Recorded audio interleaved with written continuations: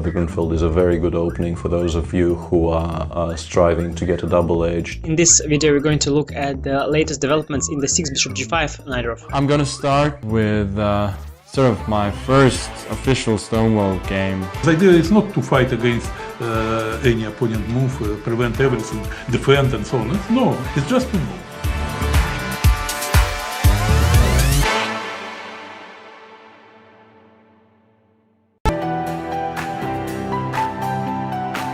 Okay, so let's send a challenge.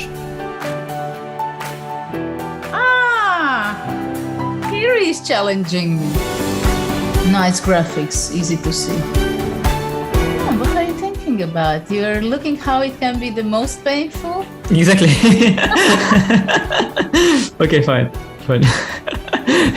That I give up a phone. He wants to be even rude.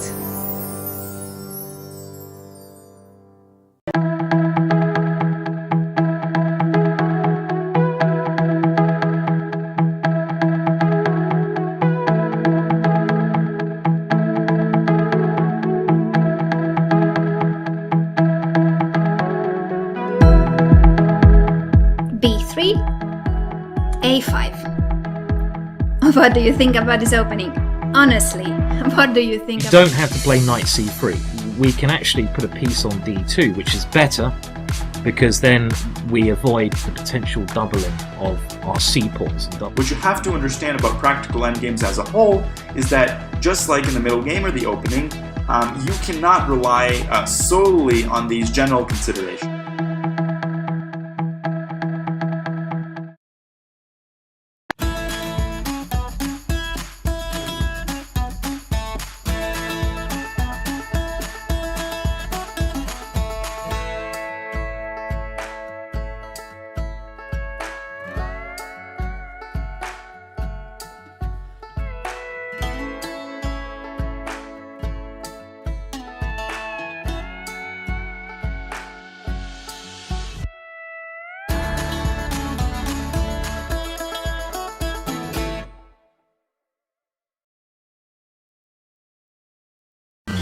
This is John. John loves to study chess. This is David. David loves to study chess as well, but efficiently. John spends more time setting up the board and figuring out what's on the page of his book than he gets to study. David likes to take it easy and use his time wisely.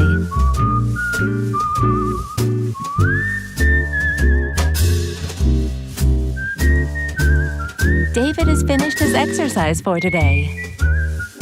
John should try the same.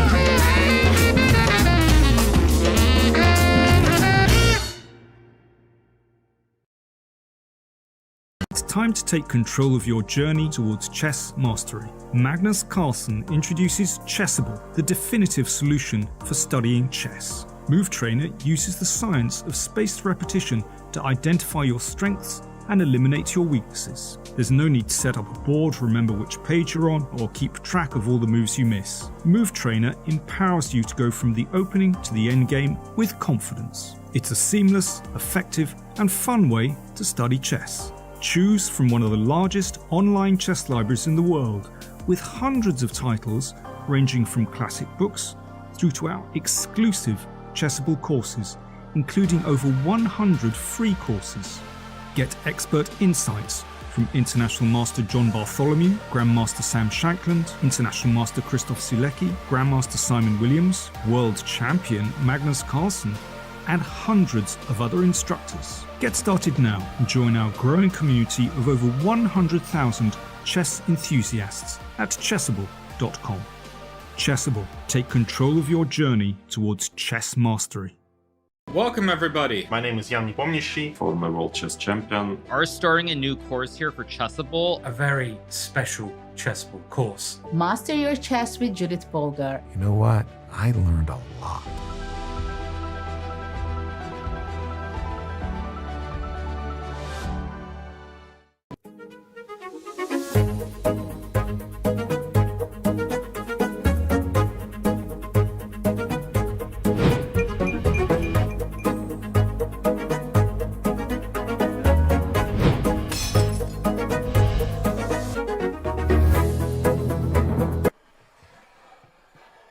Seriously?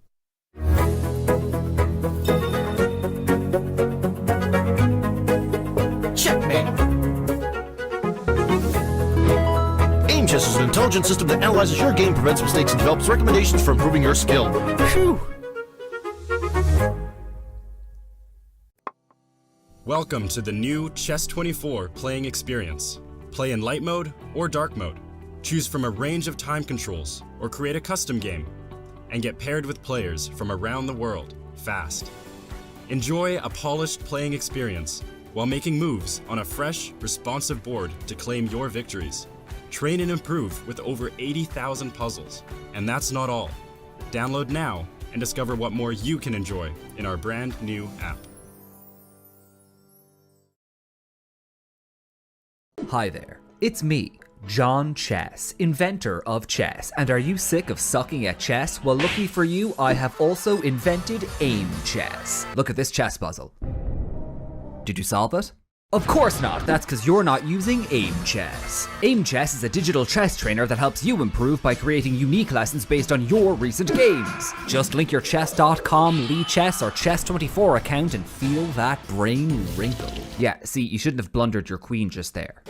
Now I know! Thanks, Aimchess! Now all that's left to figure out is how that funny horse moves. They even got acquired by that one chess player other than Hikaru, so you know it's good. Hi, it's me, that guy I just mentioned, and I am the best chess man in the world. But thanks to Aimchess, I also have a girlfriend now as well. This could be you! Personalized training, game reports and analysis disease, study plans, thick, luscious hair, intuition builder, all this and more available on Aimchess.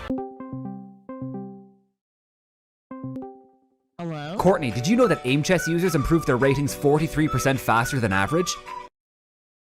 What? So what are you waiting for? Join Aimchess today. Links will be somewhere, probably. I don't know, I just made the video. Aimchess. Sign up now and get 50k silver and 2 free months off your VPN. Now that's what I call a queen's gambit. That's so fucking dumb. Aimchess, for when you aim to chess. That's their slogan. It's what they say. Ready, aim, chess. That's another. It's... Look, just sign up for Aimchess, okay? Just, come on, literally, why not? Alright, just stop being a dick for like 5 seconds and just go, alright? Jesus Christ. Chessable, the definitive solution for studying chess. Choose from one of the largest online chess libraries in the world, with hundreds of titles ranging from classic books through to our exclusive Chessable courses. Hello everyone and welcome to this short introduction to the Roy Lopez.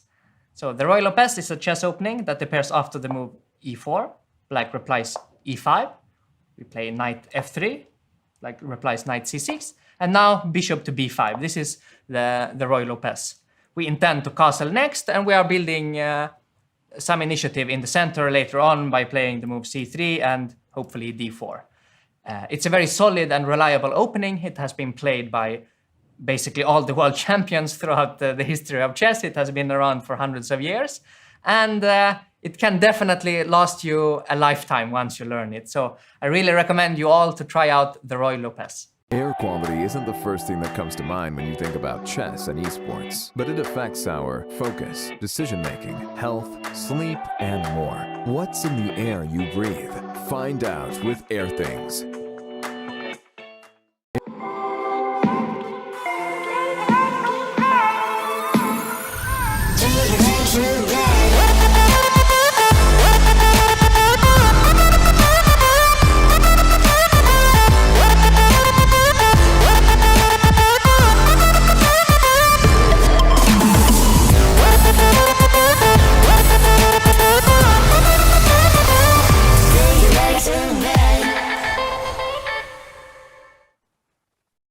Hello everybody and welcome to Chess24 and welcome to the FTX Road of Miami. It is the knockout stage of this tournament.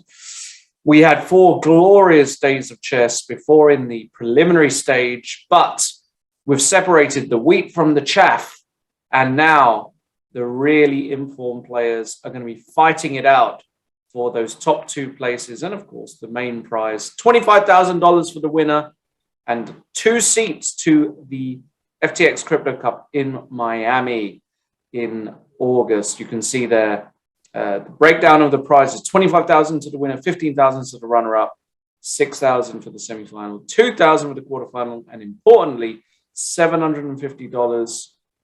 It was, at least in the prelims, per win. We can see the cross table there from the preliminary, and it was the Samuel Sevian show. Well, nearly the Samuel Sevian show. Brilliant performance by the young American Grandmaster, winning the event. He was leading after day 2, never lost his lead, actually, after day 2, scoring a bunch of important wins and coming in first position. Second was the ever-impressive Arjun Erigasi from India, just really, really tough to play against. Them two were safe forever. Yanchishtov Duda had one minor hiccup, but was never in danger. Richard Rapport also came steaming through in days 3 and 4. Jeffrey Zhong, leader after day 1, also kept his nerve, as did Anish Giri. Levon Aronian also was kind of in before the end, but it was Wei Yi who managed to get that 8th spot, thanks to Aryan Tari not making the most of a slightly better position and putting him under any pressure. So it's those 8 who play against each other. And the pairings we have for knockout are as follows: Sevian against Wei Yi, Zhong Rapport, Duda Giri, and Aronian Erigasi. And with me to break down all of the action is, as always, the ever-impressive Grandmaster Peter Leko. Peter, what do we think about these pairings and these players? Welcome. Yeah, hello, Lawrence. Hello, everyone. Wow, I mean, incredible matchups. We have witnessed some crazy fights in the preliminaries. I think that one should just erase everything that what we remember from the preliminaries. Completely new stage starts. The matches, 4 games matches, a lot about preparation, a lot about psychology, everything. So I don't think that there are any favorites. I mean, all matches are very, very even, but I mean, maybe we should do some predictions. What do you think? Oh, absolutely. You know me. I love a good prediction. I think I got smoked by you in the previous round. So time for my revenge on you, Peter. Let's start with the top left. Samuel Sevian against Wei Yi. Now, yesterday, Peter, I remember you saying, Wei Yi, he's a difficult opponent for Sam. You don't think Sam is the favorite. So you're going for Wei Yi in this match then? Well, it's very interesting because, the last game of the 3rd day, Sevian just crushed Wei Yi, but it was a very special, with the black pieces, it was a very special game because Wei Yi had this very, very ultra-long marathon against Study in that queen endgame, and it was very late. I feel like maybe thanks to his preparation, maybe thanks to his experience, he might be some kind of a favorite, but Sevian has showed so far in this tournament that he's incredibly, first of all, well prepared. He keeps his nerves. He's very, very good with very short on time. I mean, he has been super impressive, but maybe because of the experience, okay, let me pick them Wei Yi. You're going to take Wei Yi. Okay, I've got to take Sam Sevian. I've been extremely impressed by him in the preliminaries. It wasn't a fluke. He didn't get lucky. He was just solid against everyone. So I will take Sam Sevian.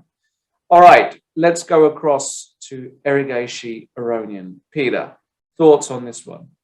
Yeah, well, it's also super exciting. Both players have been praising each other, and they are really looking forward to this match. Again, I mean, somehow, whenever it's matches, I feel like, the higher rated player, the more experienced player might have the advantage, but I might be fooled, just one mistake in the time scramble and everything turns upside down. But let me take Levon. I believe in Mr. Classico. Okay, I believe in the youngsters, and I believe in Arjun Erigasi. This is an awful pairing for Levon Aronian. I think Arjun has beaten Levon before. He's in form, he's tricky, he's fast, he's a nightmare opponent, I think. Difficult for Levon Aronian stylistically. So I am happy to take Arjun against Levon. Okay, next match. Who have we got? Let's go to Zhong against Rapport, your countryman. Mr. Rapport, what do we think? Yes. I mean, Mr. Rapport, Richie, definitely I have to pick Richie for it. I mean, the only thing what I don't like in it that already Richie beat Jeffrey with the black pieces during the preliminaries, yeah? And Yes. I think that was a very big wake-up call for Jeffrey. I mean, now he got this experience against Richie, that Richie is super dangerous. You shouldn't underestimate him in any ways. And maybe he didn't know, because they didn't really play against each other, that how to approach a game against Richie. And maybe from that terrible loss, he might have learned a big deal.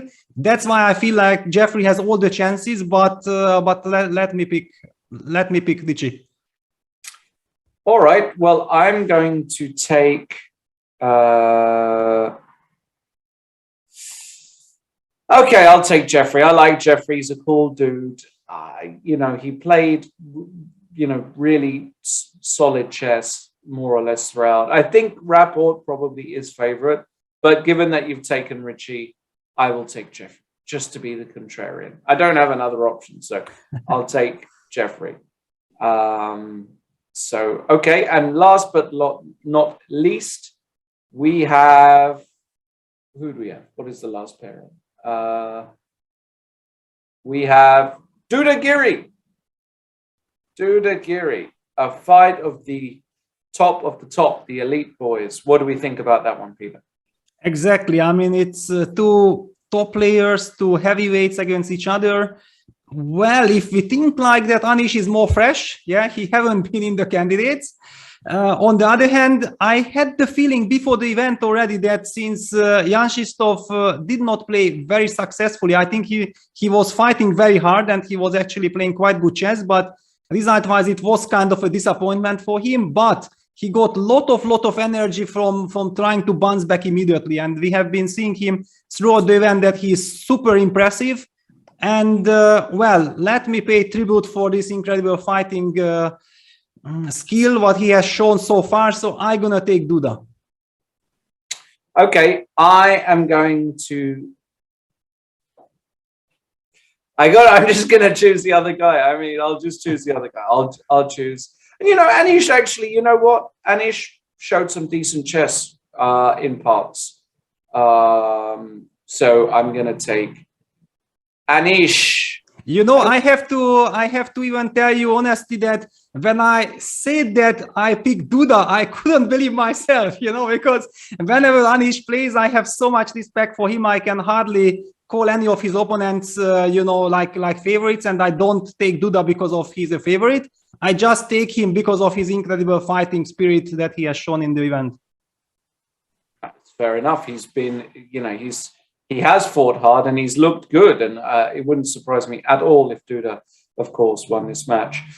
Games are going to kick off in just a minute. Before we go there, remember to get yourselves a premium membership with Chess24. Use the code Road to Miami and you will be able to get 40% off a premium membership. And I would suggest getting that year membership on top in order to get an extra month. Deals.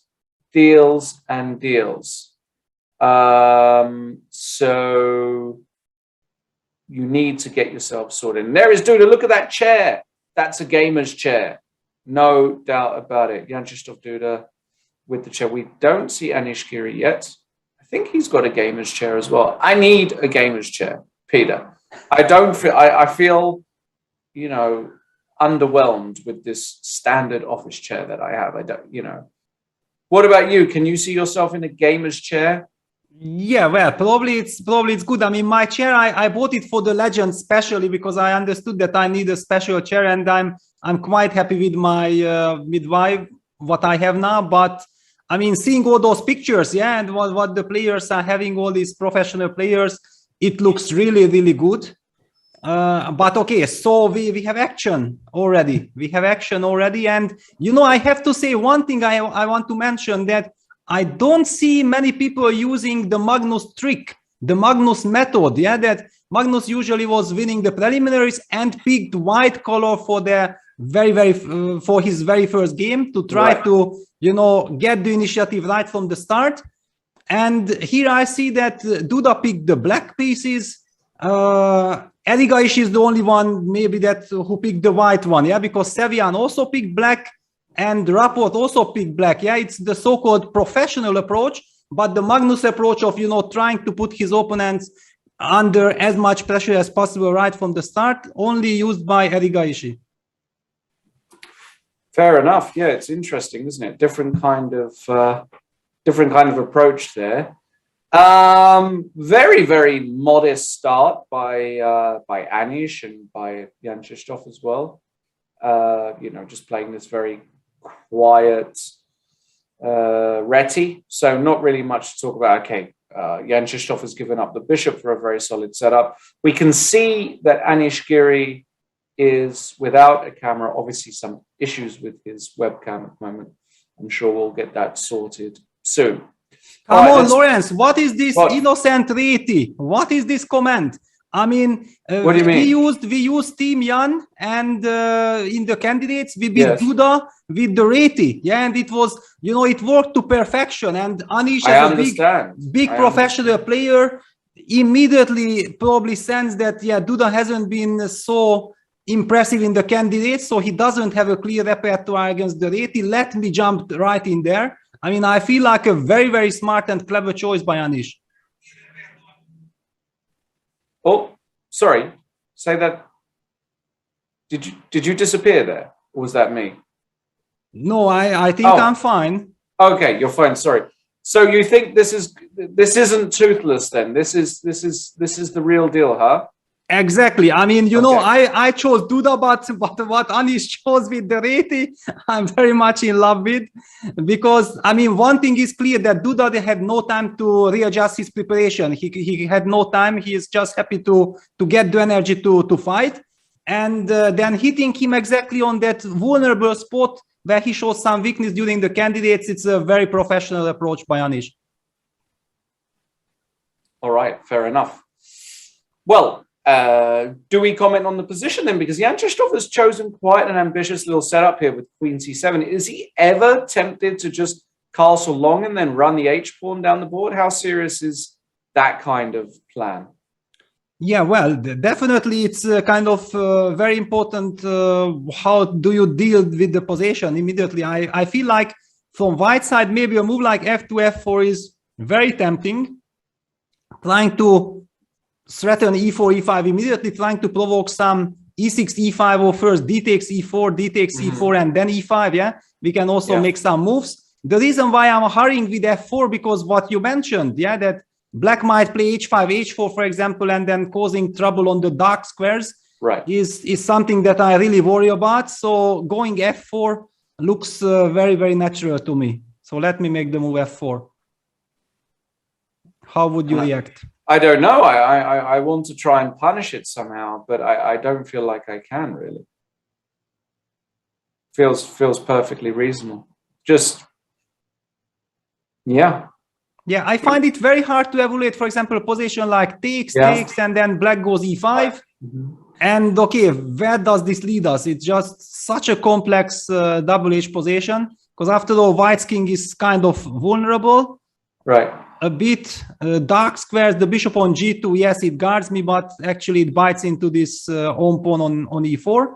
Anish went king H1, so he still kind of sidesteps first, and he's indicating that he's gonna go F4 sooner or later.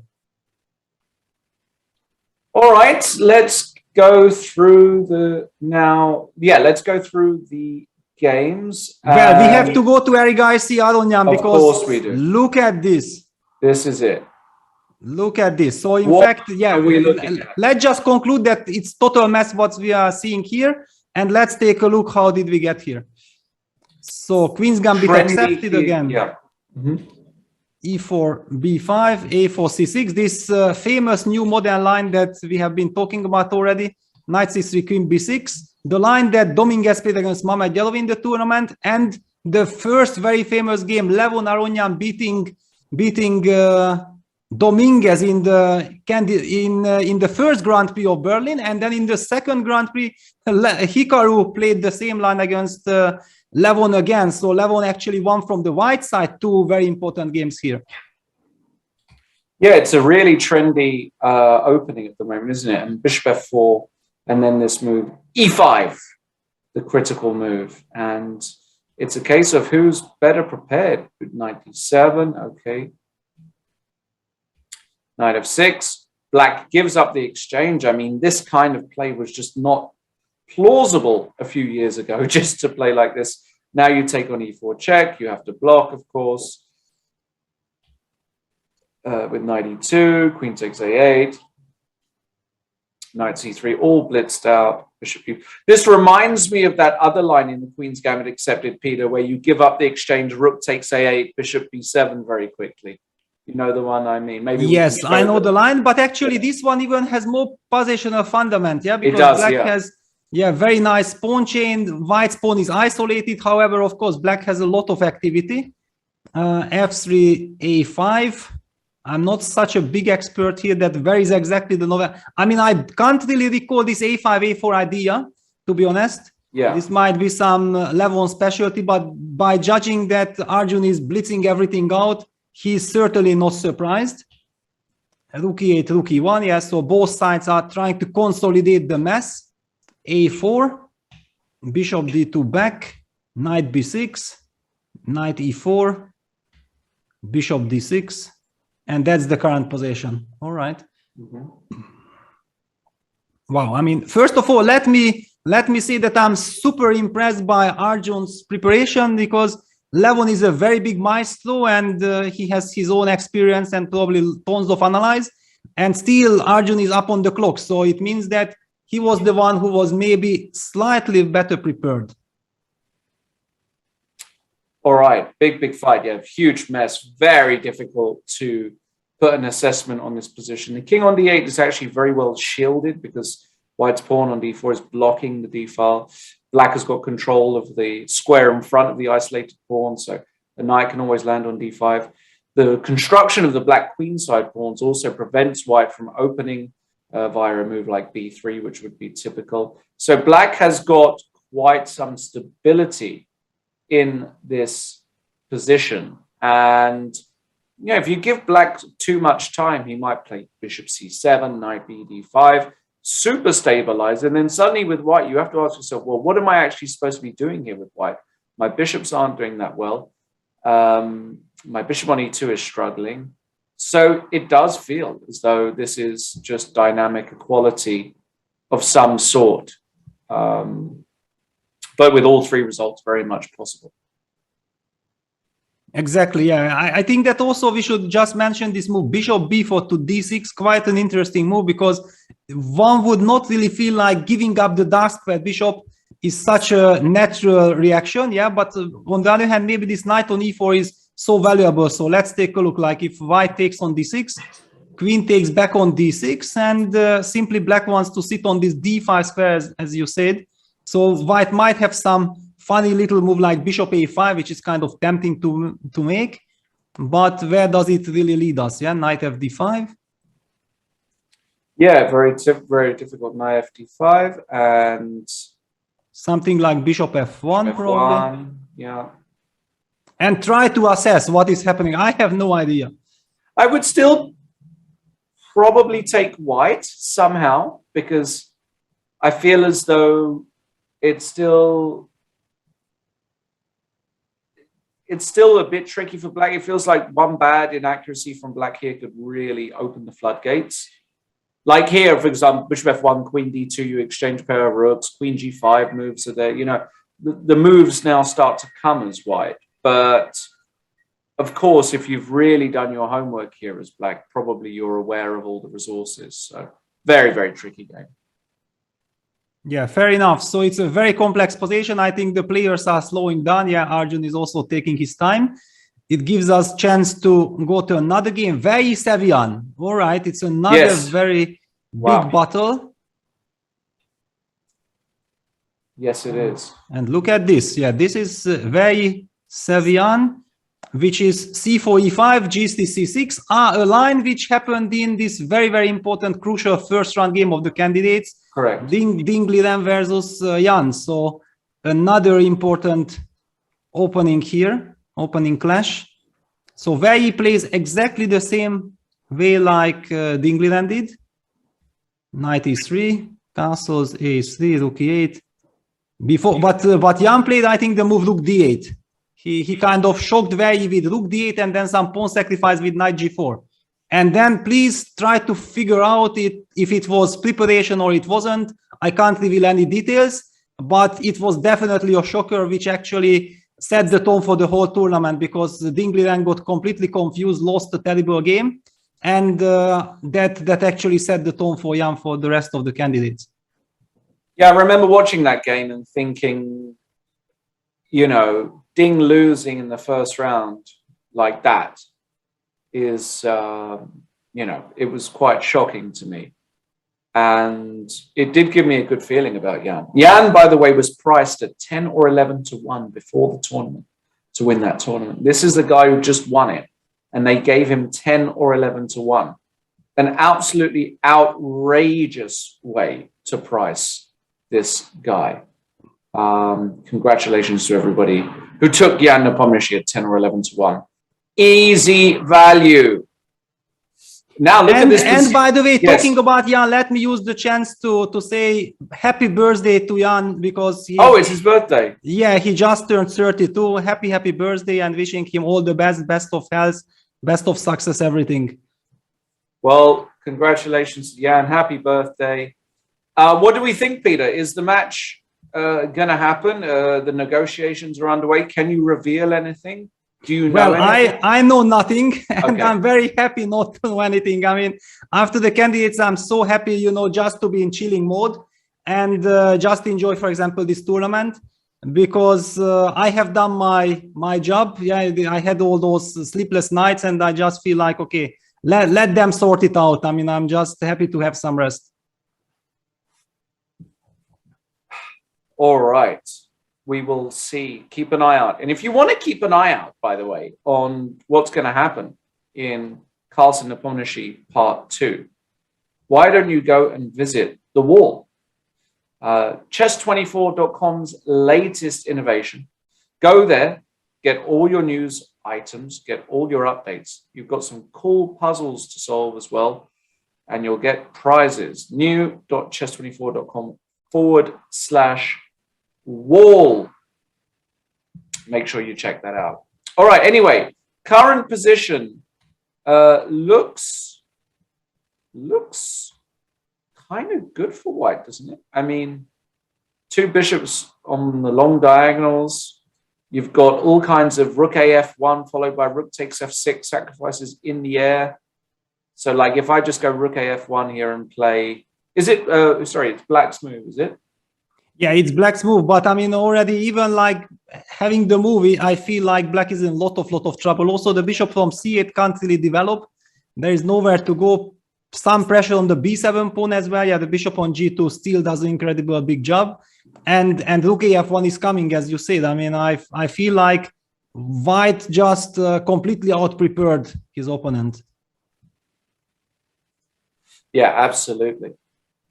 Oh, we do have a result already. Giri Duda has, well, they've had a quick one already for the first Well, game. let's even take a look. How did this end so quickly? Yeah, because it looked like a very double-edged complex middle game. So king h1 short castle, f4. Yeah, was played. Takes e5. Yeah, the traditional typical way.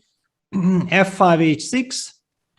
Knight d2, bishop e7, queen e2, a5, g4, and knight h7. I think very instructive. Yeah, that black knows that the only danger is h4, g5, and he gets ready for it with h6, knight h7, bishop e7, keeping an eye on this break. Now the move knight f3 happened. Black played a very timely knight g5 just before white can play the move h4. Yeah, because if white can play the move h4, then in long terms, it will be very difficult, maybe even in short terms, but you can try to play some queen d8, but you can't really stop g4, g5. So knight g5, super important. Now white is unable to play h4 because then we trade on f3 and the bishop captures the pawn on h4.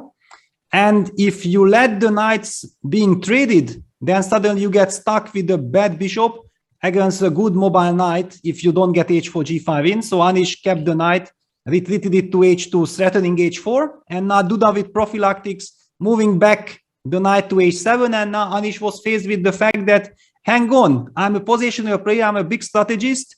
I see the reasons, I see the ideas what black wants in the position, but I only see one idea for me with h4, g5.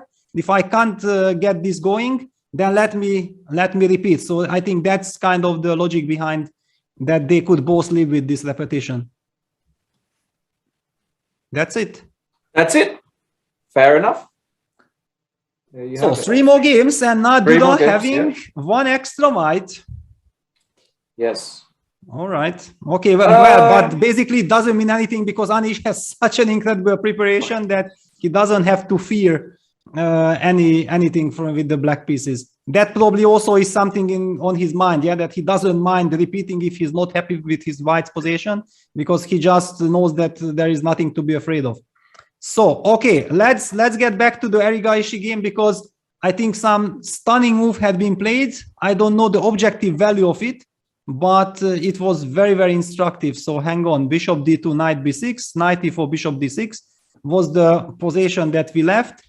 And white played the move d4, d5. We had been talking about that black wants to block this, and then black's king will be super safe on d8, or at least more or less safe, and he opted for d4, d5. He sacked this pawn. So black took knight b takes d5, knight takes d6, queen takes d6, bishop a5 check, king d7, queen d4, bishop b7, bishop f1, rook a8,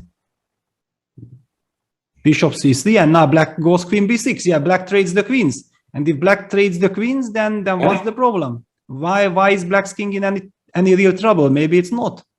Absolutely, agree. What is your take? I mean, we love those d4, d5s, but was it really effective? Well, I mean, the question is, okay, so after queen b6, knight b6, f4, that looks a little loose. I mean, yeah, that's what he wants. Yeah.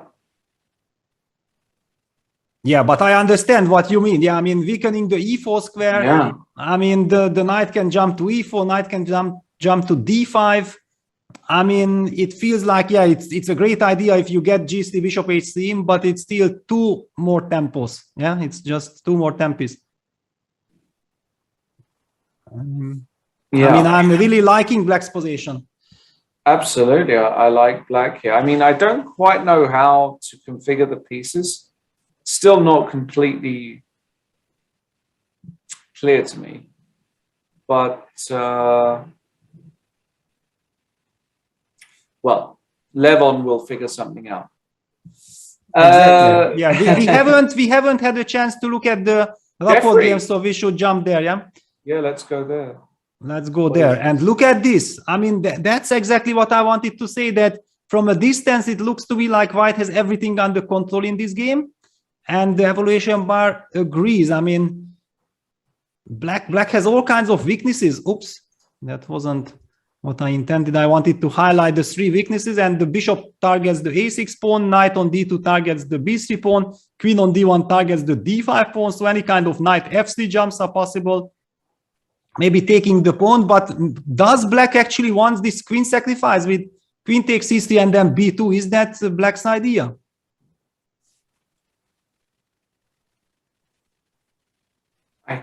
I doubt it. I mean, okay.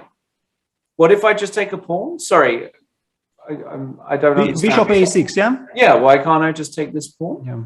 Okay, just very, very quickly to understand how we got here. I will not be explaining anything, but it was an exchange Slav. Yeah, it has a reputation of being super solid, but exactly for rapid play, I think, because it has also some poison, it's a very, very dangerous weapon.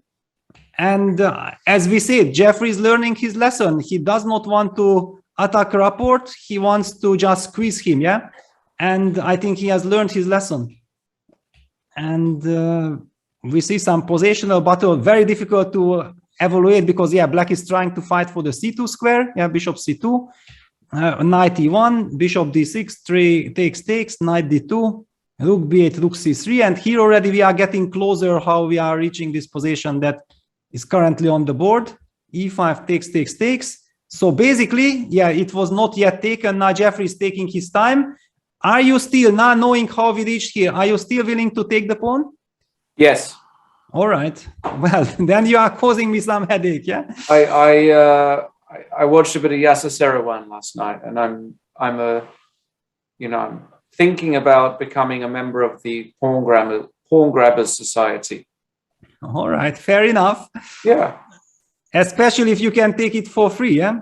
Yeah, I mean, I take it, I put the guy on b5, and I say thank you very much. Good night. Yes, so basically now the big question is, because, okay, we know exactly Richie is very tricky and very creative. He must have something. Bishop a6 on the board, luckily on the board.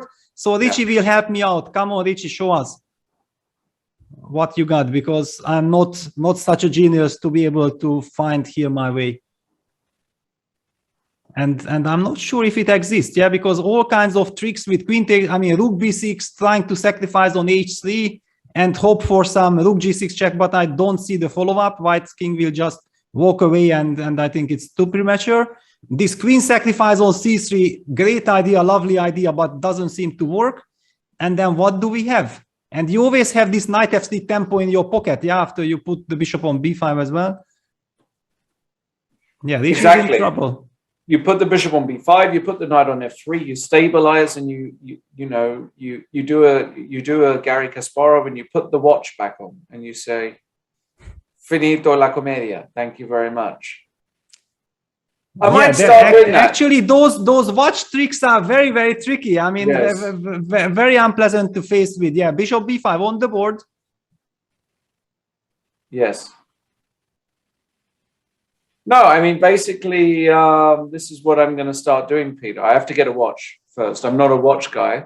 So I'm going to get a watch. I'm going to get a nice watch. And I'm going to bring it to my next tournament. I'm going to give them the look in the eye. I'm just going to put the watch back on. Big psychological trick. Yeah, especially if you make a couple of strong moves, then it's perfect. Yeah. Exactly.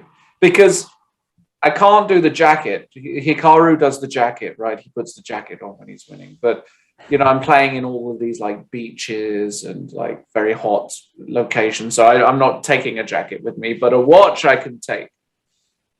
Or maybe I just put some sunglasses. What about sunglasses? Maybe that works. The sunglasses, just say, okay, sunglasses on, it's beach time. Might also work. Who knows? Yeah, well, I can't even recall if I ever faced someone who played with sunglasses. I mean, how does it work? Well, I mean, the famous example is Viktor Korchnoi against Karpov in, was it 78, I think? When in one of those matches, yeah. Because he believed Karpov was hypnotizing him. So I think Hikaru also tried sunglasses once. And then he thought one of the white pawns was a black pawn and took his own pawn. No, I'm joking. He didn't do that. But that's a sort of thing that could happen. Sunglasses are not the way. But here we are. Yeah, here we are. Okay, Richie is still, I mean, there are some, wow, and Jeffrey grabs another pawn. He gives the h3 pawn. I mean, you have to believe in your calculation doing that. Yeah, I mean, allowing bishop takes h3. So what does he want? Does he just want to go g3 and claim no problema? Yeah, because he has some queen e5 ideas, yeah? Yeah. Which is targeting the rook. It's a super important tempo. But even here, like, even if you go bishop g4, knight e5 might just be good enough as well. Yeah, also just retreating the bishop might be also a threat because the knight on a5 is doomed as well. Yeah, Richie does not even take. He goes rook d8. But now your queen e5 here makes total sense, no? Because now bishop h3, queen f6, rook g2, king h1, gf6, and then some knight g1, and the rook is... What? Let me follow you. So queen e5 takes... Bishop h3, I take on f6, and now if you take on g2, I go king h1, gf6, and maybe knight g1 simply. Oof. That's a cute construction. Yeah.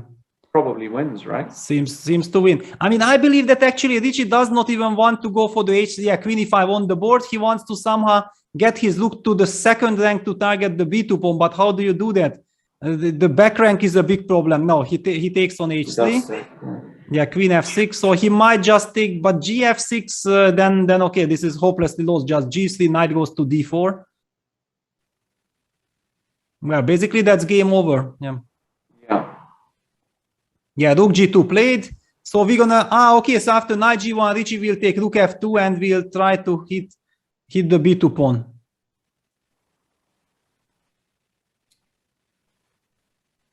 Okay. Wow. So okay, knight g1. Wait, they've just done what? Yeah, he's just okay. He'll take the b2 pawn and pray, right? Okay. Yes. Well, some practical chances. Some practical chances. It's not completely.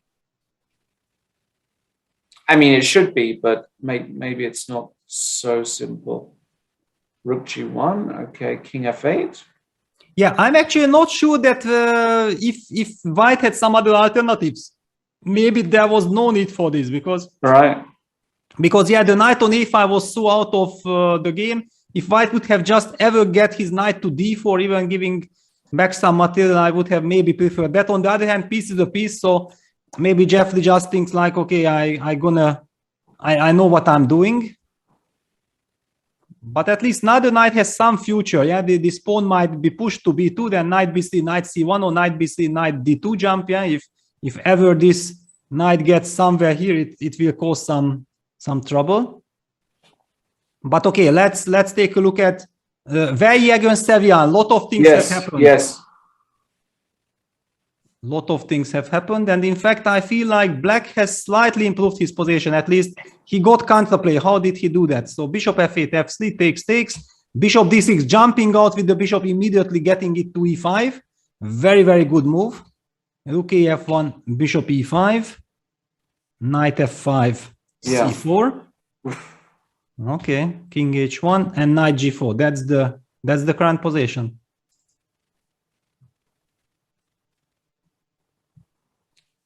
Yes, and it looks as though. Well, I mean, I still would take White all day here, but the question is, what's the follow-up? I don't see. Yeah, we also have to understand what happens if White just plays h3, yeah, for example. Yeah. Knight e4, I was also looking at this move. Knight e4, yeah. Yeah, because you can't take on e4 because g7's hanging. So I like this move. Yeah, knight g5 is coming. What do you just to illustrate this checkmate, yeah. So yes, that's the trick. But of course, Black will stop this.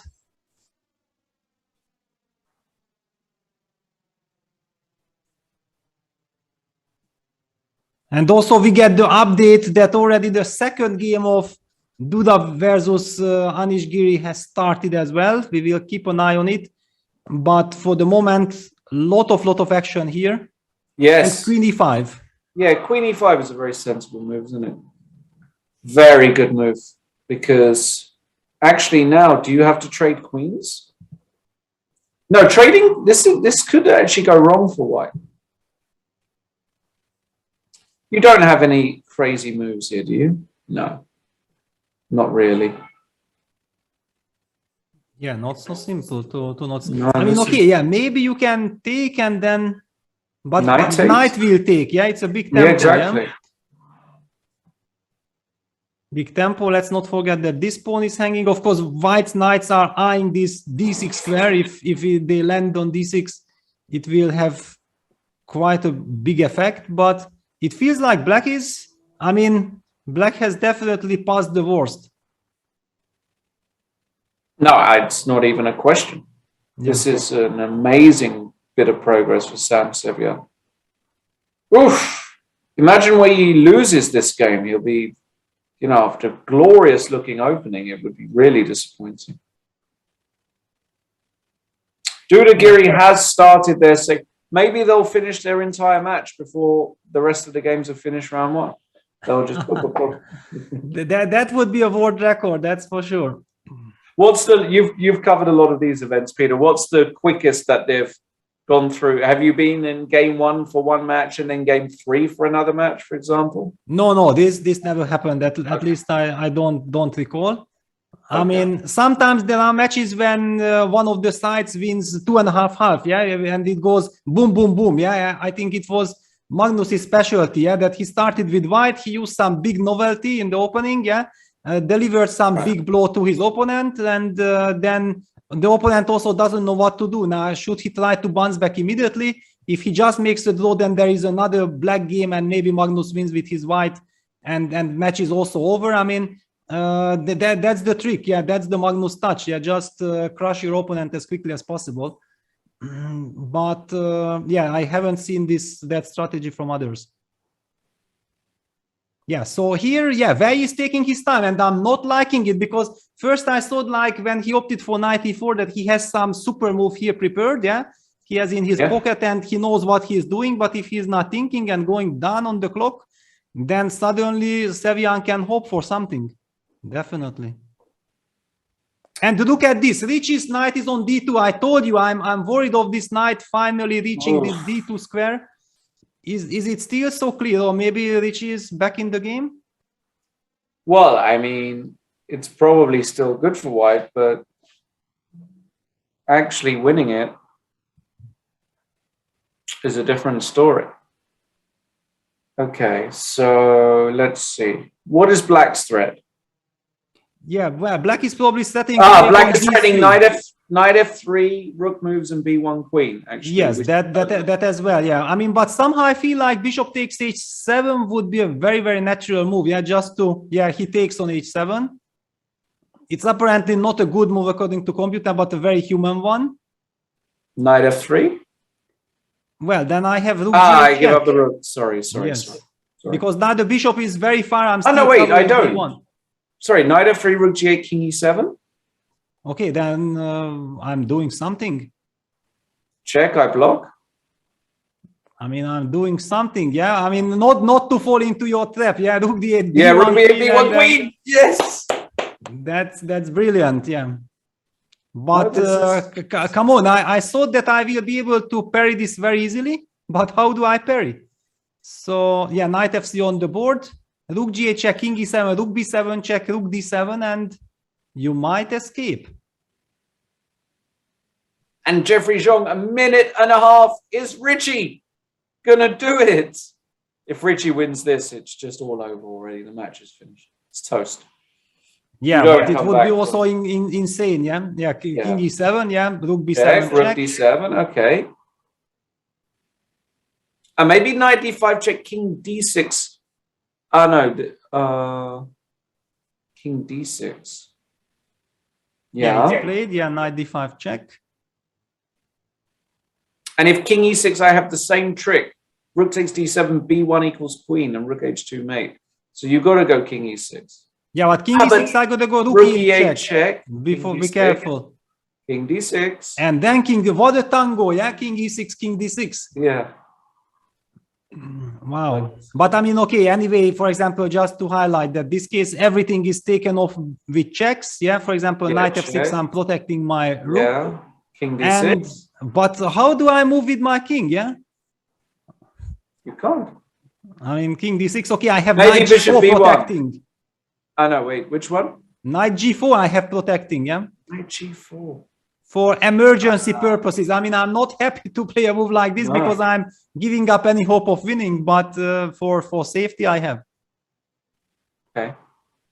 All right. Wow. I mean, Richie is escaping. I mean, wow, Jeffrey will be really kicking himself. I mean, no, he should have never gone for this piece grab and not give practical chances. No. This was wrong. Incredible. And by the way, let me king e6 on the board. Yeah, we might be seeing this, but I also see that Wei somehow managed with magic that he did not trade queens. I don't know how it was possible. How did he avoid that? That looks almost impossible. Yeah, that's what I mean. Yeah, that after queen e5, he played queen c1 and he gives up what? He just gives up the knight on e4, knight d6, queen e6, takes. I mean, black is winning. What is this? What is this? This is catastrophe. I mean, and we have noticed, yeah, that Sevian is so incredibly sharp. He's using any of these weaknesses of his opponents. You just can't make a slight inaccuracy against him. Oh my God, this will be terrible. Okay, so he's in trouble. Let's go back to the Rich's game because Jeffrey is down to 30 seconds. Yes. Unbelievable. King e6 on the board. Jeffrey Zhong, one of my favorite players. But how on earth is he supposed to calculate all of this? It's impossible to me.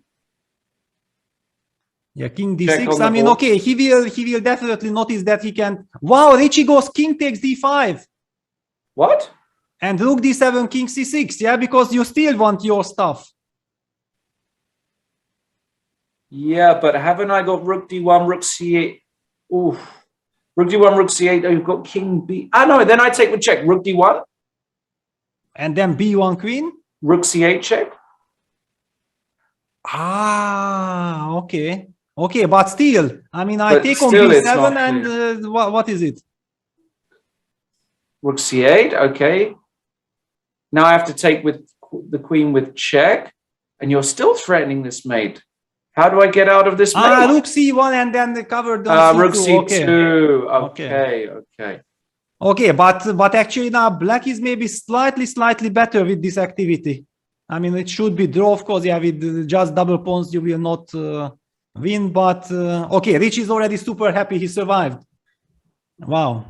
I mean, he survived. The game is now technical. So let us look at the Arjun Aronyan, because I actually felt very bad that we are not covering this game as well. It's such an incredible game. Simply the other ones had so much direct action that... Wow, and how do you evaluate it? Total mess, no? Reminds me of those Botvinnik. Somehow these Botvinnik Slav, I mean, who knows what's going on. Probably white, no? Hand, this h pawn, yeah, the bishop will take on f6. King is close.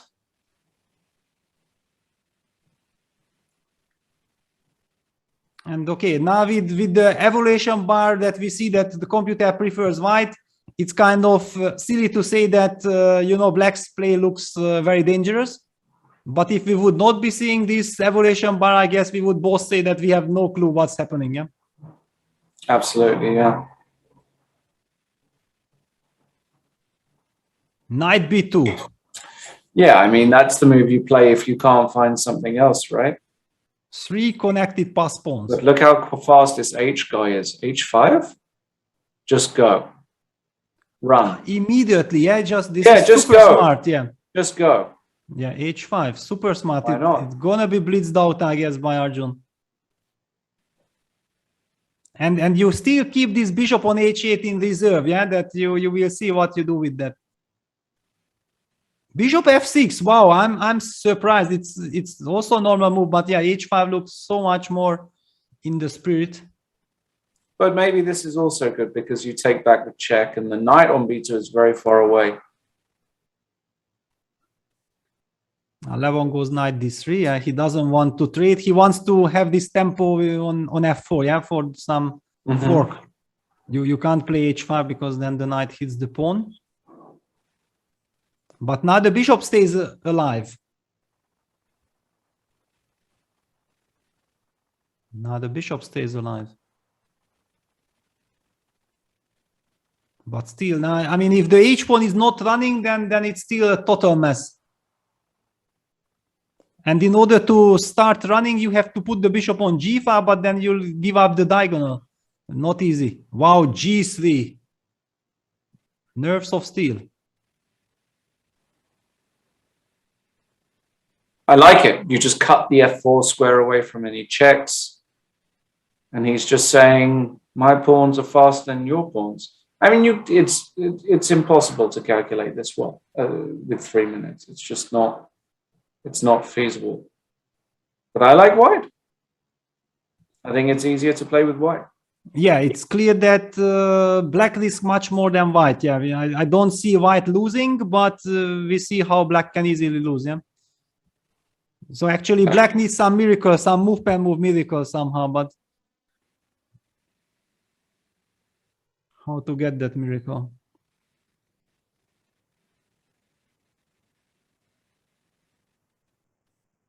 All right. What other games have we got going on?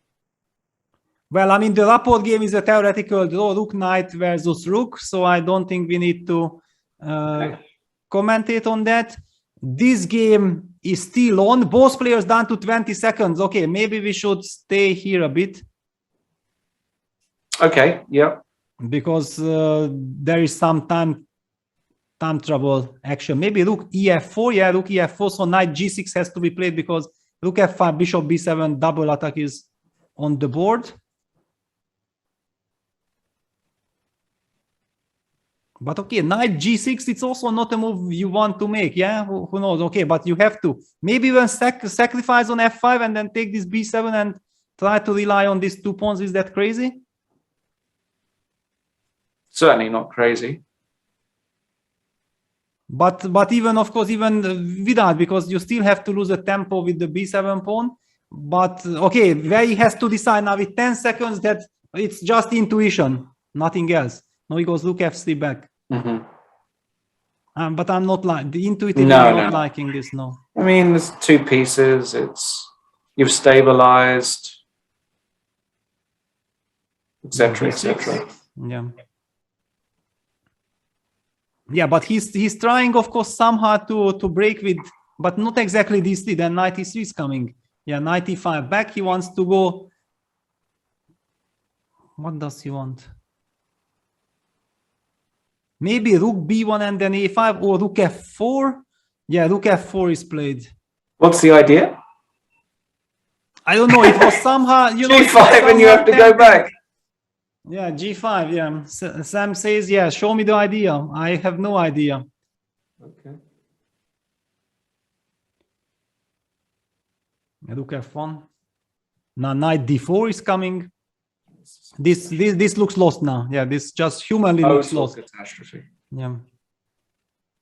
Yeah. And knight d4. Oof. Brutal start. Absolutely. Yeah, because first it looked like everything was like a dream scenario for where he had beautiful preparation, advantage, everything, and then things just collapse completely. Can we go back to Arjun? Yes, because exactly. This is finished. I see a move, but I mean, the pawns yeah, are so after too far. g3, a3 happened, and after h5, knight c1 checks. So Levon is trying some total desperado to confuse Arjun, but I mean, knowing Arjun, I don't think it will work. And I told you, Levon doesn't like playing Arjun. He doesn't like it. He's apart from having enormous respect for the guy, it's just miserable. You go h6 here, a2, h7, and the point is knight f6, rook f6, king b7. Wait.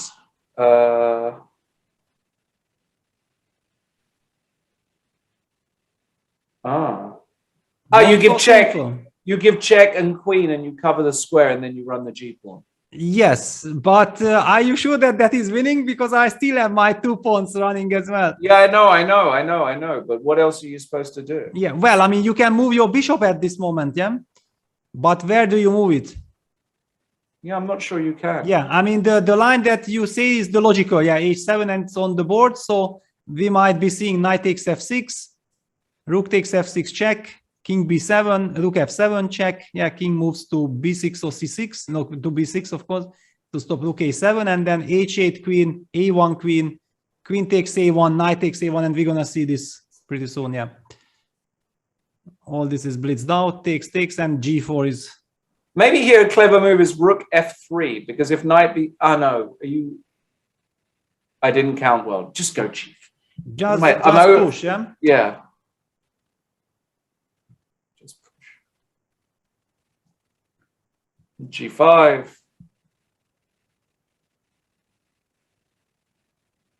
Okay, after b3, wait. After b3, you go. What do you do?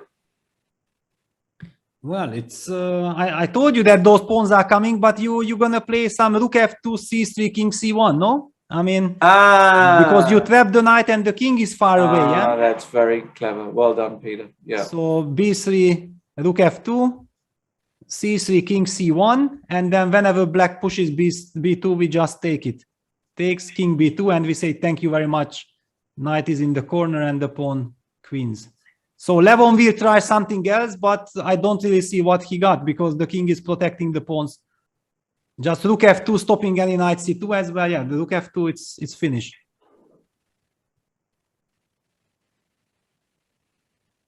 And Arjun has a minute on the clock. That's it. He will find it and convert. Yeah, I think he finds this, right? Well, you have to go rook f2, number one, because g6, b2 is a catastrophe you can lose. The pawn queens. So exactly. You have to go rook f2. Yeah, that's it on the board. And now you have to try c3 and then king c1, and it's resigns. Yeah, basically it's designs. Yeah, it's terrible feeling for Levon. Yeah, because he's looking for tricks. Yeah, it's but that's it. Yeah, b2, rook b2, and yeah. Designs. Wow, what a game! What a game by Arjun. Yeah. I mean, just a stellar player. I mean, outplaying or outfoxing Levon in such a double-edged tricky position. That's something. He's the real deal. I mean, people will eventually understand that, you know, this guy is going to be around for a long time. He's not a one-hit wonder. For sure, yeah. I think that only maybe Levon thinks like, but it's unfair. I already know, yeah. I know it for a year already. Why they keep on pairing me with him? I know, crazy. Yeah. Okay. So just a very quick update. Okay, in the rapport game, nothing is happening. Yeah, this is the theoretical draw. Of course, black will play on forever. And what do we have here? Well, some drawing chances. I mean, I see some drawing chances here because maybe if white could finally eventually reach two knights, king versus king. Yeah. I mean, seeing that black has these two knights and not so many pawns, I have this tendency to hope for a miracle. Yes. So actually, where his chances improved? No, for sure. Absolutely. Okay. Rook d6.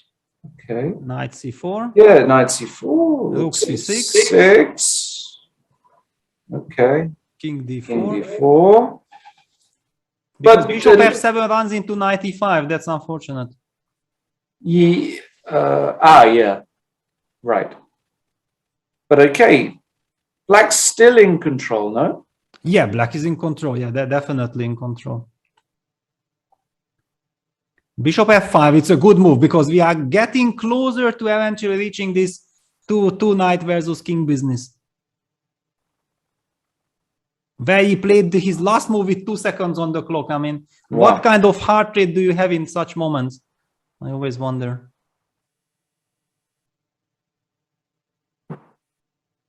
Okay. Also, Sam struggling here. Sam, you know. But hang on, there is a problem.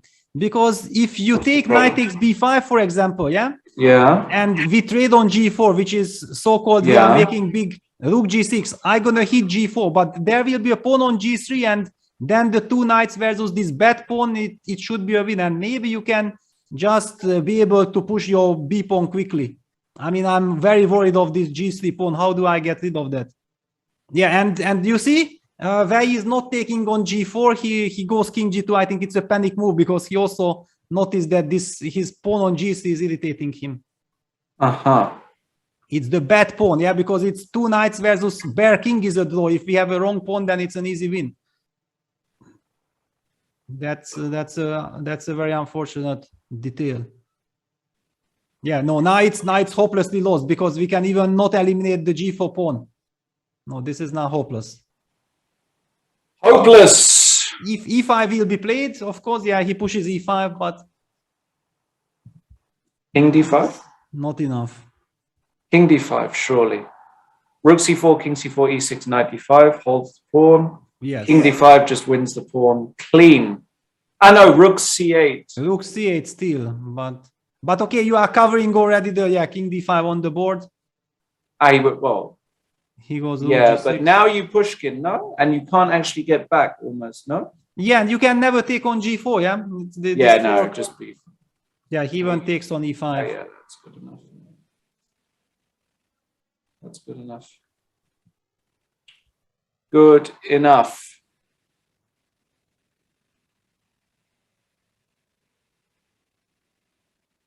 Yeah, wow. So actually, Sevian starts with a massive win because this already looks like completely hopeless. Yeah, I mean, there are 2 pawns, so we cannot, with white side, dream of ever reaching this position that I was hoping for. The 2 knights are working perfectly in the center. Black has the better king. I mean, okay, just all arguments on black side. I'm a little bit surprised that Richie is playing for so long. I mean, this rook knight versus rook business, because I mean, it's known to be a dead draw, but probably he's just enjoying. He knows that he was in so much trouble, and he knows that it should be very, very frustrating. It's match strategy. I mean, if it would be if it would be in the preliminaries, I think he would have agreed to a draw, but he wants to make his opponent suffer as much as possible. Mm-hmm. All right, so okay, basically I don't see any reason of staying here. Or should we stay here, or should we take a look at Anish, what they are doing? The Anish game, so that's game 2, is well. Yeah, it's a very quiet affair. Yeah, actually, Yes. no, we will not. Only when the games finish here, then we're gonna jump there. We are not missing on anything. I mean, Anish played a very nice game, and he has 0 problems with the black pieces. So we will be talking about his opening, but yeah, let's first stick with this. Especially because we know that if Sevian wins this, then it will be incredibly difficult with 1 extra black to bounce back for Wei. Very tough. Absolutely, yes. All right, just I guess it's a natural pause in our commentary. You can, of course, get yourselves an account with the sponsor of this event and the next, FTX. Go and do it, because if you've been watching, as I said yesterday, the chess24.com Twitter feed, they've been talking about the key. The key is going to be important if you want to get involved with all the prizes and giveaways. You need an account with FTX. So go and sign up, and the key is going to be your way to get hold of all of these fantastic prizes and giveaways and competitions and everything else. But you need that account. So make sure you do get that account. In the meantime,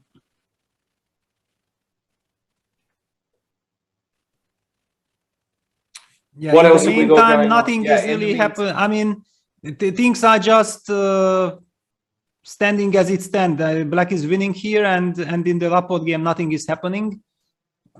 Well, nothing is happening because we are getting closer to the 50 moves rule. Yeah, that's what we have to count. So move 88 was e6, and on move 90, the pawn was lost. Yeah, so basically we need to get to 140 moves to have the 50 move rule, and we are now a little bit over 120. So still 20 more moves to go.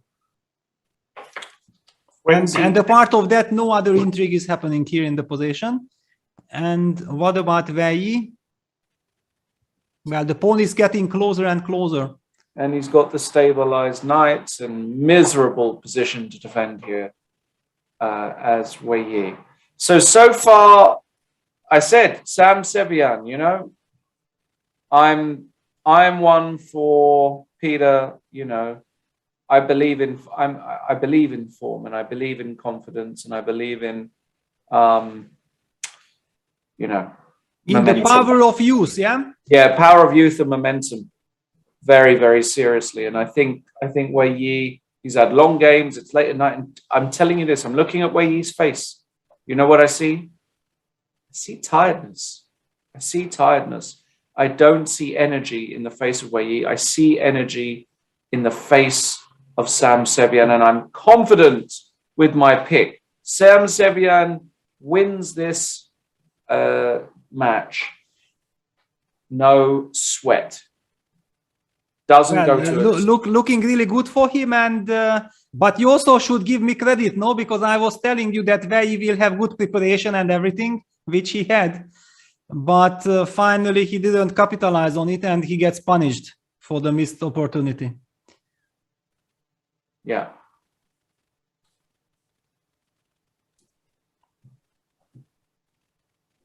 Okay. And also now Sevian back to 2 minutes already. Yeah, the extra 10 seconds helps him a lot. And okay, basically it's game over. I mean, the pawn is about to queen, and the position is lost.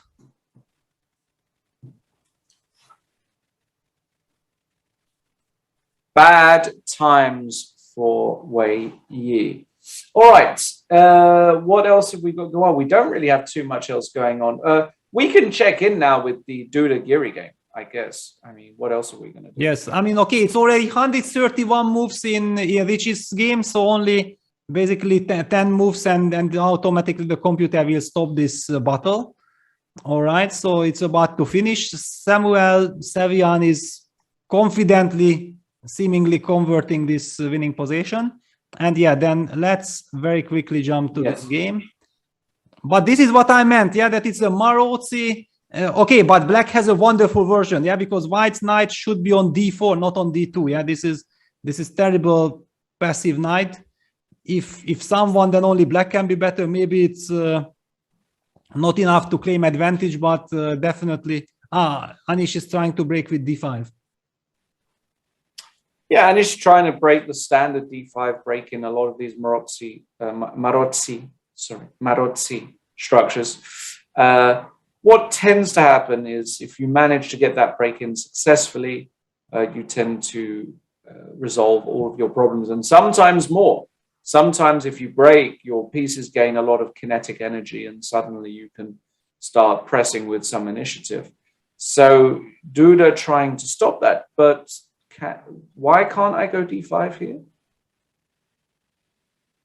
Can I go d5? Well, you can go, but it's not clear because, to be honest, it's also not obvious what white is doing next. Yeah, white is like in a total paralyzed position. He probably just waits, and if you play d5, then at least, for example, I get a chance like takes on e8. You take back, for example, with the rook. Probably it's premature. You should take with the queen. I just wanted to highlight that. See the queen d5, and suddenly the knight can jump to c4 or to e4.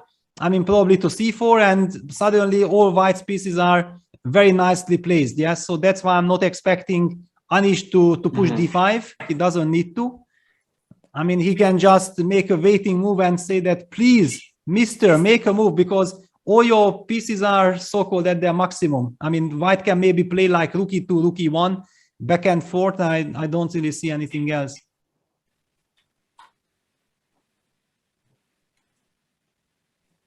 All right, just a very quick update on the rapport game. It's almost 140. Okay, white's king is finally on the A file. It's cut, but there are no mating ideas yet, and 2 more moves and it's finished. Yeah. All right. And also we should mention that this is a typical idea with the rook to defend the position, that you are pinning the knight. And whenever the black king moves, for example, to c3, then you start checking, and there is no way of creating any real threats. Wow, and Sevian has sacrificed his knight in order to make progress. And look at this, the evaluation bar says it's a draw now. What on earth has happened here?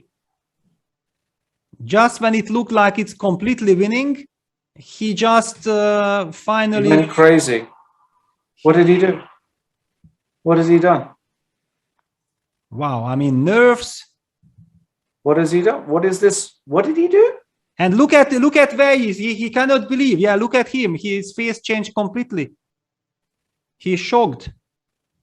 I mean, this for me is just unbelievable. How did he get this chance? I mean, yeah, King B1. I mean, but this is not.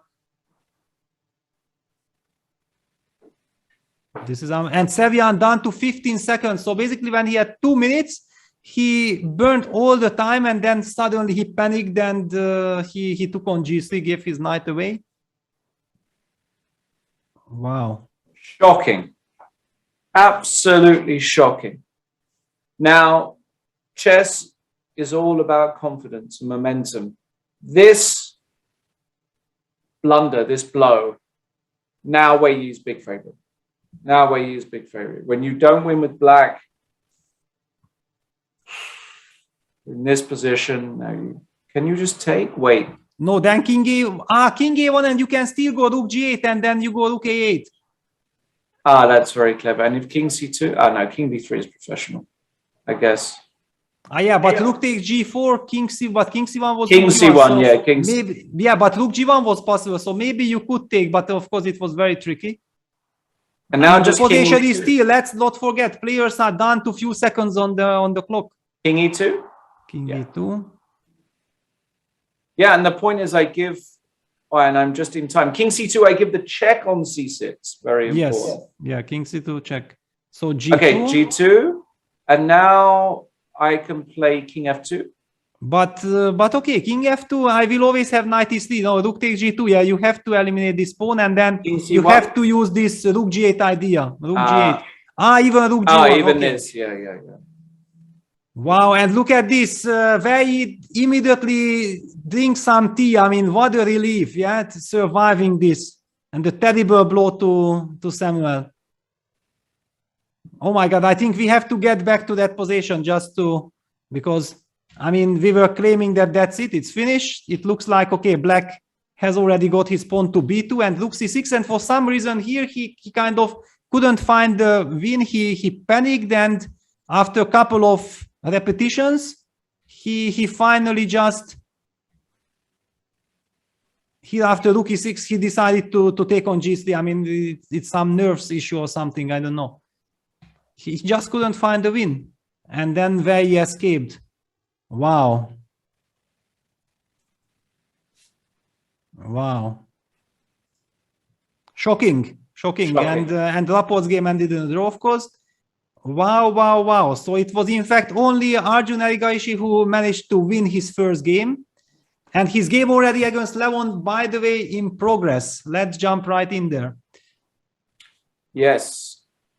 And we have what looks like, is this a C3 Sicilian? Or what have we got? Yeah, it's Knight F3, E6, C3, but yeah, it's kind of... Yeah, E5, Knight D5, D4 takes, D6, Bishop C4. I mean, Levon Aronyanin, not yet a must-win situation, but basically if you want to be sure that you are back, then you have to bounce back immediately, because let's not forget, if he makes a draw now, then he's running a risk of eventually losing with black in the third game, and then it's match over. He needs to push here. Knight A3, A6, Bishop D2, D takes E5, D takes E5, B5. Okay, a little bit slowish play. Bishop takes D5, ED5, Rook AC1. So using the pin, trying to, maybe if he gets time for Knight C2 and then occupy the D4 square, then white can actually hope for some nice advantage, but it's still far away, and black is also threatening to go Bishop G4. It feels like it should be dynamic equality. I usually don't like isolated pawns, but here I feel that with knight on A3, black should be fine. What is your take, Lawrence? How do you evaluate this? Well, I still like white. It's still a position I would slightly take white. I like the fact that I can get some squares under control here. C-file's a bit weak. Yeah, I'll be quite happy with white here. Yeah, by the way, already the Duda Giri game is now heating up, yeah, because it was a game which looked like not much is happening, but now we got a very interesting pawn structure. I mean, you normally see very rarely such pawn structure that white has 3 pawns on the king side, 3 pawns on the queen side, while black has this bathtub. Yeah, Jan Gustafsson, Badevane. Yeah, greetings to Jan. Black has this wonderful Badevane, and he has this lovely bishop on f6, queen on c6 is wonderful, but the computer evaluates that white is clearly better. So what is it? Why is it white clearly better? Probably because the king on f7 is more of a target. The knight on f6 is a powerful piece, and black has these weaknesses. Yeah, the queen on e1 is beautifully placed, eyeing a5 pawn, the rook on e2 hitting the e6 pawn. White is ready to double, triple, whatever on d or on the e file. Even some break maybe at some point with king h2, g4 is possible. Those are the arguments, I think, why the evaluation bar believes that white is clearly better. Wow. Yeah. Can't cover all the weaknesses. The principle of two weaknesses, right, Peter? That's what we learn. Beautiful weaknesses there. You can target both simultaneously. And but what is this move, king h1? I mean, this surprises me because Jan Krzysztof wanted to remove his king, but why not to h2? Yeah, I mean, when your opponent queen stands on c6, I mean, just putting it on the dark squares looks so much more natural. But maybe it does not matter at all. It's just like I'm a very picky guy. Yeah, I like all these small details. And why on earth do you put it on h2? Go on h2 for more harmony. Oh. Yeah, that's an odd decision, actually. I can't see why you would put it on h1. But maybe because okay, we are not so deep as the players. Yeah, that maybe somewhere Duda is thinking that black might be breaking out with some e5, and then very important not to be in check. Yeah, maybe it's super clever. Yeah. Queen just e4. Little bits of little details is what separates these guys from your normal GMs, basically your average grandmasters. This is what separates them. By the way, your protege is playing today, isn't he? In Biel. Yes, against Yesipenko, some very, very big game. Yeah. I only had a chance to look at last time before the broadcast. I was very happy because they reached some rook endgame where nothing can go wrong for Vincent. But okay, his winning chances were also very, very minimal. But I mean, as a coach, you at least know that your protege is safe. Yeah. Is that a game? Like, will you analyze his game with him tonight? Will you have a look at some chess with him after this? Yeah, we will definitely discuss his game. I mean, okay, if we will analyze it, it's during tournament because already next game is coming. I don't think that going deeply into the games are really useful during the tournament, but the impressions, yeah, the feeling, that what matters, because as you said, yeah, chess is about momentum. I fully agree, and it's always very important to discuss with the game and to understand how much you have calculated and it was correct. How did you feel over the board that my brain is working? I was sharp, and or you exactly the opposite. You realize that I actually the result was fine, but I was missing things and I'm not happy, and then you automatically have to adjust that. Okay, come on, I mean, get yourself together, because today's game was, for example, peaceful, yes, strategic, but if things escalate, then of course your brain has to be super sharp. Yeah, those things are, I think, are very, very important.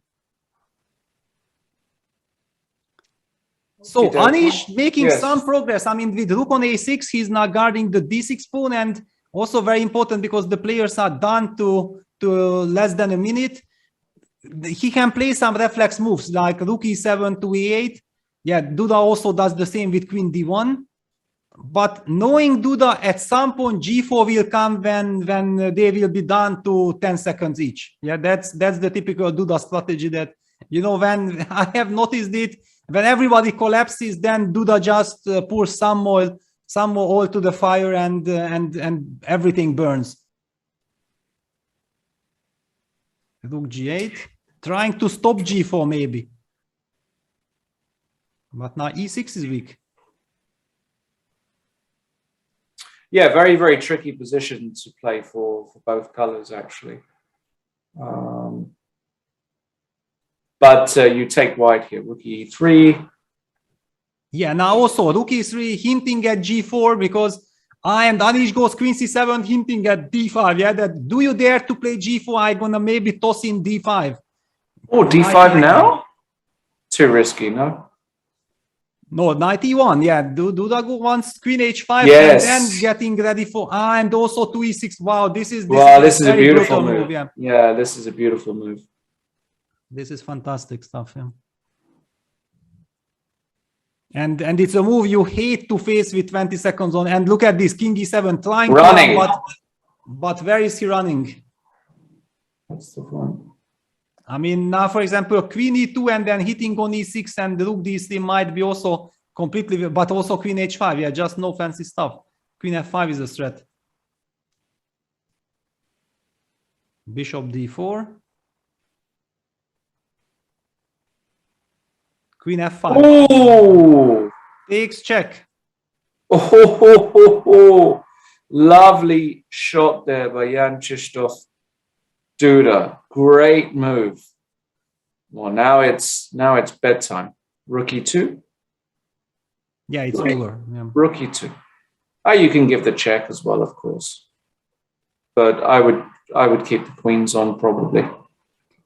But by now, probably the dear audience understood that whenever we say it's finished, it's just when the action starts. Yeah, like in the very Sevian game, it's never over till it's over.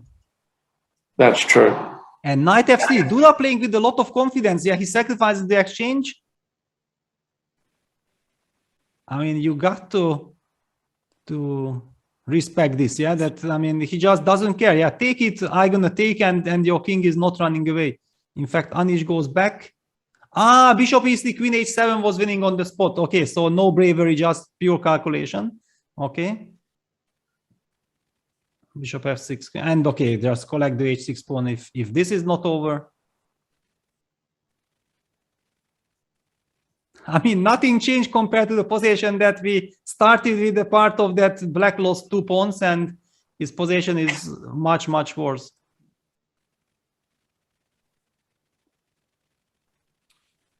Bad position for Anish. Yeah, but even here, it's never too late to spoil. Yeah, takes, no, and course, then black gives checkmate. H4, class, solido. Cemento, yeah, this is you. H4 is a Leko move. This is Cementovic, yeah. This is the pure pleasure because now you know that nothing can happen to you and the game wins it by itself. Can we go back to the Iranian game because I'm curious about this transformation in the middle game. So we trust that no surprises. Well, I mean, we can stay. No, we can stay. We can stay. I mean, I'm expecting actually only a couple of moves and to be over. Yeah, that's why. Okay.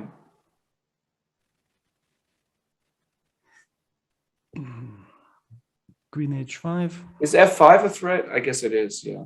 Well, I mean, yeah, everything. Just g2, g3 is a big threat. Yeah, because then already always taking on e6, we don't have to worry about any counterplay. Yeah, and okay, bishop g5, fg5, and this is finished. But also ag is fine. Fg is cleaner, no? Yeah. Yeah. Now, what is the fastest? Now, some queen f3, queen e8 also would be very unpleasant. Beautiful, yeah.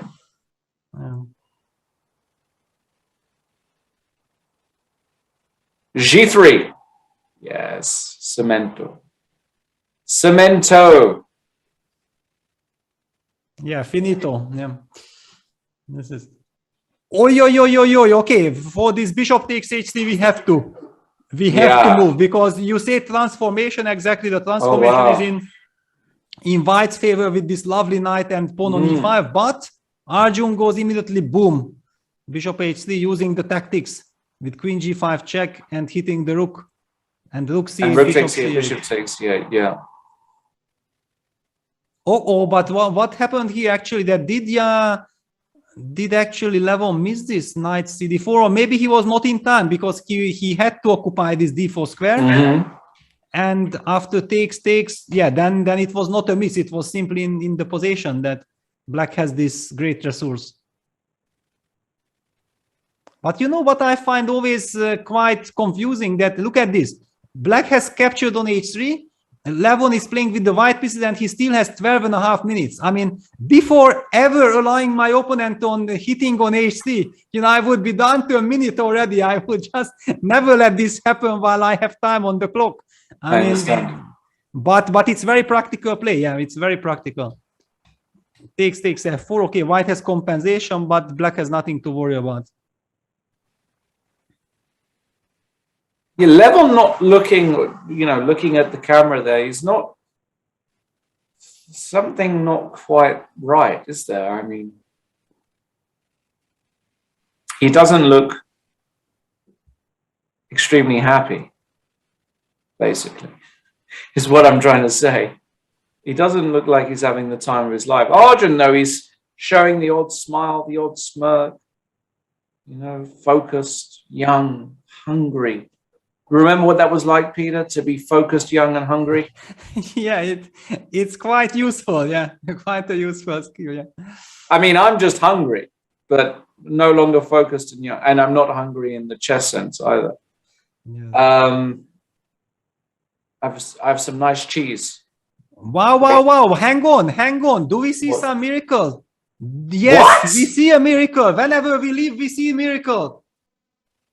No way. Anish. Wow, he found rook takes h4 swindle.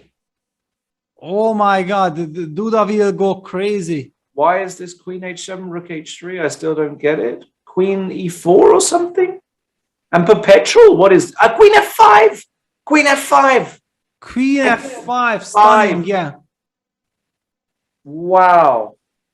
And you can't stop queen f2 and rook d3, queen c2, check. you lose. But he plays queen e4. Queen e4, wait, queen e4 maybe still okay, or what is this? Maybe it's because queen f5, rook hf3 was possible. Queen b5 check. Yeah, he's going to give a couple checks and then he's going to try and work out what to do.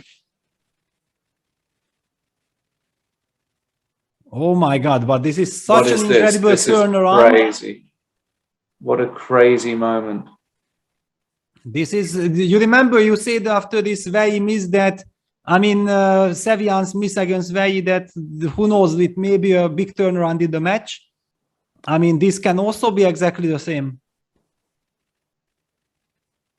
I even can't say, I even feel that this one was more winning, yeah, because it was just completely winning.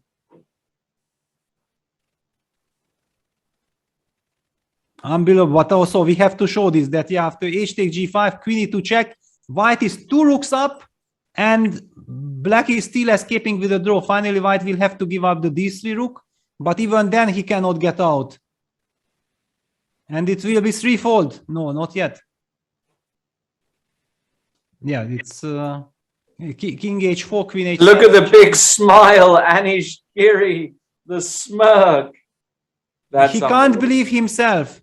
And Duda is just sick. Duda is just sick and big. Look at this.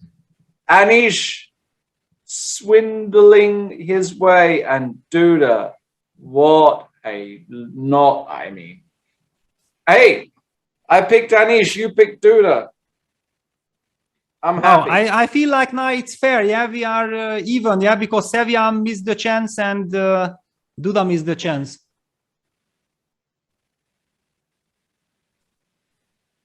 But you know, I also have the thing. It's maybe not even the player's fault. We simply jinxed it. Yeah, that we already said. Yeah, that's it. Here, no more surprises possible, and we tempted fate. Yeah, and players fell victims of this. Because I'm pretty sure that if we would have stand on the games till the very end, we would have not seen these turnarounds. Never ever. This is some magic energy in the air always. Incredible. It's just like whenever you play a game and you feel like, now I'm winning, yeah? It's exactly the moment, I mean, like the feeling that comes to you that now I can't even spoil it even if I want. That's exactly the moment when you already spoiled it. Yeah, when it's very, very interesting how it works. Okay, now queen e4 check, and already the king cannot even run anywhere. So, wow. Incredible save. Anish Giri. Quite insane. What is that on Anish's face? Is that a beard? Hasn't he shaved in a few days? What's going on? I don't know. I think because my window is way too small, I can't really see him big. But I'm simply expecting that he just all smiles at this moment. Yeah. Yeah, he's smiling like a Cheshire cat. I mean, he just can't believe his luck. Yeah. He can't believe it. He's just incredulous. Wow. And Jan Chistov, sick to his stomach. Boy, chess is just so brutal. I can't tell you guys how brutal this game is sometimes. All right, where do we go? Well, first let's catch up with Rapport versus Jeffrey. How does Rapport approach this game? I'm already very interested. So knight f3, c5, no chance for 80. Jeffrey very, very clever because Richie loves to play 80 as well with white. And suddenly we are to Sicilian. Bishop c4, Levon's specialty. But in the hands of Richie, this is not Levon's. I mean, Levon is the maestro. I don't think that, you know, just trying to copy the big maestro, it might backfire. Well, I think it's okay. You know, if it's gonna be in the hands of somebody, I trust Richie. But look at this. I mean, I started my comments by knowing already what we have after move 11, yeah? And okay. And I mean, this is definitely not the way how Levon would have. I mean, he plays it much slower, yeah? I mean, and now d5 on the board, I feel like black is perfectly fine. I mean, I even see black might be better, I mean, with this bishop on g7 and the terrible bishop on b3. Look at this bishop on c1, rook on a1, knight on d2. Black might play some bishop g4, knight d7, very typical ways of regrouping the pieces, and some a5, a4. Black is clearly better in my opinion. It went horribly wrong for Richie. And we haven't talked, yeah, because Richie also escaped. Yeah, so there were 3 miracle escapes, in fact, already today. Unbelievable. And what about Sevian against Vei? Okay, this is just fantastic stuff, because you remember that game, that very last game of day 3 between it was Vei versus Samuel Sevian. They played from 1 c4, they got the c4, e5, d3, and they got the knight of possession. I remember. Yes, and now they play exactly the same construction with opposite colors. That's funny. You got to love this. Yeah, that is curious actually. Yeah. And you know what? It's very funny that when Sevian was black, probably he was happy with his position. Now with white, he isn't so much, because simply with white, you want to get advantage. And in this line, to get advantage, because I already mentioned then that this is like a big waiting game. Yeah, let's take a look what we are talking about. Yeah, so this is the knight off, and they had this reverse knight off with opposite colors with extra tempo. And now we are playing this classic, we are seeing this classical position with rook e1, bishop f3, a very solid, stable line.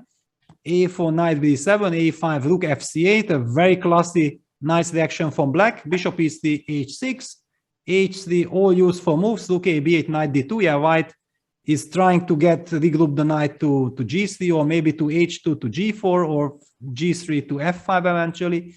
And black just waits with bishop f8, knight f1, and I would not even be surprised if we would be seeing the next move, bishop e7, you know, but now he already goes b5, so he sacrifices the pawn. It's also very typical because black is threatening then to jump with the knight to c4, getting full compensation. Rook a6. What? Sevian with 60.5 minutes? I mean, is this preparation, or who are these kids? They are super machines. What is going on? I mean, please tell me something, because I'm completely speechless. What do you want me to say? I mean, I've got more chance knowing anything about the World Tiddlywinks Championships than I mean, what is this? What, they just play this instantly? Is this all on his file? Can somebody explain to me what's going on? Why has he got 16 and a half minutes? Well, I mean, one can I can tell you, because I kind of know this position, that it's a very standard play from both sides. However, because it's standard play, there are so many different nuances. For example, okay, you might know this position with the bishop on e7. You might know this position with pawn on h7, the white pawn on h2. I mean, there are so many differences, but that you exactly have this position in your notes, it's basically almost impossible. Yeah, and then all these kind of things, you know, grabbing this pawn instantly and then going rook a7, it shows like, okay, maybe Sevian is an incredible expert from white and from black side of this construction, and that's why he knows everything. So tries to kick the queen. So the big question is, do we trade this annoying rook or do we just ignore it? It's already a big question. You probably go rook b7, no, and try and trade off the active piece in the position. But it's not clear. It's not clear because queen c6 not clear at all, especially because your opponent is blitzing everything out. Yeah, so you are completely confused. So rook b7. For example, if takes, then okay, we are hitting on b2, but now the difference is that after b3, knight takes e3, white can capture rook e3 and the rook protects the knight. Is that a big finesse?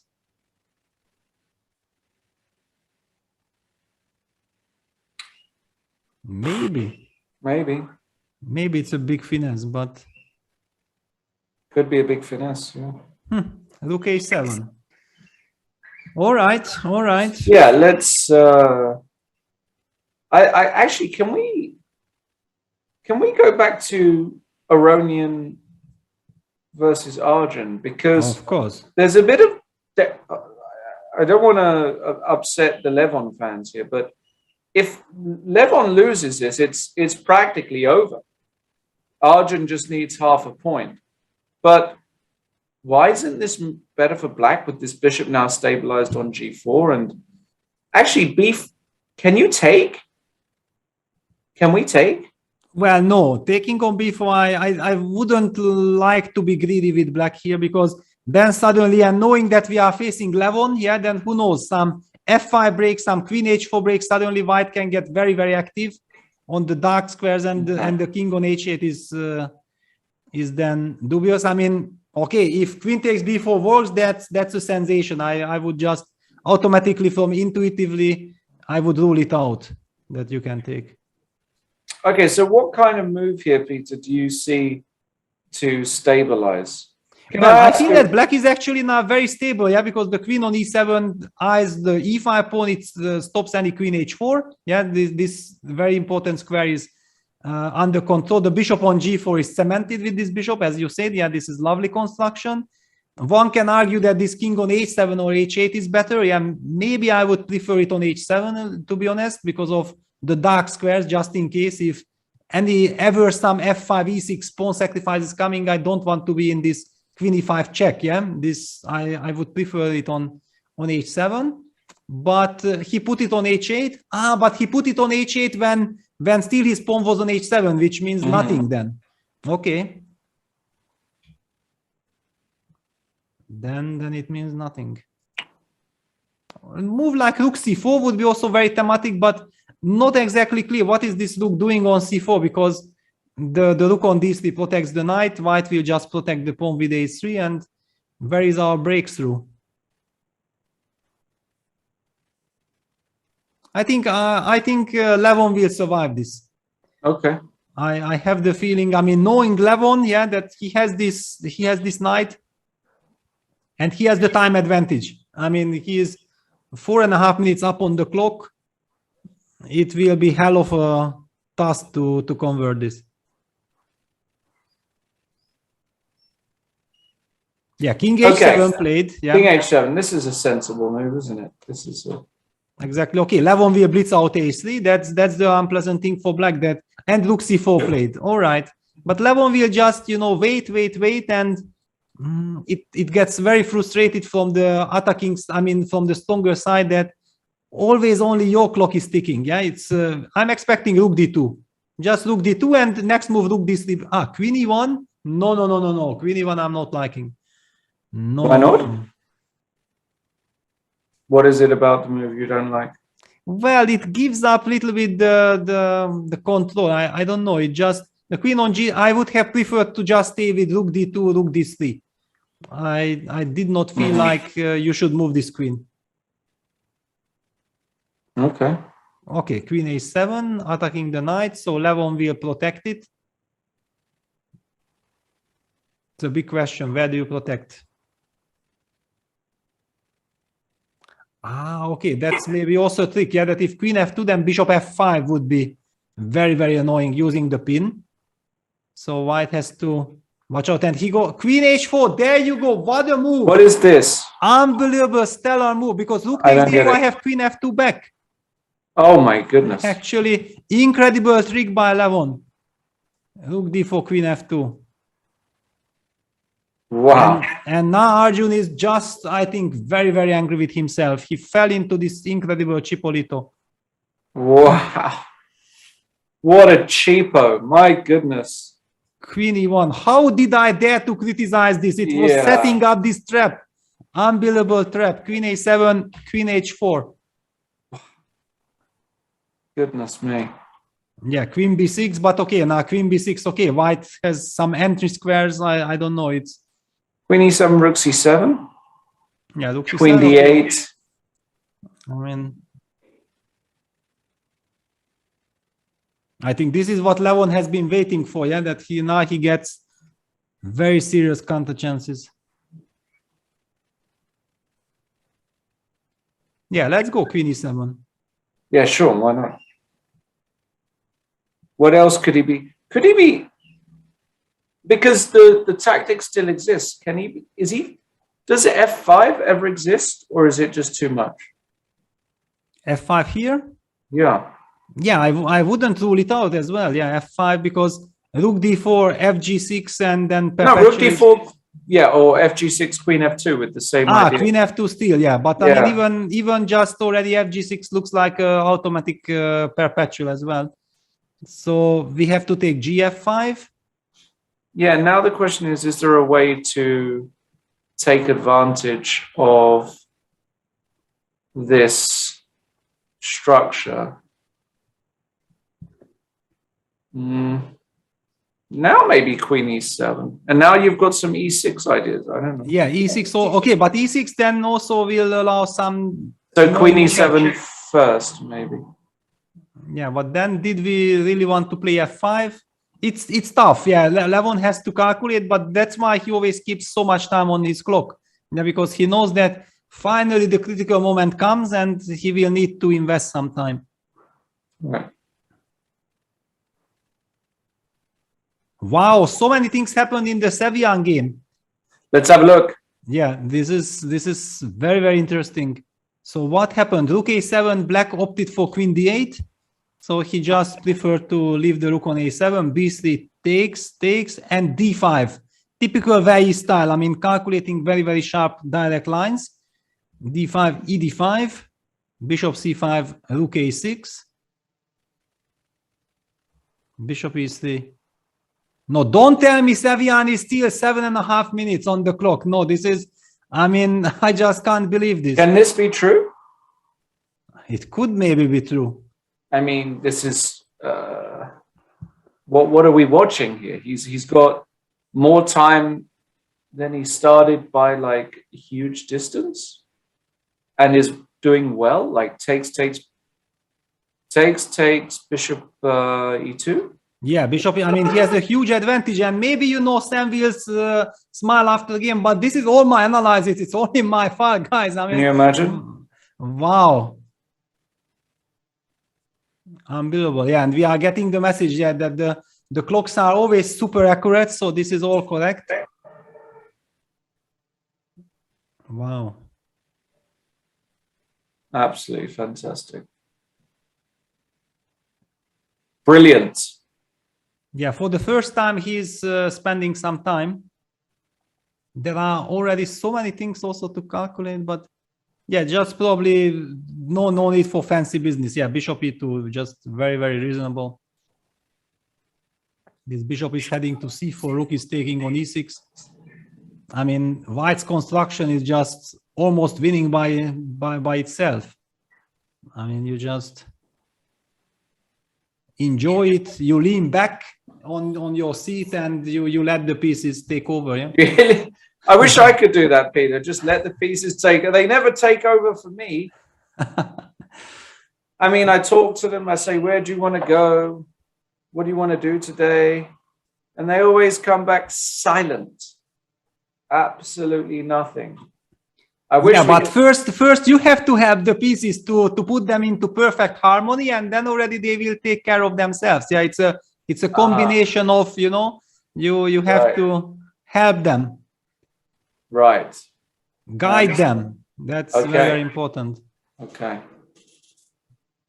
Wow. Yeah. In any case, Sevian having a wonderful chance to get the lead in the match. What do we have? So Levon opted for queen e7, and we're gonna see perpetual check then. Yeah, queen e7. Yeah. Arjun was ready to. I mean, he was willing to agree to it because simply. Wow, and Levon gives queen e7 check, not queen f7. He wants to, you know, please go king g8. But why would you do that? Or he wants to provoke it, or it simply does not matter because anyway, queen e8 check. It's just a slight teaser. But it's still a huge result for Arjun. He holds with black. He has white in the next. To win in the next game, it's all over. So it's not a bad draw whatsoever. Yeah, absolutely. I mean, and also white always had compensation and against Levon, who is playing so fast. Yeah, because usually the reason is that you have this compensation position, but the one who is playing for compensation plays slow. Yeah, and then you get your chances. Yeah, the game ended in a draw.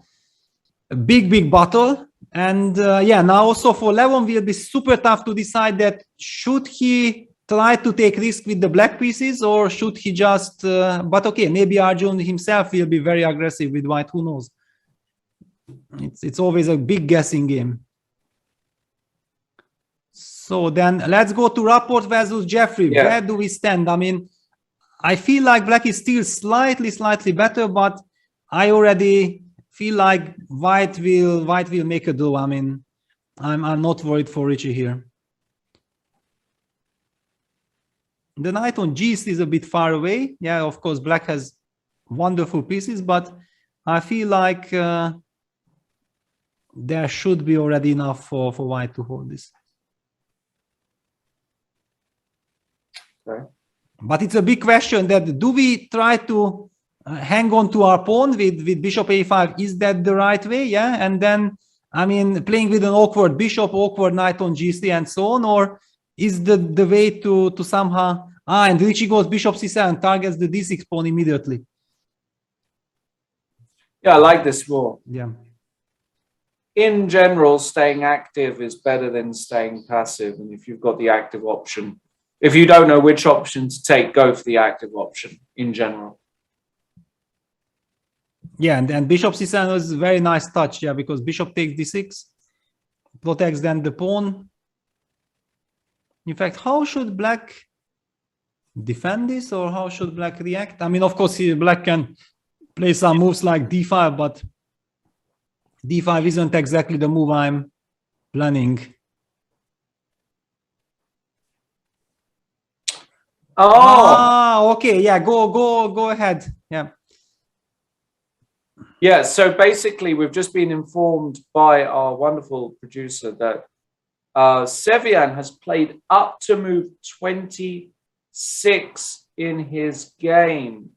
And that is why he's got all this time on the clock. And that's why also he's got a winning position. He's actually played all of it before. Be curious to know which game exactly, but even still, I mean, come on. 26 moves already played? And now his position is glorious, no?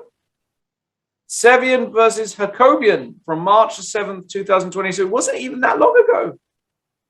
It's not like he played a game like 20 years ago. Well, he's hardly even 20, and if it would have been 20 years ago, he wouldn't recall it, yeah? Yes. Yeah, and okay, here, d5, e5, bishop h6, yeah, it's a very typical way, a nice way of activating the bishop, yeah? Because after d5, e5, now black's bishop on g7 was stuck. Immediately activating, especially in this combination with the knight on c3. Still, look at this g3 knight. I mean, if this could somehow jump to d4, it would be perfectly fine for white. But with the knight on g3, still some job to do. Oh, okay, luckily this bishop d6, bishop c5 stable. But rook a1, I mean, gives away the e4 square. This knight might come to e4. I'm not liking the move rook a1 because usually it's very smart to try to double on the 7th. However, here the bishop on e6 protects wonderfully this weakness on f7, yeah? So basically this doubling on the 7th rank will not really do much harm to black's pieces, but losing some control of other squares might turn out to be much, much more important. Little bit too quickly, too hastily, Richie opted for rook a1. Knight e4, immediately, Yeah. I told you this e4 square, I would have not leave it like that. And some dangerous initiative. I'm not liking this. No, it's a little bit awkward, isn't it? So what do you do here? Do you just play bishop b6 and eat the... Well, but bishop d6, I'm not sure, because how do I evaluate this if you just take my bishop and then my two stupid knights against the two bishops are also a bit hard to evaluate. Yeah, not easy, is it? I understand you have this idea then to double on the 7th and then knight d4 hit my bishop and suddenly your rooks will be aggressive. So yeah, it's not simple. Not simple at all. Yeah, black is pushing. Okay, let's maybe take a look at Vei. I mean, is he having chances to survive? No, apparently not. Apparently not. Rook c6, threatening bishop f7 check. So the rook has to move somewhere. Rook b2 played. But hang on, now white also has some h5. King g5 runs into rook c5, kind of almost checkmate. And king h7, bishop f7, bishop g6. And box very nice. Yeah, that's it. That's it, basically. That's actually it. Just h5 and finito. Oh no, he didn't do it. Did he do it? No, but he will. Yeah, he has 40 minutes on the clock. I mean, his move rook c6 was indicating that he wants this. Yeah, this is of course wonderful that king g5 does not work. And after king h7, bishop f7 is brutal, because usually it's a typical way of just sacrificing with, yeah, and very resigned. Yeah, very resigned. Wow. Amazing. Yeah, h5 check and he resigned because, yeah, king h7, bishop f7. So let me just finish that. Usually black would sacrifice with g5 and h take g6, king g7, the game would go on and it would be fine. But here the problem is that the knight is hanging on f6. So there is just no idea of going g5 at all, and white wins. Big win, massive win for Sevian. Huge win for Samuel Sevian, and you know, he is in pole position, only needs to not lose now, and he is through. By the way, I saw that the Anishgiri third game against Duda started off, and my concern for Jan Krzysztof is that he might go on tilt. My goodness, what a poor opening he's had here. Let's get to that game, Peter, because unless I'm seeing what on earth is this? This is sort of nonsense I would play. What is this nonsense that I'm looking at? Yeah, here? this is total nonsense. Yeah, I fully agree. Yeah, this is not. I mean, this knight on a6, white's got the center. This is not how you play the opening, kids. Don't do what Jan Krzysztof does. But you see, I told you this incredible professional approach by Anish, going for the reti, hitting the weak spot. It's yeah, and b6. This is again a line like or a move when you don't know exactly what to do and you want to do some fancy stuff. But this is not the way. I mean, I have never really seen this b6 bishop b7 against. I mean, it will never work well. Castle g6, trying to play the double fianchetto, but with the black pieces. d4, bishop g7, c4. Yeah, immediately white goes, occupies the center. And what a Grunfeld it's gonna be. What a GC Grunfeld. I mean, what is this? I mean, white got everything that he would just dream, you know. I mean, he would pay big money to the opponent if he lets this happen. And then here we go. Knight a6, bishop g5, h6, bishop f4. Bishop h4, bishop f4. And you play queen d2, you gain a tempo. Yeah, h3, queen d2, rook a d1. I mean, okay, just everything. Wonderful. Yeah, this is some kind of stuff which you play out of frustration. Yeah, like yeah, it's and that's why I'm not liking. If it would be, you know, with a calm head and it would be like a planned idea, it's a different story. But it's clear that it's out of frustration.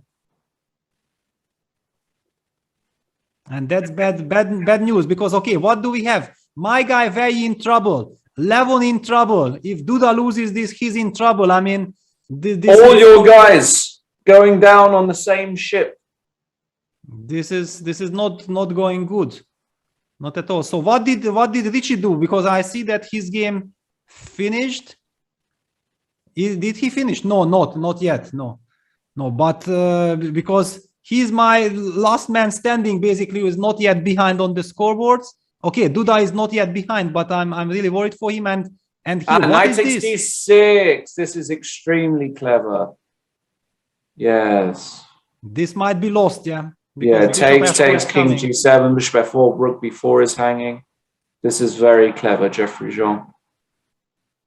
Very clever. So all my, you know, explaining about experience and so on, yeah, it might be important, but not today. Or we should not rule out a comeback. I mean, these guys are monsters. They can come back no matter what. Oh, absolutely, they can come back. I still have to believe in my guys, yeah? Yeah, you can't abandon them. Yes, no. Okay, come on, guys, come on. Okay, show the spirit. I mean, okay, fight. Yeah, it's yeah, but I mean, Richie, this is the total catastrophe, yeah, because this is what I told you, yeah, that the two bishops versus two knights. I'm very worried. Okay, here it's completely probably lost, but in general terms, it's already very, very bad. But Richie is trying to go d7 and then rook g8 check, so one should not underestimate the position yet. Okay. These computers are crazy. Yeah, they are claiming like you have to design this position. Okay, it's still a fight. How would you win it? Let me be Richie. You are Jeffrey. Okay, I go bishop f4. Okay, d7. King f6. Oh no, this already hurt. Just the sound of it hurts me. Because you stepped out of rook g8 and it's finished, yeah? And then I'm just saying h5, g5, h4. You can't move the king. If you go h4 as white, it's just I can go h5 and I claim Zugzwang and I take on b4. No, yeah, this king f6 is a brutal. Like it?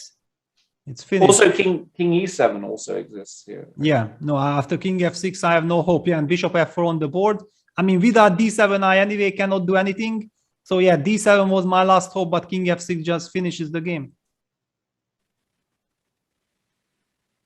I mean, this is the sound of silence, yeah, after king f6. I mean, the d7, king f6 is the sound of silence, because then you know that that's it, it's finished, it's curtains on the spot. Yeah, on the board. On the board.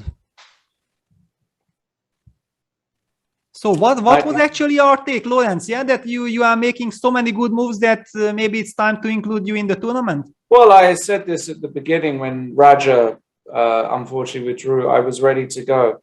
I've got the camera, I've got the mouse, I've got, you know.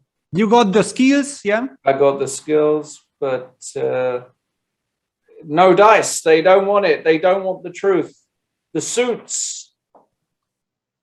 Yeah, they know where the danger is coming from. Yeah, they don't need concurrency. That's it. By the way, I'll hang be on. there one day. He even takes on this, and I wanted to highlight that maybe even Rook B3 was possible. Yeah, going for back rank mate. I don't know, but of course, yeah, this is the professional King way. E8 now. Rook F6, King E7. Push the rook away from the F file and then go Rook B3. King E8. Okay, it's the same. King it's the E6, same King thing. E7. Actually. Yeah. It's the same. Rook F8, King E7, and it's good night, Vienna. Yeah. That's it. Wow, a massive win. Yeah, Richie Designs. I mean, it was the easiness how easily Jeffrey won. That what scares me. Yeah, that Richie was. I mean, his opening. I told you from the beginning that this handling of just going Bishop C4, but then not following in Levon's footsteps, and he was worse throughout the game. Wow. So actually, Sevian took the lead. Jeffrey took the lead. Arjun took the lead, and Giri's having still a wonderful position. Yes, look at this. Everything that you can dream of. Okay, well, but it's not, I mean, it's bad for Black, but it's not the end of days for Black. Right? Yeah, you are hoping for some C5 break. Yeah. Yes, on the board, C5. Knight takes C5. Yes. Queen C2. Okay, hold on. Improvement, structural improvement. Yeah, finally it slowly starts to look like a Grunfeld, yeah? Exactly. Knight CD7. Knight CD7, no other move.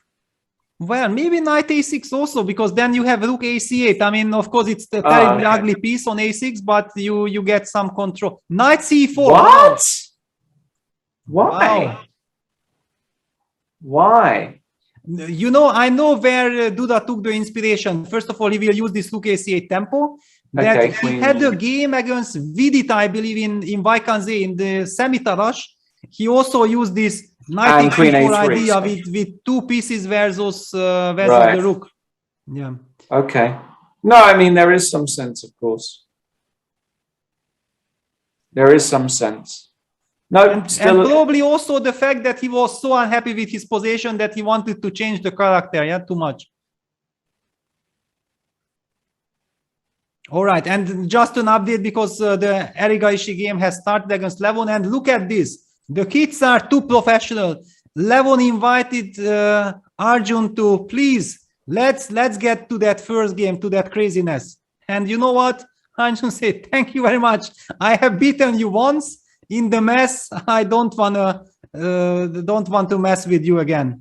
And he plays the Kramnik line. Yeah, that I remember when Kramnik like 20 years ago was doing this against Fritz and I think also against Kasparov. Then people were saying, this is anti-computer strategy, whatever.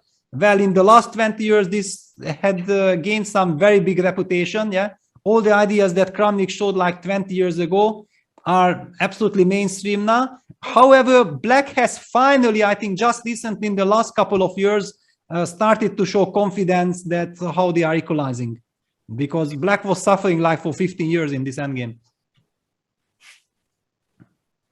Yeah, I mean, Arjun understands what he needs to do. He needs to not lose this game and then force Levon to have to win. It's really that simple. And the way Arjun is playing, there is no reason why Levon should be winning. I mean, he's just playing phenomenally.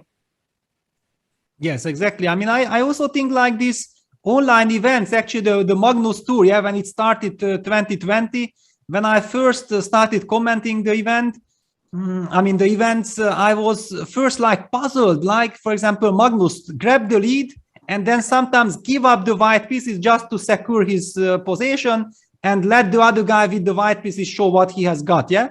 And I feel like before that, people had respected or felt, you know, the obligation that with white you always have to fight for something. And ever since this pragmatic approach has gained steam, yeah? And also the players are so confident that with black they have good preparation, so what's the problem? And it's actually a very clever strategy, because I think when you are behind on the score, you are deep inside hoping that maybe your opponent will still, with the white pieces, try to play some complicated game, and then you have 2 games to come back. Yeah, it's super smart. It's of course, if you finally then end up losing the last game, people will criticize you that no, of course you should have played with the white pieces. But what we have witnessed so far, I have very rarely seen those comebacks. Nice observation. H4, Anish Giri. Yeah, that's the move. Of course. H5. Maybe now Queen A5 is a clever move, just to keep an eye on H5 and sometimes threaten a move like Queen F5. And I think the trade of queens helps black. Yes, but definitely I'm gonna jump with knight to E5, I guess. You'll jump. Closing the 5th rank, yeah. No, that's a very annoying move. Sorry. No, actually, that's Queen devastating. A4. Yeah, he played Queen A4 because he hits the rook first. Yeah, he wants to disbalance this rook. If the rook moves, then the D4 pawn will be more vulnerable. I mean, for example, yeah, let's just illustrate. Rook E1, Queen A5, what you showed before. After knight E5, rook D4 would be a counter strike. Yeah, just to highlight that those small little details can actually change some things. Smart move, Queen A4. Yeah, very smart move indeed. I like it. Touching the rook, yeah, touching the rook. Just touching, just as you said, the unbalance and just making the coordination worse. Yeah, and we see that for computer evaluation, it did not change at all, but for humans, it's so unpleasant because you are so happy with your harmony, and then they suddenly touch it, and you feel like, no, I want to keep my rook on D1, but then do you want to retreat the queen? No, I also don't want to do that. Yeah, and then you start, maybe then I should play rook D2. Yeah, and Anish goes rook D2. Though I think it wasn't his first move, but simply that he felt like he doesn't want to do any other things. He has to play rook D2. And the rook is again protected. Yeah, so the queen A5, knight E5, or whatever we can still do, because this is wonderfully protected now by the pieces. Yes, I like this a lot.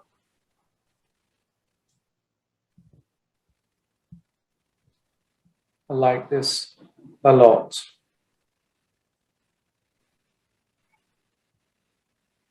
Okay. What else have we got going on?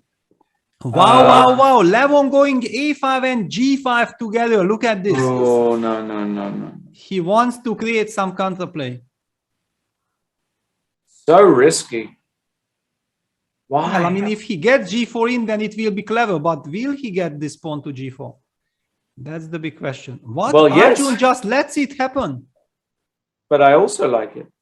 Okay, but then G5 was great. I mean, Levon needs to spice things up, and if he gets a tempo, because let's not forget that what happened, knight E5, knight B7, knight C4, A5. Yeah, this is very typical. Black wants to go B6, bishop A6, and challenge this knight and this construction with this pin.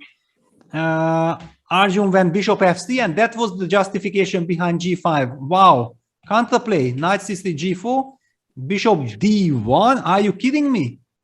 What Bishop is this? D1? Too deep. Mouse slip? No, it can't be mouse slip. But the bishop looks weird there. He wants to put the bishop on A4? Probably bishop A4, bishop B5 he wants, yeah, but it's too deep. I agree with you. When you go too deep, you can drown, Peter. This is the problem. Knight A4, look at these random moves. This is beautiful. Yeah, This is also what I was saying about Arjun, that sometimes you just can't guess any of his moves.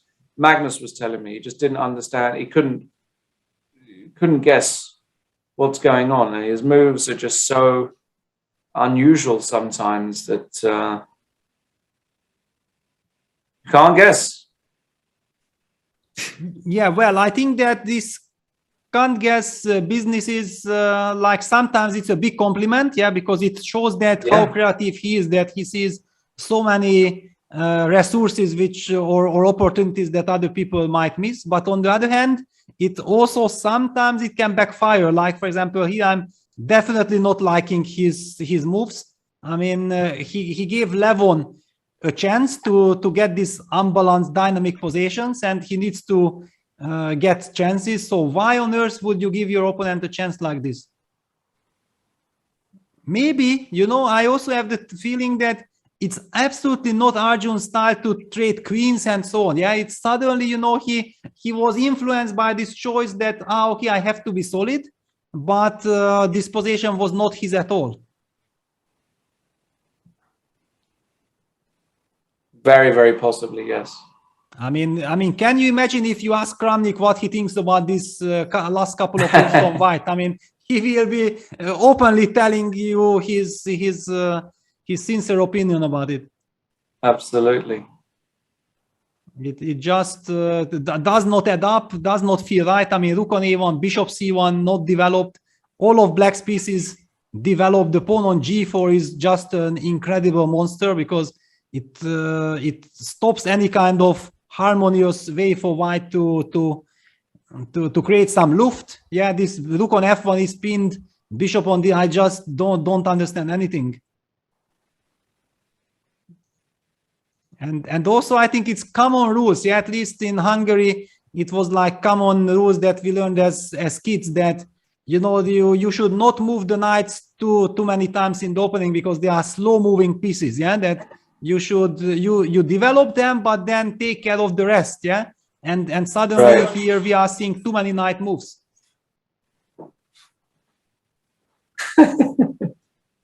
Yeah, it's too odd. It's too random. I don't get it. I just have no idea what's going on. I mean, Bishop D1 is not even a move that, I'll be honest, I don't think it even registered on my candidates list of candidate moves. I mean, definitely not. What would be your reaction, Lawrence? Tell me, what would be your reaction? I would just think it's a mouse slip if I was Levon. You think it's a mouse slip, yeah? Well, I don't know. No, I don't think. I mean, no. No, but what I wanted to ask you that, for example, if it would be a classical game, you have made your move G4 and you went for a walk, and then you are coming back. Yeah, you are expecting Bishop E2, and then you see Bishop D1 on the board. What will be your thought? Yeah? Well, I would do the gentlemanly thing and adjust the bishop back to E2 for him. And so when he comes back to the board, he sees the bishop on E2. And I say, look, you're welcome. Fair play, yeah? Yeah. No, I have this great story very quickly. I've probably told it before, but I'll tell it anyway. So I'm playing Cotronius in, sorry about the sirens, a lot of crime. A lot of crime here. I will try and close the door if we ever get a break. So, I'm playing Cotronius in 2008 in Liverpool in the European Individual Championships, and maybe we can get the position on the board. Maybe Sotiris can do something magical if we have a short moment. But there's a moment where the position just looks impossible. I have a rook and a bishop behind his pawns. So he has connected normal pawns, and my pieces are there. And it's my move, and I'm deep in concentration, and the arbiter comes to me and he says, is everything okay? I said, what's going on? What do you mean? He said, well, has somebody played with your position while you were away from the board? And I said, no, this is the position. And the reason I'm saying that, of course, is because Arjun, similar thing. No, this is the real position. So Bishop D1.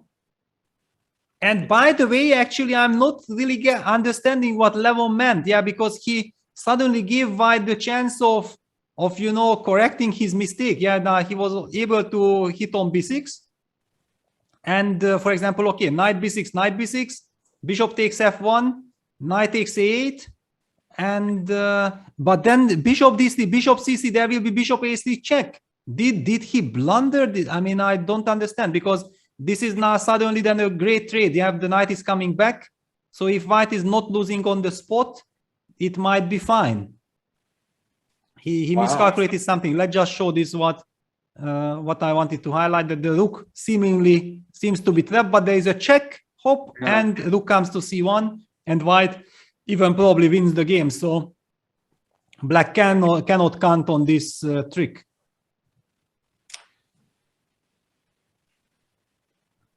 Yeah, wow. Just so you know, there we go. No, it's one move later, producer. I take the bishop on b5. Or something. Wow, you guys have the position, yeah? Yeah, well, maybe you can get it against Satiris. Maybe we'll just get the absolute correct one. Because if you're an arbiter and you come along to the position and you look at it, you do think that this is actually a theory. Like, how is this position physically possible? Yes. I mean, you know, it was quite a moment. In fact, I played Cotronius just the other week. I got absolutely crushed by him, which was different to a few years ago. So, lovely guy. Really like Cotronius. Yeah, very big theoretician also. Yeah, he had so much contribution to chess theory. Yes. Yeah, especially in the Sicilians. Yeah, with white. I mean, he was just. Yeah. And Meanwhile, King's Indians. Yeah, he also King's Indians. King's yeah? Indians. Yes. Oh, yes, exactly. So okay. So we should probably go to the Giri game. Yes, because this is what I'm now having. Yeah, that white actually got h5 and h take g fg in. However, black has also made some progress, but now the big question is, how do you deal with this terrible g6 weakness? Yeah, that do you give up your bishop, then the king will be completely tossed. Yeah, then okay, white will just take with the bishop, and it's very hard to imagine. Do you still rely on the pin? Yeah, maybe you rely on the pin, or eventually at some point, if the pawns are far advanced, can you even consider eventually taking on d3, sacrificing the rook, and then counting on pawns? I'm not sure, but it's at least complicated. It looks bad, but maybe black has some hope. Yeah. Maybe. I mean, it feels like black has got a little bit more. I mean, look, if Giri could save that position against Duda, then this is like, you know, this is practically equal.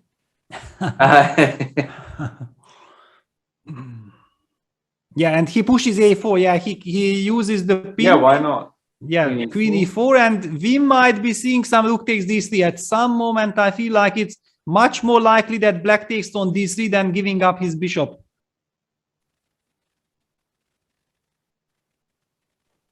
But there is, there is a threat here.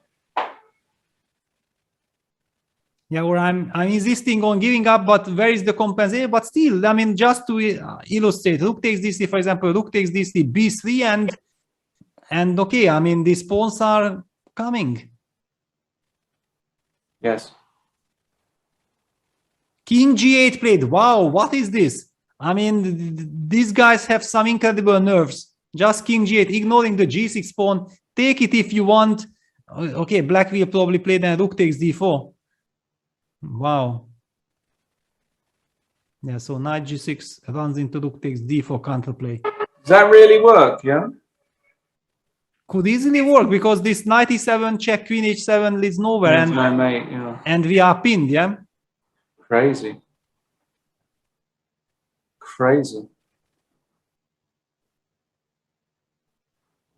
Razor sharp. Razor sharp.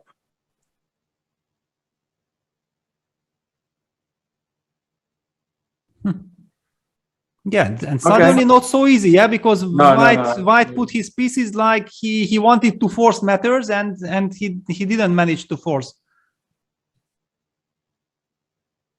Absolutely. All right. Well, very interesting. Some of the other games, there we go. There's the position, by the way, of my game against Catronius when the arbiter came over and asked if somebody had messed around with the position. I mean, how does the rook and bishop get behind the pawns? Good question. Well, but also black's pieces are completely random. Yeah, this king on b8, bishop still haven't moved from f8. Like if somebody did not put the pieces back normally, yeah. Exactly, yeah. Those were the days. How did it end? How did it end? Finally? I won that game, but it was absolutely crazy. In fact, I was winning, and then it was kind of I messed it up, and it should be a draw. And he got super ambitious, and then overpressed and let me win. So, but then he crushed me 10 years later, or whatever it was. 14 years later, I should say. 14 years later. Payback time, yeah? Payback time, yeah. So, but what is happening in the Arjun game? Okay, this is also very interesting, but I just want to highlight that, hang on. I mean, Levon is going for some big compensation position. So takes, bishop a6, knight b6, rook d8. And okay, I was expecting some bishop b2 move or something, but then probably rook d2 comes. And Arjun went bishop c2 and I mean, okay, all these back rank issues, everything is in super danger, and now knight e4 comes. Levon in his element. Absolutely. The beast is awakened. I mean, the beast has awakened. Yeah, this is unbelievable. Yeah, there's a disconnect between the white pieces here. There's a lack of coordination, which is very, very problematic here for white. Knight c4 makes a lot of sense. f5, so quick. Okay. Yeah, cementing the knight, and also because white has some trouble developing. Yeah, if bishop b2, then probably just bishop takes e4, bc, rook d2 comes with very, very big effect. I mean, it's scary. We can't get luft easily because yes, g3 we can't. h4 looks difficult to play. f3, can we? Can we play s2? Yeah, but it's of course very, very loose, but understandable. Very understandable. Yeah, because at least after gf, knight g5, can I go king g2? Walking into rook g8, but there's no discovery. I don't know. Super tricky. Bishop a3, there's a good move. No, I'm not sure if it's good. I'm actually worried of this. I don't know. Okay, so what are you worried about?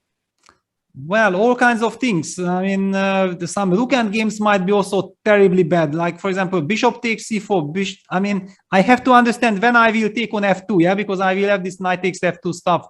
Just to illustrate, I don't know yet the move order, yeah, but I want to highlight that something like this would be the thing I'm afraid of.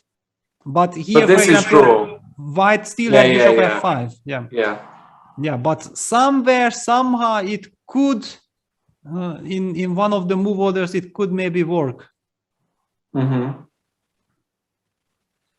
There is also this other question. My very first thought was like, okay, what is this? But you can also take on e4. Yeah, if I take on c4, yeah, bishop c4, so bishop takes b4, a b c4, rook d2. Yeah, this endgame. Yeah, that was my original thought, but I wasn't sure that this is enough.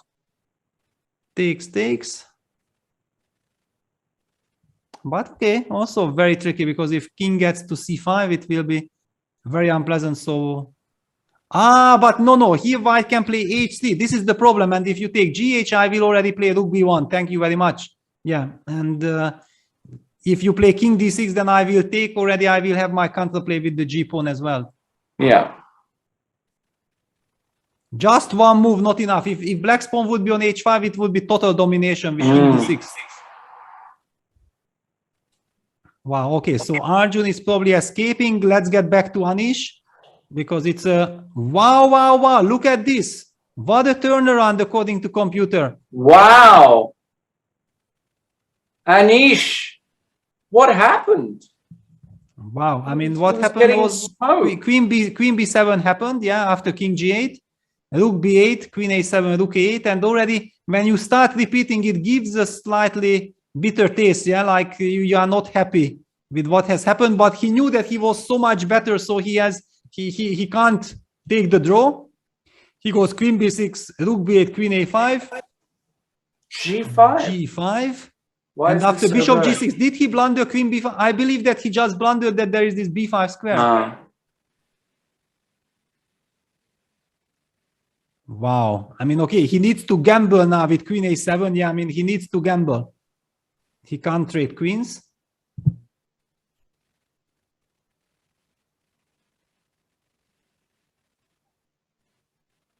This is of course shocking. Shocking development. So what is this? So this is not mate. Is that what we're saying? This is not mate, yeah. GF simply. But I mean, of course, taking GF is maybe for computers it's easy, but for humans, allowing all these checks, then the bishop retreats, knight G6 checkmate is kind of threatened. Yeah, I mean, would we ever even consider something like this? I personally don't think so, because it would hurt me. Yeah, that I can't take the knight because of Queen H7 checkmate and all this knight G6. I'm anyway, you know, seeing ghost all the time if they attack my king. I'm not sure if you can take GF. Yeah, but Queen B7, that's the move. That's the move. Queen B7 first, because white can't trade the queens. And if you have to take on A4, then it's the right moment to take on F4. I love it. Precise. Yeah, very precise. Very and nice. Anish in a lot of trouble. Huge trouble for Anish. And actually, if he loses this, which, I mean, this is just over, that will actually mean he needs to win the final game to stay in the competition. With the black pieces. With the black pieces. Yeah, actually, in fact, it will turn out that it was much more important. It would have been much better to lose the previous game and then have the white pieces to bounce back than to eventually lose this one. But okay, he hasn't lost yet. We have seen miracles, but somehow I feel like we have seen already too many miracles. Some logic, some sanity will appear finally. King F8. And all the pieces are hanging. Yeah, this bishop on F7 is also vulnerable. Pawn is the bishop is falling, then the knight is falling, and bishop. Oh my God, I just don't. Horrific. So queen takes A4. Yeah, probably queen takes A4 has to be played. I don't think I can trade queens. Can I swindle somehow after queen A4? But I don't even see the threat if I just take your bishop. What's the... Yes, well, I want to rescue my bishop at least. Yeah, bishop E6. Oh, you want to play like this? Yeah. But I can take... I mean, take... No, FG. FG, oh, no. Okay. I mean, because you give me rook F2. I give the I'm F file. sure, yeah, no, this is a bit clumsy. Hold on, let me just not be clumsy. Yeah. Okay, Anish actually went queen A5. He still wants to keep his queen maybe a little bit more mobile. The pawn doesn't matter anymore. He wants to have an access to the E5 square, just in case. Mm-hmm.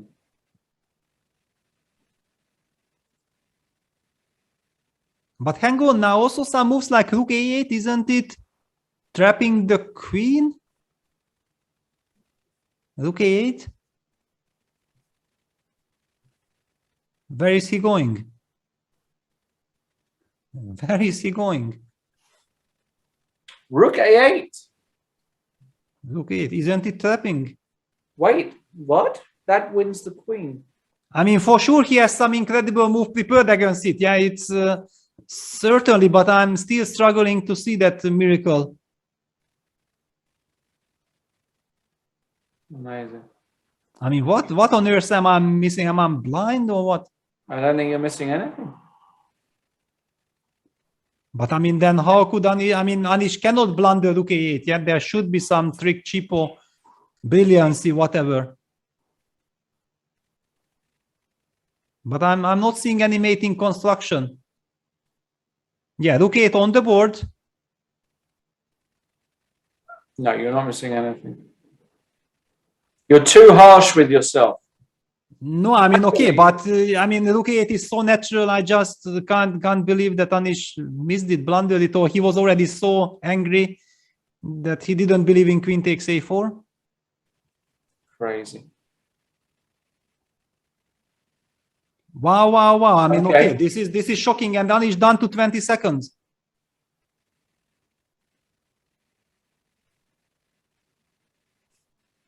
Anish done to 20 seconds. Also, some dramatic developments in Erigaishi Aronyan game. We will jump right in there when we have here some development. Yeah, knight d7 check, but it's nothing. The queen is still trapped even after king takes f7. I mean, that's what drove me crazy. Yeah, king takes f7. f7. Yeah, it's resigned. He's resigned. Let's go to Erigaishi because what on earth have we got here? That's what I said, yeah. I mean, Levon could lose this position. But he can also win it. He can also win this position. Yeah. It's a razor sharp one. So, okay, so what do you do here with white? E4. No, it's a bit loose, no? What do you do, actually? Well, I mean, you got to start pushing your pawns, yeah? Push. So, E4 or? Maybe F4, I don't know. F4 probably better, no? Just to connect. Well, okay, very and hard allow to say. king Okay, F3. you need to push those pawns anyway, yeah? Probably. Yeah, just go F4. Okay, B2. All right, king F3. King C2. Okay, so... No, now you can't sacrifice your rook anymore. Be careful. I can, I've got rook A2. Ah, no, sorry, I will play king C1. Pardon me. No. Oh, yeah, sorry, yeah. Already, I will not give... Yes. Oh, I lose immediately. Exactly, so white even has to pay attention to this, yeah? So F4, B2. Yeah, rook F4, H6. B2. Swing. Okay, swing, but I mean, I'm not impressed. King C2. Okay, rook H1. You want to go rook D7 or what? I mean, I might even go rook A7. I might go rook D7, rook D1. I mean, this is finished. That's it. It's over. King F3. King F3. Ah, King F3 still. No, it's not over yet. But I mean, it's super dangerous and strange. Yes. I mean, in fact, white, I mean, it's not only that you can sacrifice the rook for the pawn, it's not even clear how to sacrifice it, yeah?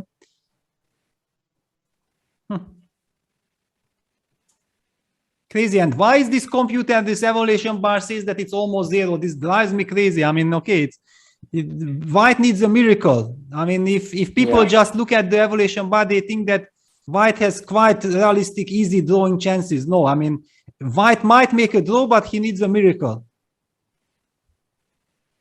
I mean, this is not easy at all. And okay, already Arjun is thinking for like 3 minutes. So it would be unfair to, I mean, it would not be correct to say that he only has 2 minutes because he started thinking with 5.5, but I'm not sure even 20 minutes is enough to navigate here. Yeah, it's really tough. 2 minutes. And what if, I mean, this will be unbelievable if Levon manages to win this. Huge save, humongous save if he manages to do it. Just crazy. Yeah, absolutely. But I mean, on the one hand, I do kind of actually expect Arjun to play rook h6 or f4, sorry, first, b2, rook h6, because you have to stop the pawn somehow, right? Yeah, but it's when you play f4 also you are opening up the second rank. Yeah, it also doesn't feel like it's so smooth. Yeah, super tough. I mean, super tough. Yeah. What happened here actually? So it was something like this, and okay, yeah. So takes, and this b pawn. Ah, no, this is not yet played. Yeah, it's still. This is the current position. Exactly 1 minute, 60 seconds for Arjun to find a study-like draw here. if this study like do exist, maybe the engine is just trolling us. Who knows? I mean, no, I don't think so. So you think this rook h6, f4, and this? No, I don't know, but I don't see another way to stop the pawn. So yeah, it's connecting. You know, actually, it's kind of a big luck, yeah, that you have this at all. Yeah, of course it is. Yeah, and g6 played, yeah, no, and after g6 it's completely lost. Yeah, takes b2. No, it's not like it's completely, but yeah, I was thinking about this, that now you can play rook h6, but king c2, rook h1. Now, for example, rook d1, rook e1, still you can probably sacrifice, but with pawn, you can sacrifice, but the pawns are too far back. These pawns are never a draw. I mean, it's I think it was very nicely written in some Keres manual that you actually need this one of the pawns to reach the 6th rank, yeah, and then you have this defensive resource. Yeah. Rook d7 blitzed out. And resigns. That's it. Wow, Levon bounces What a win. back. Woof. That's huge for Levon Aronian to win that game. Absolutely huge. What a win for Levon. That means that they are all square going into last. Levon with white. Will he take that momentum? He will. I mean, he will play a game. That's for sure. Yeah. For sure. That's for sure. Okay, so we missed on some other action. What is Rappo doing? I see that he has some incredible construction. He might have some chances. He needs to bounce back, and black is slightly better. I mean, this construction with this powerful knight, this cemented rook on d6. I mean, I don't know how to break it, but okay, the game is only beginning. Yeah, only beginning. So some chances for Richie. And what about Wei? Wei is up on the clock. Up on the clock. That's for sure. Active knights. Sevian. Okay, some small pressure here, it looks like. Yes, and with this time control, I mean, with 7.5 minutes versus 2, I would say that it's very, very nasty, because white has some potential ideas against black's king and against the light squares. Yeah, that makes it all the more difficult to defend. Bishop e6, very smart move, because you somehow also open up the way for knight c4 to join the battle.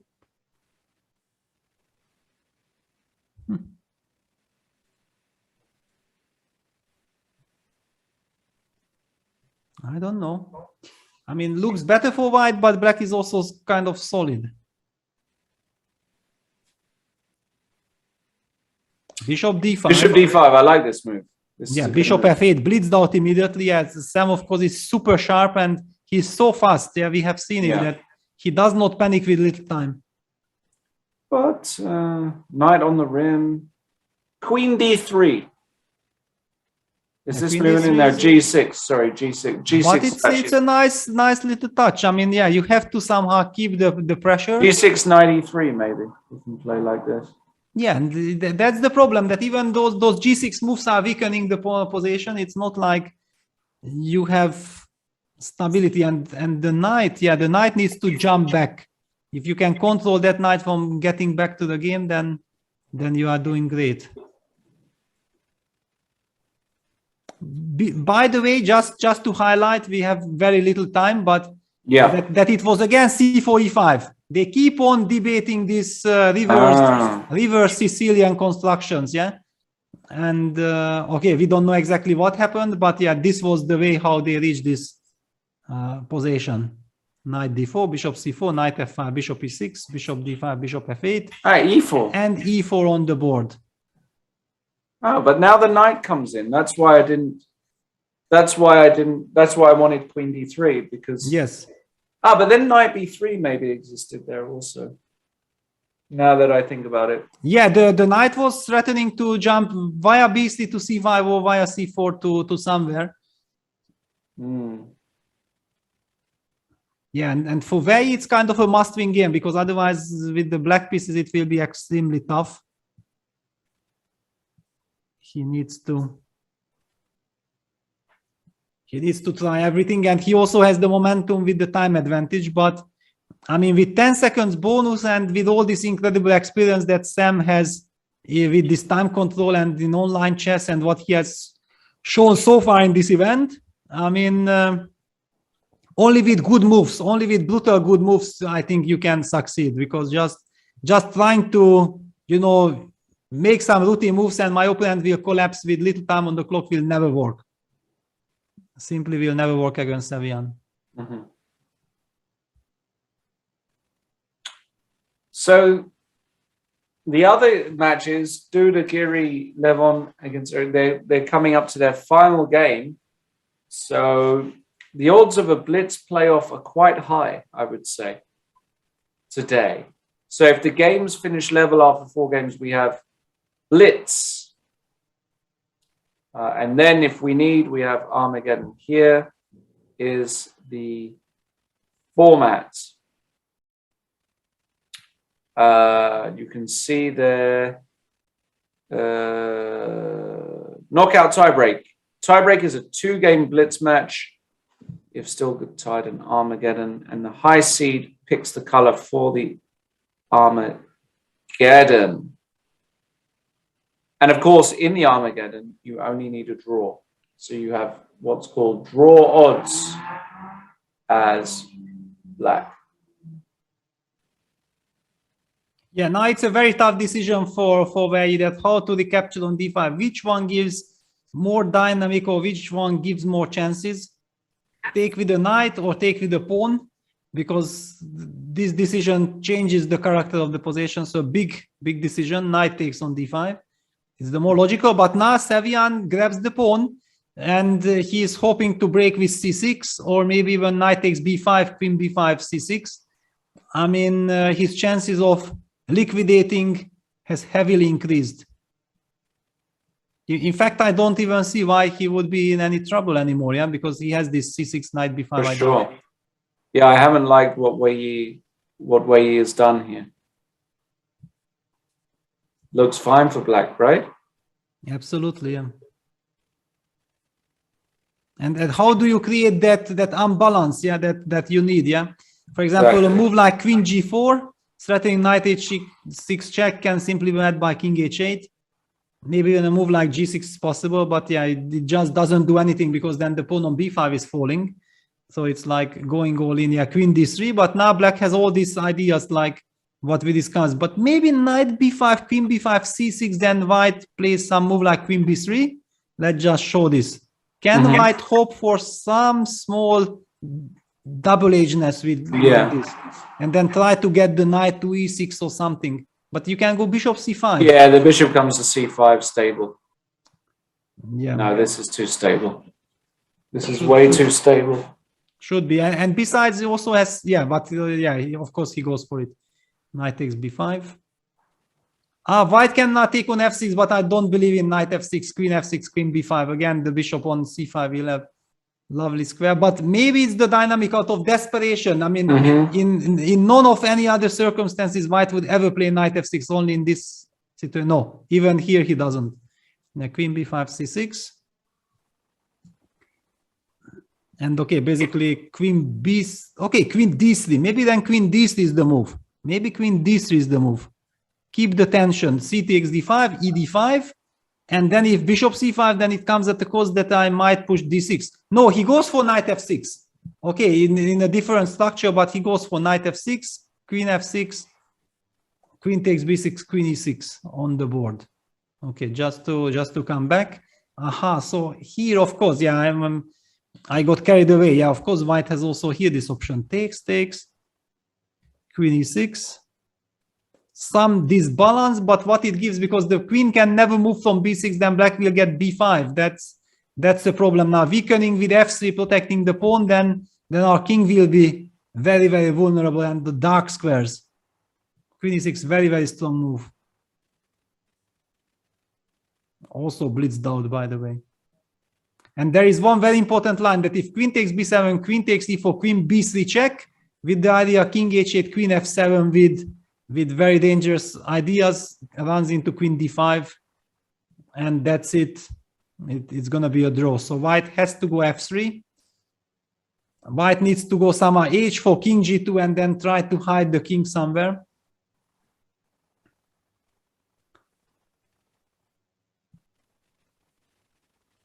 Okay. All right, so this is the position, and let's take a quick look at the Richie's game. White has just played the move f4.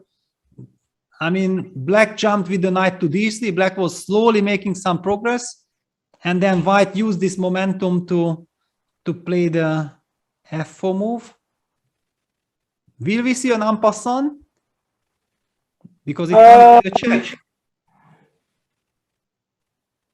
What do you think? Yes. It's a check after all, yeah? It is, yeah. En passant check, so bishop has to take back. Now, luckily, the queen protects the e1 square, but still, I don't know. But on the other hand, white might be able to trade everything. Yeah, it's a tough call, and Richie also needs to win. Yeah, he knows that he needs to win. He wants to keep as much tension in the position. Maybe he will just return with knight to c5, and they say that with f4 I created some long-term weakness. I don't know.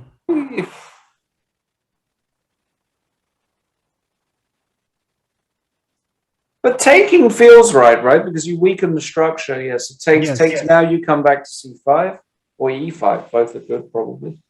Let's say you go to c5. Yeah, because the knight sits nice there. Yes, and then you also have this e5 idea, yeah, that you exactly. this construction. This looks a little tricky for white to play. Yeah, very unpleasant. Yeah. Bishop c6, okay. Backward, yeah. Now, as you said, white's king is very vulnerable. I mean, it's. No, I don't like Jeffrey's position. Yeah, but I mean, we did not like his position for a very long time. I mean, ever since they reached this structure, yeah, that he had this bishop against the strong knight, yeah. I mean, this one, it was clear that, I mean, black will torture, and it will be very difficult. Yeah, rook d4, rook d6. Finally provokes e3, which is a big weakness, because now finally black can play e4. White, unfortunately, can't trade queens, because then the knight will be very, very powerful and too many weaknesses in the position. So he had to play rook d4, knight d3. Actually, a very, very nice strategical game so far. Very nice. Yeah, bishop c6 and a4. Fix up. Very nice. Very nice. Also aiming at knight b3 and then kicking the rook away, and you can't trade the queens because then the endgame is hopeless. No, this has been beautiful by Rapport. Absolutely beautiful. Yeah, and by the way, what happened? Yes, the very game against Sevian is a draw.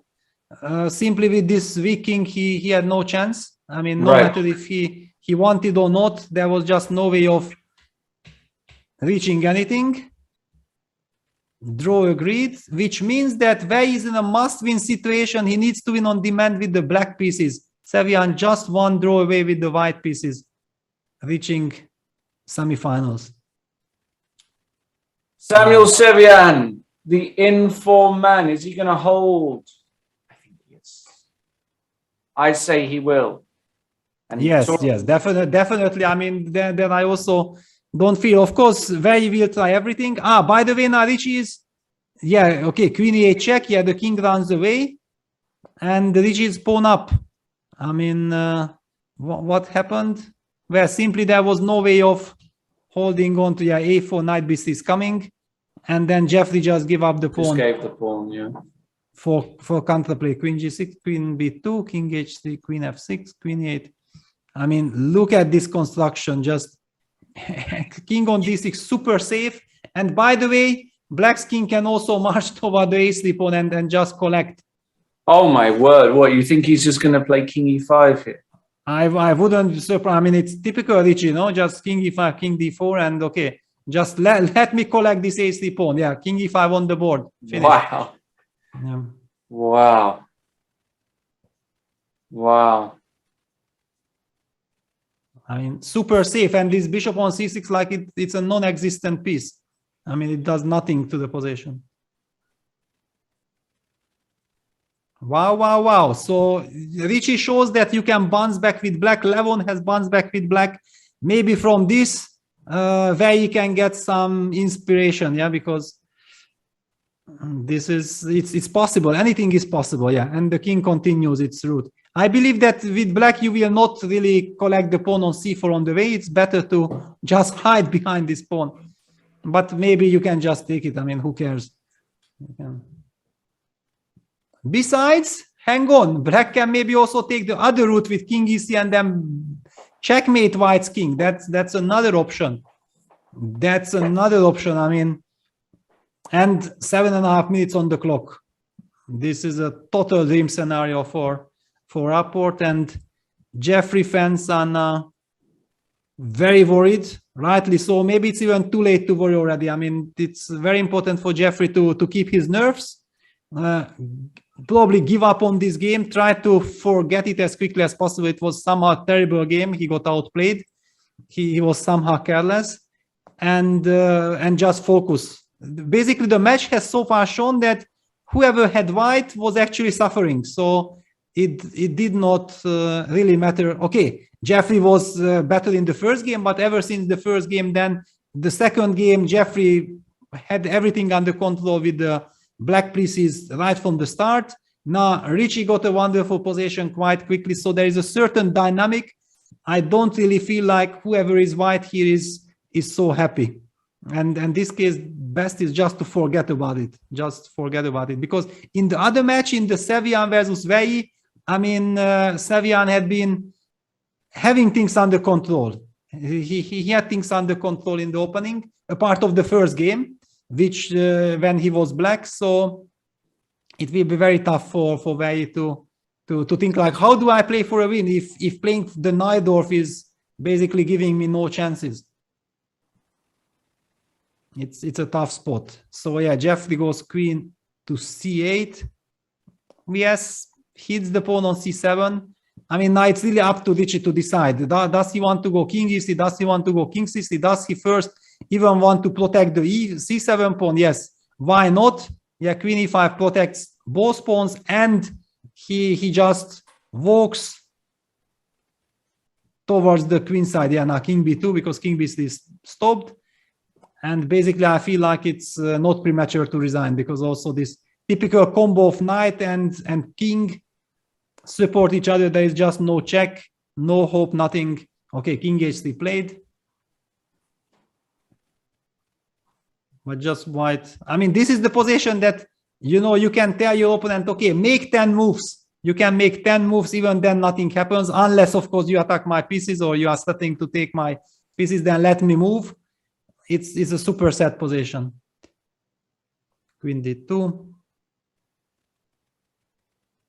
Everything is completely winning. I mean, this is the moment when I perfectly agree with the evaluation bar, yeah, when he says it's completely winning. Sometimes, however, the engines also show completely winning, but for humans, it's complete mess. I mean, you have zero clue what's happening. Yeah, that's when you need some incredible, extraordinary compute and miracle solutions, which probably no human can find with little time on the clock.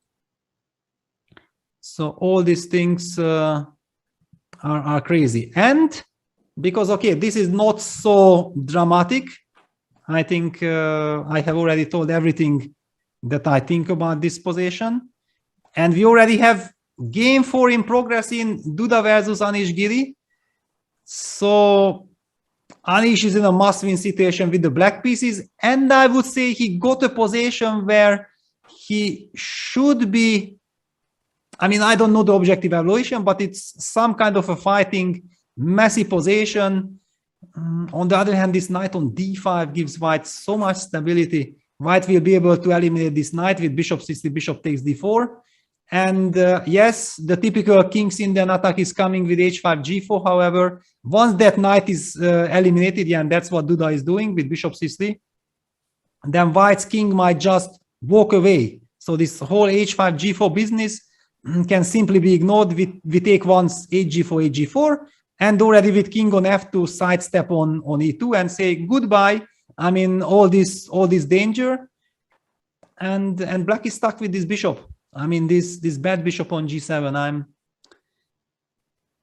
I'm not such a big fan. Yeah, so it's a fighting position, but still Duda has everything under control. Let's take a look. How did we reach here? So e4 c5. Again, this famous bishop b5 check, knight d7, d3. What? d3. This is some kind of a joke, right? I mean, we have seen Duda was playing bishop a4 and then trying to get c4 d3. And maybe because of some special preparation of Anish, he decided that in order to trying to get that position, d3 move order might be the big finesse, the big surprise for this game. c4, g6, knight c3, bishop g7, h3, castles, bishop a4. So we are getting basically the same.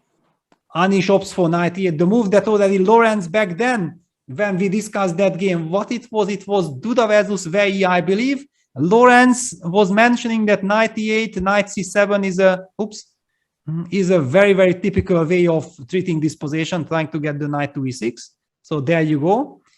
Knight e8 castles, knight c7, bishop e3, knight b6. Okay, hitting the bishop. Bishop c2, e5. Okay, yeah, so Anish, knowing that he actually needs to play for a win, he locks everything down. He knows that it's a double-edged position. His knight will reach d4, and he will have f5. So it's a very, very fighting position. a3, f5, b4, knight e6, takes, a4. Yeah, the systematic, very systematic play. No fear shown by Duda. He knows that, yeah, black is getting counterplay, but he's not impressed. He just keeps on doing his business because black is losing a lot of time with this knight. Yeah, this knight d7, knight b6. Now knight goes back to d7. Now probably the knight will go back to b8 as well. Yeah, knight d5, knight b8. A lot of high-class maneuvering. Bishop a4, knight d4, takes, f3, g5, bishop c3. That's how we reach this position. King f2, of course, played as well. Yeah, just the king is getting ready to be evacuated. h5, rook h1, also getting ready for any kind of g4, h take g4, h take g4 business, and then the rook is already ready for the h file. Anish says, no, my friend, I know that you are dreaming of that I will hurry with g4, but I will not do that favor. So he goes bishop e6, and Anish needs to win. You know, objectively, I would say the position is just very difficult to. I mean, practically, it's easier for black to play, I would say, because, you know, if you manage to organize the g4 break, everything revolves around g4 actually happening. So if you manage to get that, then it's good. And I was explaining that my feeling is that that g5, g4 is not yet a threat. Yeah, but on the other hand, this is the problem. What you also said, that what is white doing, and rook b2. Probably this is a clever move because rook b2, maybe white wants to go queen b1, hitting the b7, the only vulnerable spot in black's position, and it's always nice to have some idea. Rook af8, doubling on the f file, but so queen b1, he wants to retreat the bishop to c8. That's gonna be his plan. Is clever. Yeah, this is clever. Very, very classy as well. No, this is good. And now g4 might. So but maybe you go g4 anyway. Is it possible? But don't forget that I will eventually eliminate your knight on d4. Not that we end up with this powerful knight against the useless bishop on g7. So I think that actually Anish now, because he knows that nothing can happen to his position, might suddenly start also improving. Maybe go bishop f6, bishop d8, then rook g7, get the other rook to f7, the other one to g6, maybe king f8 if he feels that that's right. Yeah, just to illustrate some, some maneuvering. Like, because white is also pegged, yeah, white cannot really do anything, then it's so tempting to tease your opponent with some small little improving moves. Yeah. So that's the position. Okay, it's a fight. So Anish got a fight. That's good news for everyone, for us as well. We see an interesting match. And Levon, what is the situation? Levon bounce back. So actually, it's all equal. Yeah, that match is all equal, isn't it? But the position is very double-edged. Very double-edged position. And what? Pardon me. Look at the clock. Yeah. Levon 15.5. I mean, he must be kidding. What is this? I mean, how on earth do you play so quickly in a decisive game? Confidence. Yes, that's but okay, but black is better, no? Black, I mean, black is certainly not worse. If somebody can be better, then it's black, yeah. That's and what did Levon do? He played his big love, the bishop c4 stuff against the Najdorf.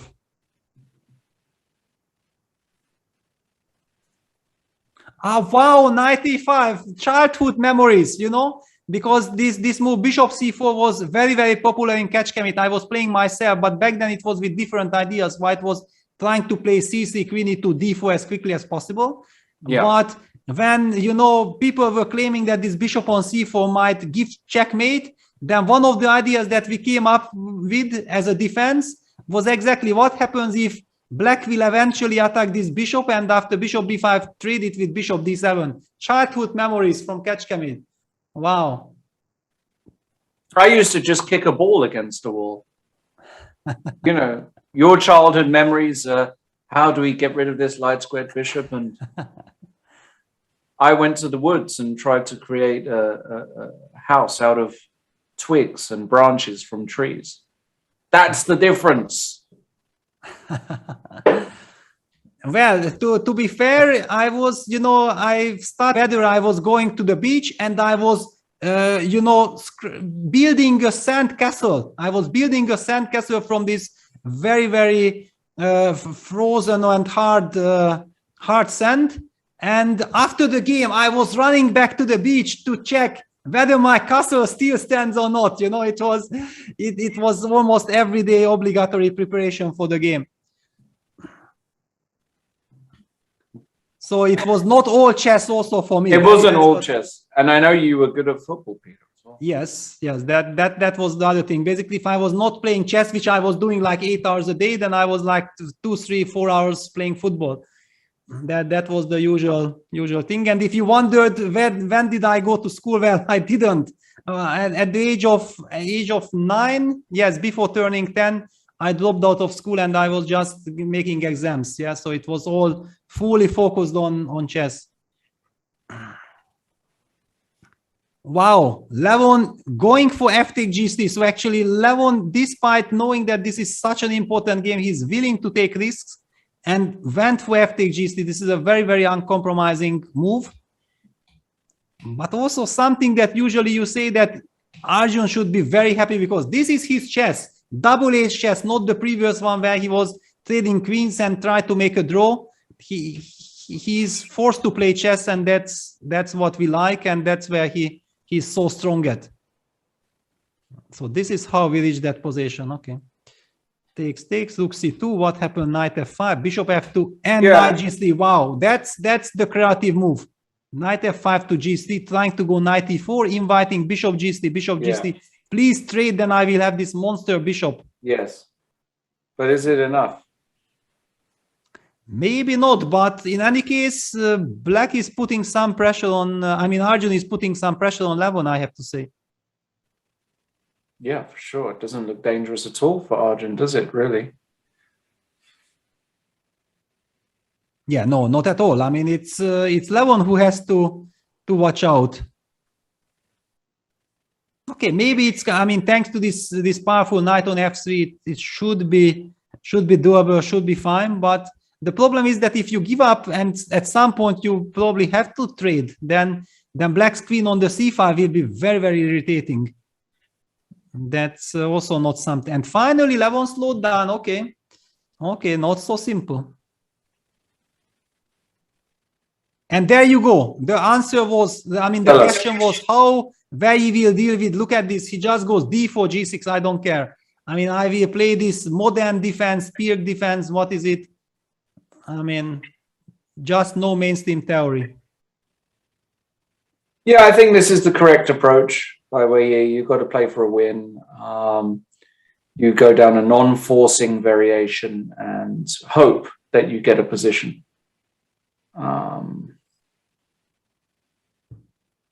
So yeah, I kind of like it.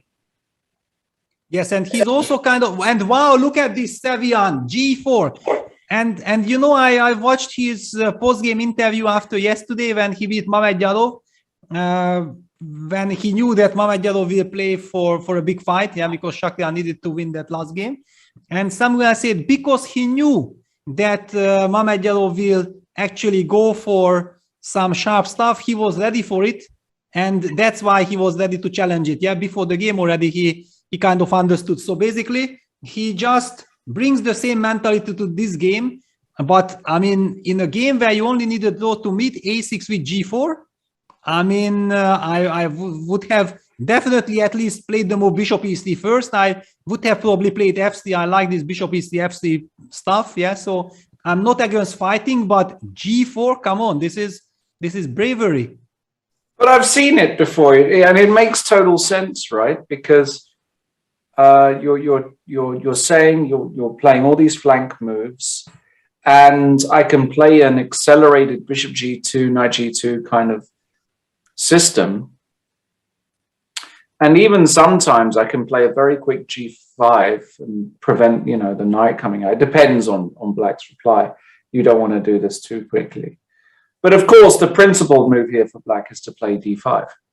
This is what every serious Pirc player like myself would play here.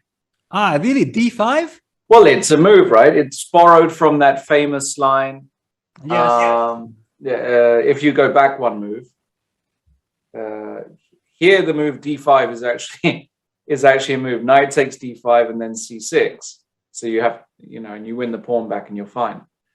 But of course, e takes d5 is the issue here. It goes knight f6, bishop c4, and then you try to play knight d7, knight b6, but doesn't quite work out for black, if I remember correctly. But with a6, with the pawn now on g4, it's a little bit looser. For example, after d5, e5, knight f6, you're already hitting g4 and d5. And actually, black looks better here to me suddenly, because this pawn on g4 is ridiculous. What do you do against d5? If you go e5, can I then go? Well, then you also have h5. h5, yeah. No. But you know, the problem is that after you explain everything so nicely, I'm already terrified. So how can I? What do you think of this move?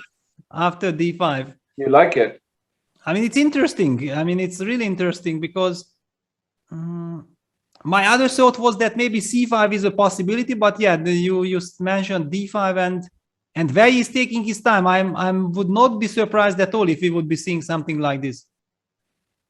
The situation is such that he needs drastic man. No, he finally only opted for d6.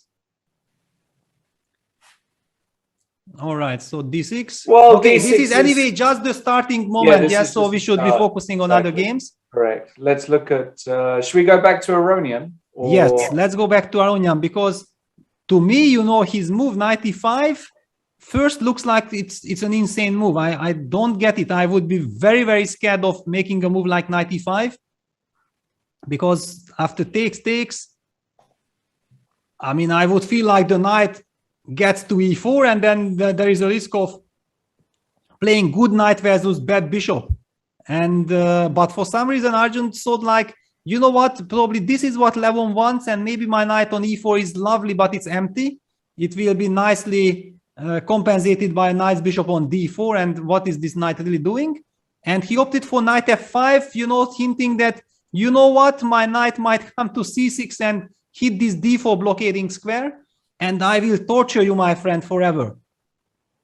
I mean, Levon in danger. I mean, this is strategically, it can simply be lost. I mean, it's at the moment doesn't look so bad, but it can be lost.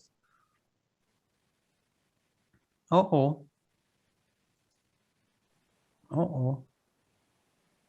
I mean, I can't even look at White's position. So, okay, let's call it that Arjun is having practical chance, definitely practical chances. Both have 10 minutes. And check out on Duda and Anish. So what changed? How do you like the developments here? I don't really. Well, I think Black's position has improved, basically. I mean, Anish is nicely positioned now, the queen on g6, the rook on g7. He's put the knight back on c6, so he avoids bishop takes d4. So everything is kind of geared towards g4, but Jan Krzysztof is also hinting that he might just run this king to a1 or b1 and claim that this is okay. I don't know. It's a very complex position. What do you think, Peter? Yeah, exactly. I mean, I also feel that simply the problem is that, yeah, Black, in order to make progress, he will have to break with g4 at some moment. But when is that moment? Yeah, and with this White king evacuated, it feels like it's something of an empty shot. Yeah, you also don't want to do it. You want to keep it as in reserve as possible, as long as possible. But how long you can wait? That's the point. That's a difficult question here. No, it's very difficult. It's if this were a classical game and it wasn't a match, you could easily imagine them sort of not, him never committing to g4 and just making a draw, basically. Because I don't think White can force the issue. I don't think there's anything that White can do here to force things. There's no pawn breaks. There's no real way to open the position. So White just has to wait. But Anish at some moment does have to go for it. But Anish is in big trouble here. Anish is in very, very big danger. Yes, I agree also that objectively is perfectly fine, but knowing the match situation, that draw is not good enough.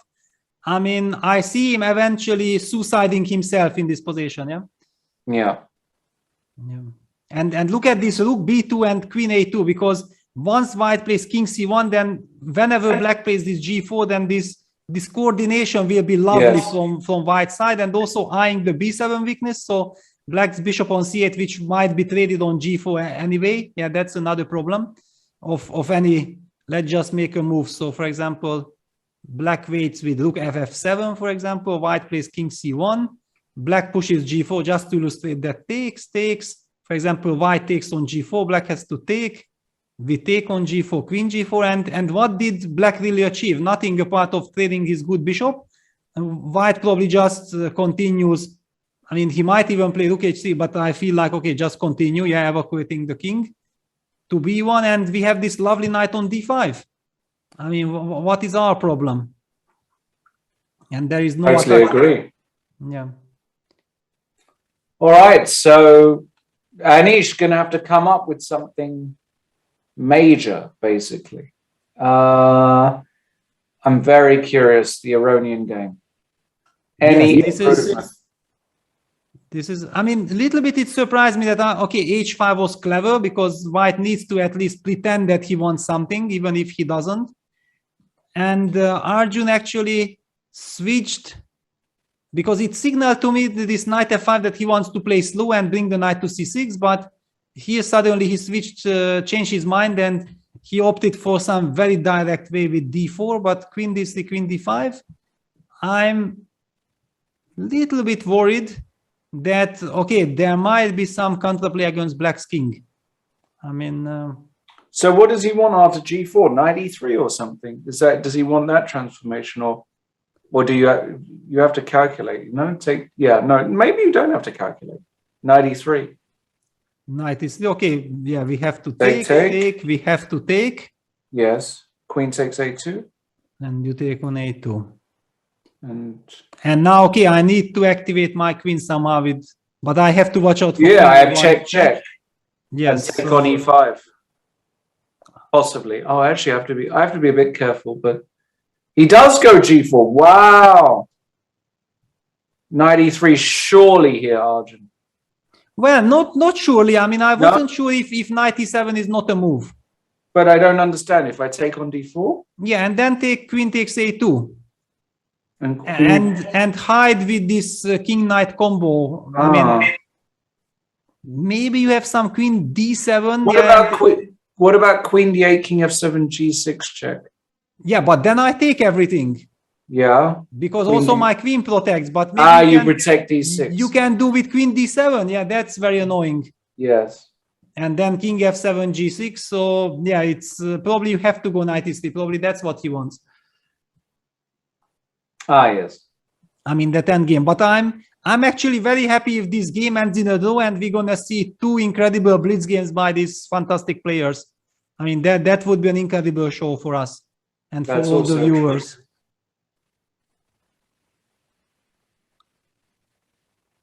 Yeah, knight e3 on the board. Takes queen c2. Wow, what a move. What a move. Blitzed out immediately. I mean, okay, this is some magic. Yeah, I mean, leaving the pawn on e3 just like this and eyeing perpetual check immediately. Yeah. Very clever. And probably good enough.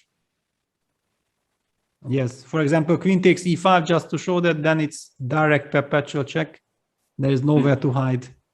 King f8, queen d8 check. So that's the problem. And okay, black might have to retreat the queen in order to avoid the... But then you don't make progress, right? Exactly. Then maybe just king f1, king f1, e2, and who knows, maybe white starts to play for a win. Exactly. You can't lose the momentum. And one question, queen c4, but queen c4, you take and play a3. That's it. That's very, very important. Let's just show this because after queen c4, takes, black is starting to play a3 and then win with the two pass pawns. But white plays the move a3 and white is the one who will collect all the pawns. There are no more chances. Wow. Okay. Very, very nice resource by Lev. Amazing resource.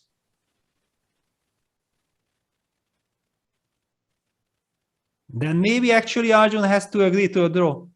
Then probably he missed queen c2 when he went for this direct operation with d4 knight e3. He hoped for this queen takes e3 queen a2 position, which was kind of nasty, but this brilliant defense by Levon was probably missed. So a blitz playoff likely in that game there. Let's quickly check in with the fourth games of Rapport and Rapport and Jean, because this is also critical. A decisive result will mean one of these players go through. So what do we got? Well, a very solid position. Of course, yeah, white has the two bishops. That's kind of good news, but black gets a powerful center. Very harmonious knights. Good bishop on g7. I feel like this should compensate for the pair of bishops, and the position has some tendency to really simplify. I feel that at the moment, at least, though, is the most likely result here as well.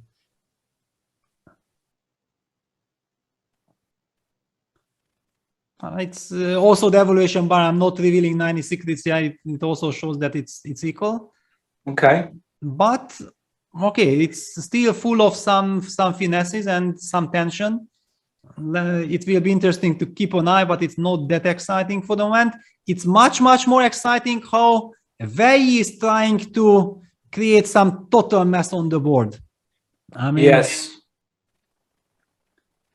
We see the engine does not like it, but I mean, who cares? He needs to win. He needs to create mess. He needs to create fight. And I mean, he's creating some. The only problem is that white's pawn is still on c2, not on c4. So white will be able to kick this knight away. Yeah. So what if I just go c3? Yeah, that's playing spoiler. Yeah. Good question. No. Like knight b5, ef5 is just 1-0 or what? I mean, no. I mean, the position looks horrible, but I know that I have nothing to lose. So, okay, let me take gf then. Oh, wow. So I have a lot of moves here. I have knight h5, queen h5. Let's see. Okay, let's try queen h5. You go king f8 or what? I'm going to go king f8. Yeah. No problem. Huh? No, I have a lot of problems. I only don't have anything to lose already. Maybe here I can. Oh no, no, I'm blundering HG5. Yeah, No, that's what I'm yeah. hoping for. Yeah, that my Yeah, rook on yeah. H8 still comes to play. Yes. It's bad. I mean, objectively, it's terrible position for sure. Yeah, against computer, any human would lose this position in 5 moves. I'm pretty sure. But I mean, there is certain psychological aspect here. Black is trying to create a fight. White is burning time. Yeah, I mean, it's after all just 10 moves played, and both players down to 8 minutes, 9 minutes. So practical chances, at least some hope. Therefore, very. G takes F6, the professional. I mean, Sevian knows that actually he only needs a draw white to get into that mess. Yeah. Hate the move, but okay. I mean, hate's a bit strong, but yeah, but he has this strategical idea to kick C3 yeah, and then knight B5, knight go B5, H5, H5, G5, yeah. bishop H3, and try to trade this light square bishop, or maybe trade first with bishop A. I mean, it's not stupid, but yes, I understand. The other moves were more ambitious from white side. Yes, he's still on the board.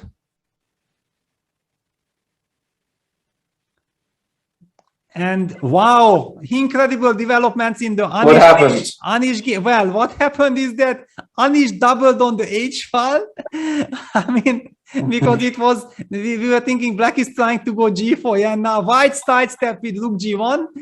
It's super funny, yeah, now going back to H1. I mean, doubling on the H file. Yeah, rook G6. Okay, it's white's king is already on A1. Super funny. I mean, I'm loving it, but the only problem for Anish is that probably he also loves it, but he needs to win. It's not enough to just love these finesses. How does he make progress? So, okay, nothing changed really. It was just like, you know, suddenly I saw this doubling on the H file. It's fantastic stuff. And Levon against Arjun, I'm not sure. Yeah, it's still going on. Yeah, and Arjun went with this queen d8. Now Levon got his pawn to g6, Wow. so the queen can't leave the back rank. I mean, I'm not sure that I'm loving what Arjun is doing. It's probably still okay, right? Yeah, probably. But I mean, why on earth then? Okay, better because it's not a winning attempt. At least I don't see it as a winning attempt. Then agree to a draw and let's enjoy the incredible playoff. But I mean, I'm just worried that not because of some impulsive decision making or something, we will have a decisive result and we miss out on all this action and all the fun. By the way, why can't I take on A4 here as Aronian? I haven't. He wants You to go want to take on A4? Yeah. Can you? Why not? Well, maybe. But no, E2. E2. King F2? E2, King F2, Queen You want to go Queen check. D4? Queen H4 or Queen D4? I wasn't sure. Yeah, I will start collecting also all the pawns. Should be perpetual check. Yeah. Yeah, okay, but this is what I mean, that anyway, black is just maximum can make a draw. So what's the big what's the big deal? Yeah. Haha, this Anish game is just so super funny. Look at this. Look, reached A6. Targeting the king on A1. Now suddenly white doubled on the B file. What is going on? I like it. Full of some incredible maneuvering by these players. Rook A2. Protecting, already showing some respect, yeah, because of course this rook on A6, eyeing the king on A1 and queen on A4, you feel like you want the rook to support. Now Anish jumps back knight C6. And let's not forget that when every piece from white will pay attention to the queen side, maybe then Anish will try G4 and then open up the H file for his rook and then start. I mean, that would be some incredible. No, I mean, rook from H1 and rook from A6 trying to target this king on A1. Probably you can't do anything, but still, it's very interesting. Rook h7, tranquilo.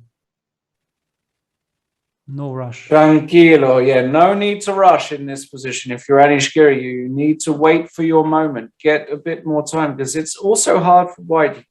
Dude has to make, he can't make such an imprecise move here. He can get punished. So I like what Anish is doing. Deep in thought, look at that. Hands on head. Anish Giri.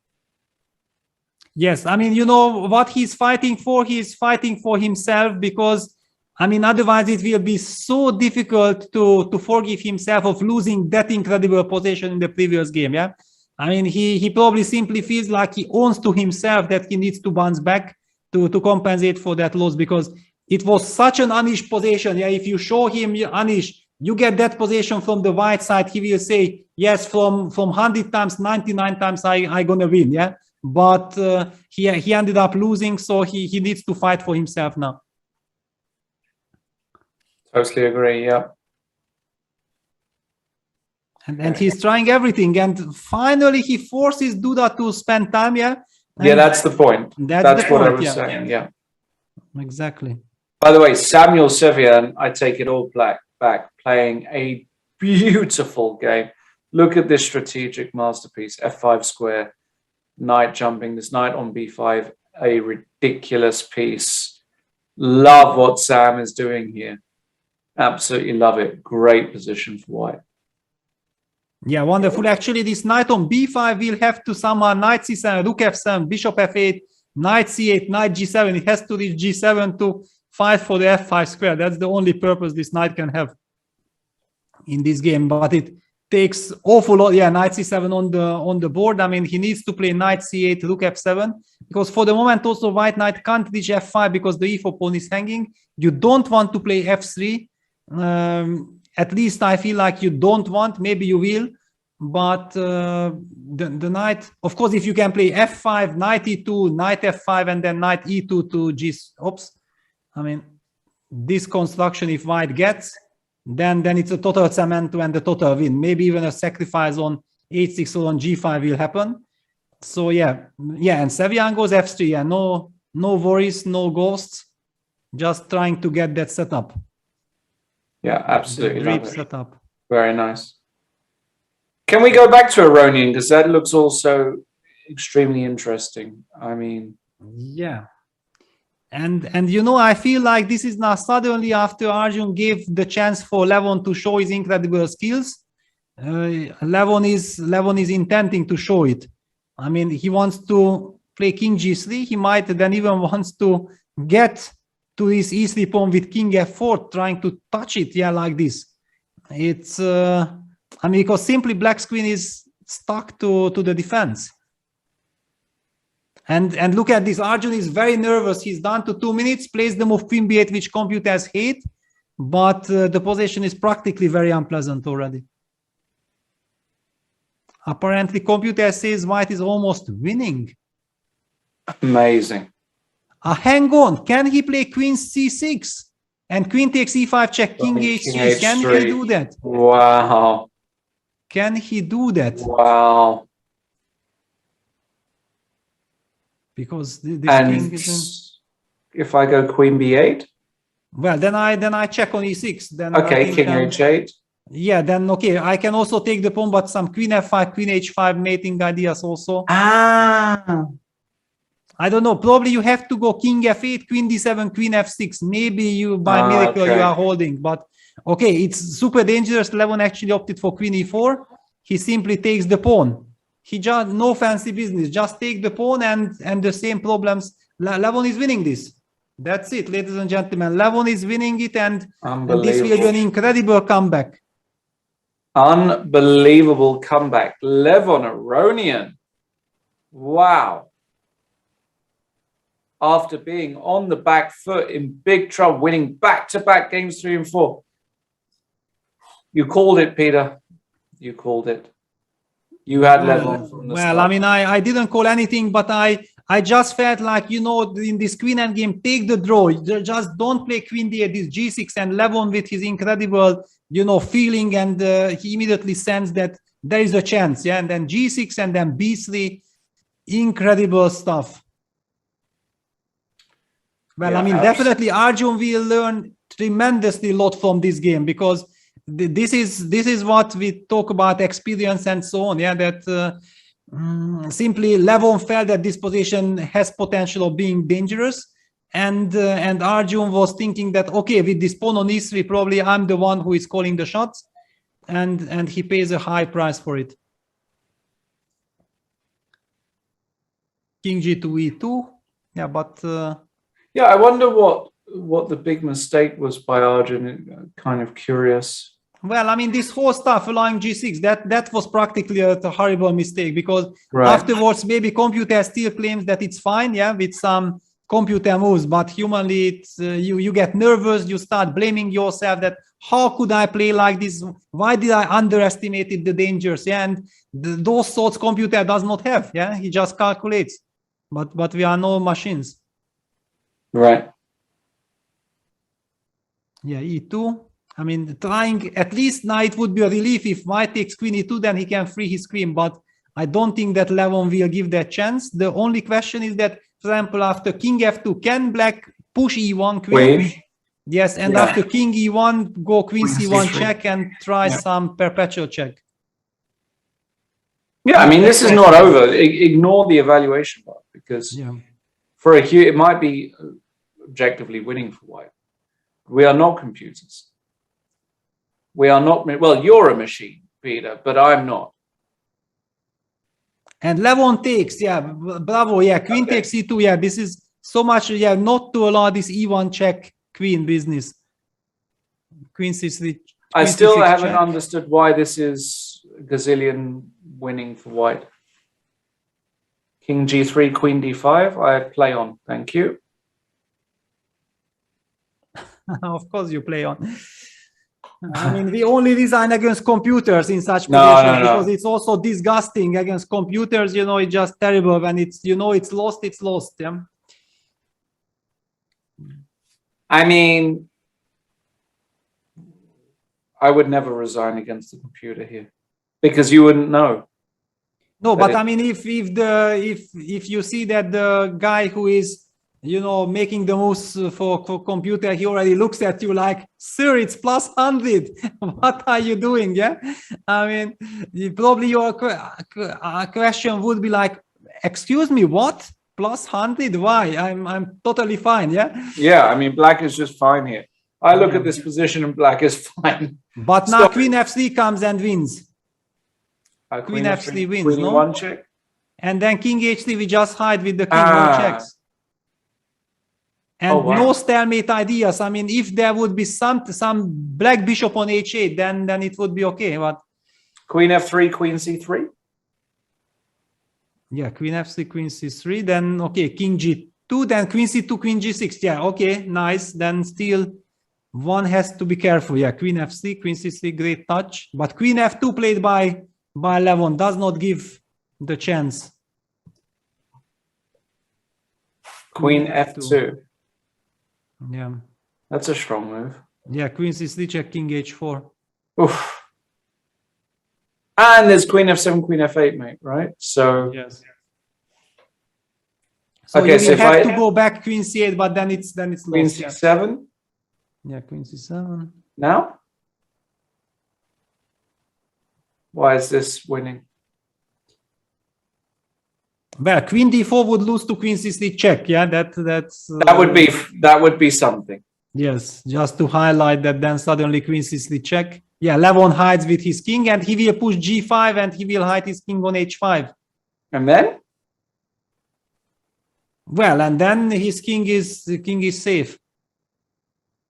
Maybe even I mean, depending if you give a check. No, I put the queen. King h5. Yeah, but I put the queen on b7 and d7. I still.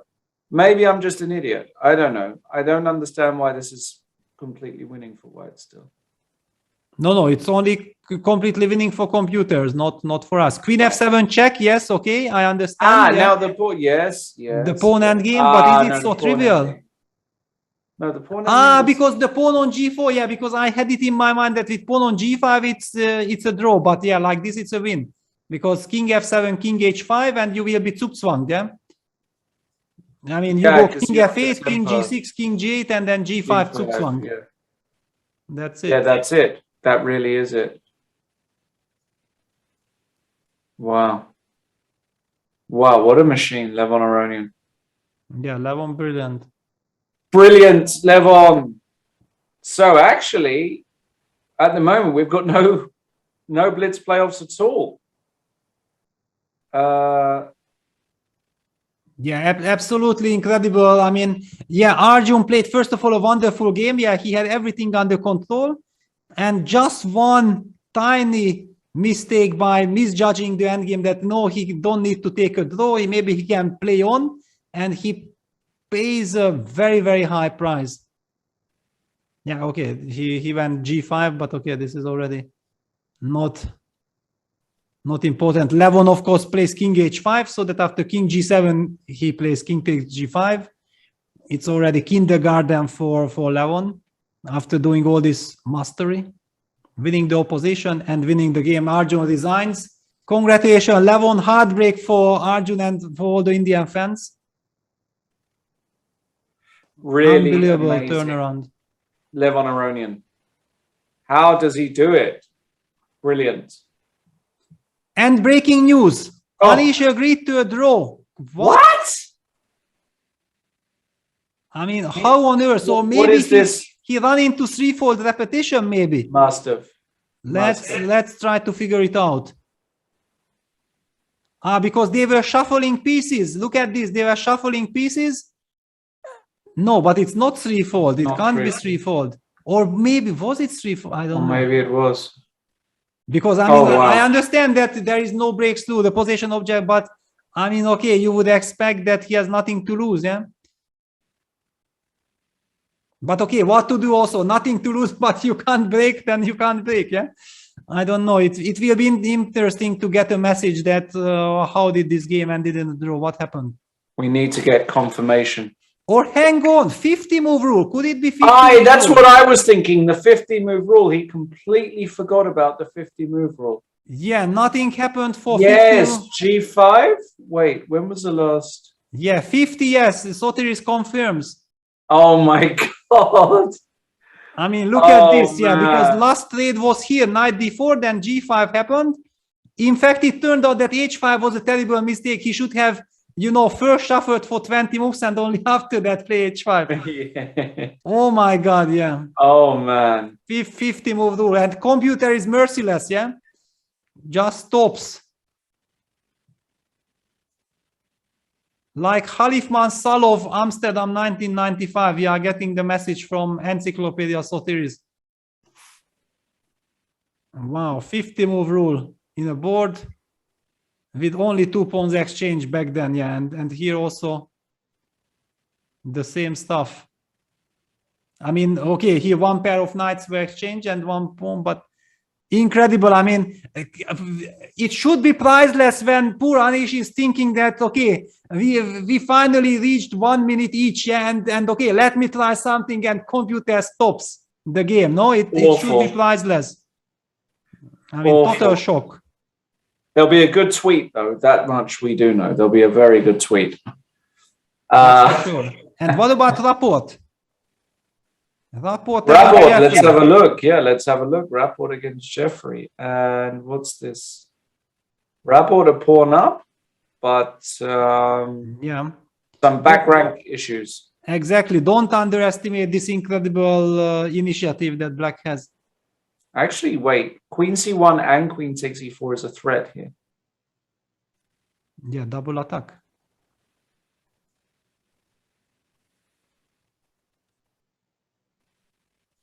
Wow, so actually... Here we go. This is the position from Khalifman Salov, 1995, where the 50 move rule happened. Well, it looks like a position which is reached from like move 25, no? It's a very typical position. Maybe it was reached on, yeah, and then they just shuffled around for 50 moves, yeah? 70 moves altogether, yeah. So they reached this position on move 25. So I guessed just by accident correctly. Very funny. Unbelievable. Yeah, now Ricci goes back queen d2, queen takes c4, and yeah, Ricci has just bounced back with the black pieces equalized. However, now he has to... This is very nasty, no? Yeah, he needs to survive this. This is very nasty to defend for white, because if b4 drops, it's all over. Well, I mean, no, it's the torture only starts, yeah, but serious torture starts. Serious torture. Yeah, the big question, can I play bishop? I mean, of course, if we could trade queens and give the b4 pawn, that would be dream scenario for white. That white should hold, but black's queen and knight is so powerful. Yeah, bishop f3, queen b1 check, queen e1. Takes knight c2 and bishop takes b4. No, that's draw. That's draw. Ah. Yeah, no, sorry, that's... Yeah, no. I mean, Jeffrey will keep the queens. Yeah, I mean, you need to keep the queens. Forget about this pawn will be lost anyway. It can't run away. And okay, it will be hell of a task to hold this. Yeah, okay, probably bishop f2. This bishop has to be activated, somehow get gc and... Bishop f2, bishop takes b4. No, still but, I mean, bishop, you probably play knight c2 or something. Okay, Ricci goes b5 first.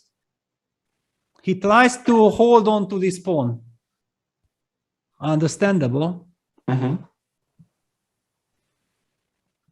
But will he ever reach? Okay, so it's clear that black is pushing. This gives us a chance to take a look of what's happening in the Sevian Vei game. I mean, white has cemented his knight on f5. White has this fantastic pawn structure, the terrible bishop on g7, but black has some a pawn down to 28 seconds Vei and Sevian 130. Okay, we have to stick to this game now, because the other one will be a very long torture anyway. We will not miss out on anything. Okay. Yeah, and okay, black has nothing to lose. He will throw in rook a4, try to get to the c4 square. I mean, this will be exciting.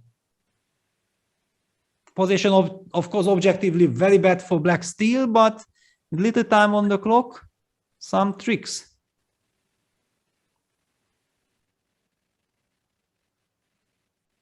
For sure. Some tricks. A2, I mean, rook a4, rook fa8, and so white has to eliminate this pawn somehow.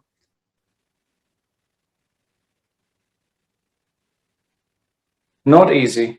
Not easy. Of course, the big question, knowing Sevian that he's actually a super smart tactician, maybe he's eyeing somewhere some rook g1, bishop take g5. Doesn't really work though, does it? It doesn't feel like it works. Queen c2, yeah. It doesn't, but he's eyeing. Yeah, queen c2, rook a4, so he will take on a2, but black will get to the c4 pawn. Yeah. C4. Mess. It's a mess, and that's all what Vei needs to hope for something. Queen b1, now rook b4 tempo. Yeah, and then the knight comes to c4 and yalla. Yeah, and also somewhere some knight takes d5. Also, white has to keep an eye on. If his knight on f5 will be loose, yeah, rook b4 on the board. I mean, finally, with few seconds on the clock, we got an incredible fight. Yeah, black is in business. White's king is still in the center. We came at the right time. Definitely. I mean, this position looks... Yeah, knight c4. Yeah, knight c4 I'm expecting on the board. And look at this, the clock situation equals out. This is very tough for Sevian now. Vei is fighting back, and he's carrying the momentum, yeah, because look at b8 with few seconds, it looks so much easier to be black here. I would love to be black here, to be honest, in a tough game. You can also play knight d6 here if you want to get rid of the knight, but then maybe knight eg3. Yeah, the other knight comes, yeah. Yeah.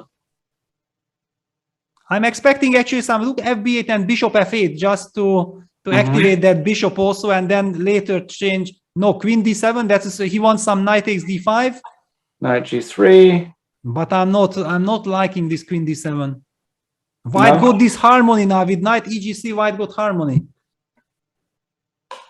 And with few, yeah, look at b8, little too late. One little tempo too late.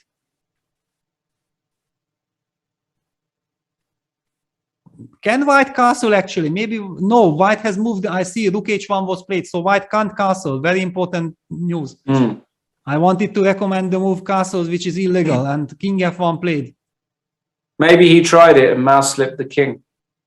No. I mean, he really needs to run away.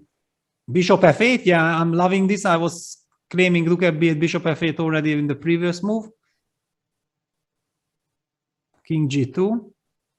King h7. All logical stuff. Super class by both players here in this time scramble, making all these prophylactic, very, very high level quality moves.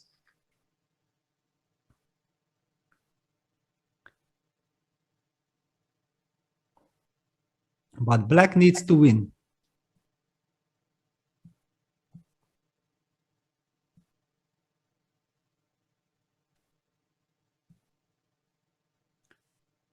So less than very tense. Very tense. Yeah, queen c3. Maybe queen f7 eyeing the h5 pawn. Or okay, maybe just make a quick move, and it's a useful move. Use the time advantage. Yes. Yeah, bishop d2. Wow, bishop d2. So allowing any rook b2, but the knight on c4 is hanging. Super scary.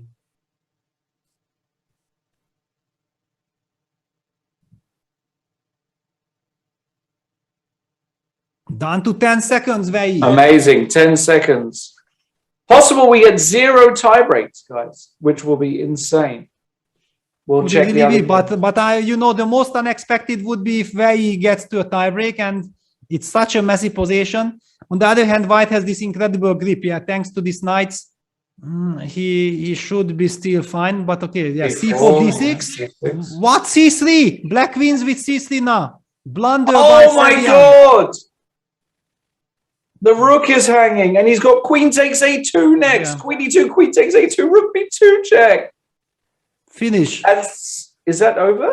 It's over. Yeah, it's basically a tragic blunder by poor Sevian. Tragic. Oh man. No, rook b2 straight away. Takes knight e2, queen c4. Or what? Yeah, wow, what a turnaround. And just one second, you jinxed it again, yeah? That you just said that maybe no tie breaks, and there you go. Knight takes h5. Yeah, White needs to take on h5. Yeah.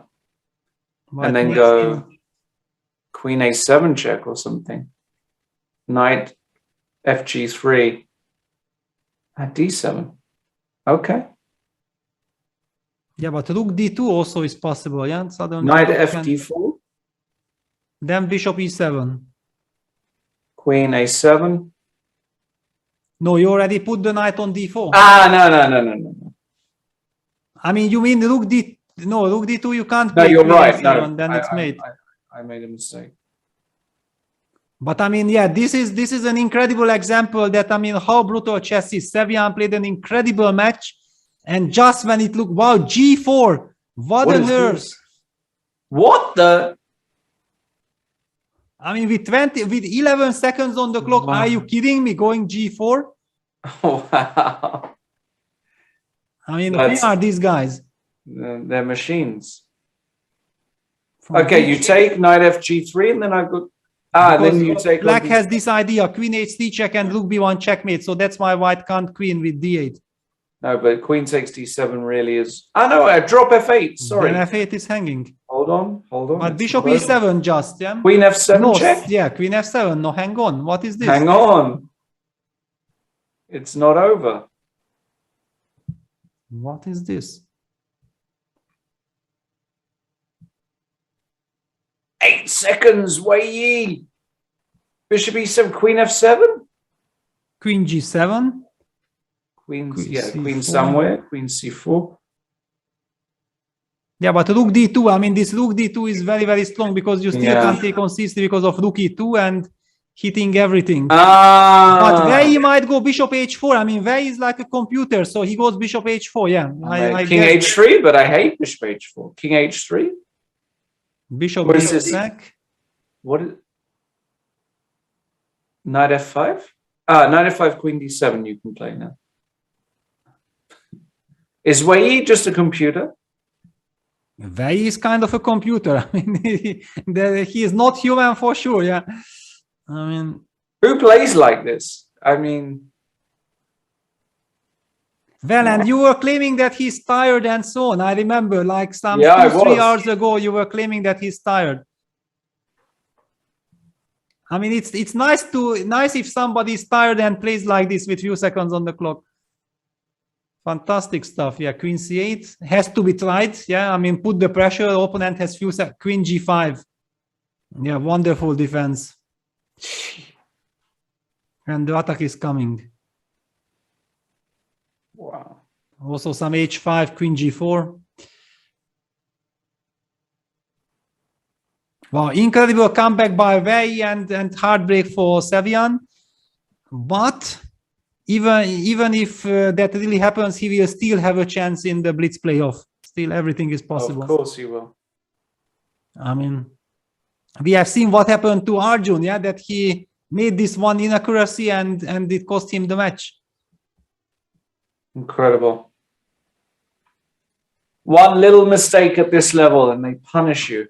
It's quite something. Queen g7, Queen c8.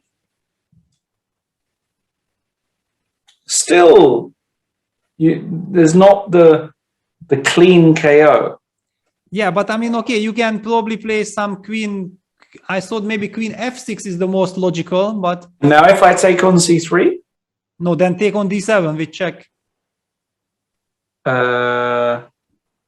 King g2. Yeah, it has to be losing. Yeah, and then Sevian down to 3 seconds. Goes King g2. That's a clever move. Well, stepping into and Queen g5, hitting the knight due to the pin. Rook e2. Queen c4 he'll play. Queen c4 he plays. Still eyeing some Queen f7 check. Hey, there's some repetition here. Queen e7, Queen c8 is threefold. No, not yet. King g2 just happened. Ah, yeah, the king's on g2. You're right. Yeah, but very, very professional. Pushes c2 just to avoid any kind of c4 repetitions. And he's threatening c1 queen. Yeah, c1 is huge. King f3. Okay, we carry on. No, we carry on. It's losing, but it's not lost. But hang on, c1 queen. You take with the queen. If knight takes queen f4, checkmate. Queen f7. Oh, Queen f7. Queen f7. Okay, but actually Queen g7, nothing happens. It was a shock, but nothing happens. Because then you collect d7 and you just win this. Queen f5. Queen f5, King h8. Knight takes c1. On the board. Queen g6. Yeah, Queen g6. Now he's gonna play this.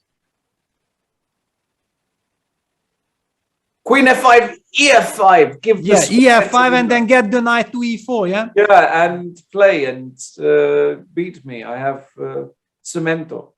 Yeah, but unfortunately the other knight is still too far away. Yeah, rook d2 also nice. Not taking at all.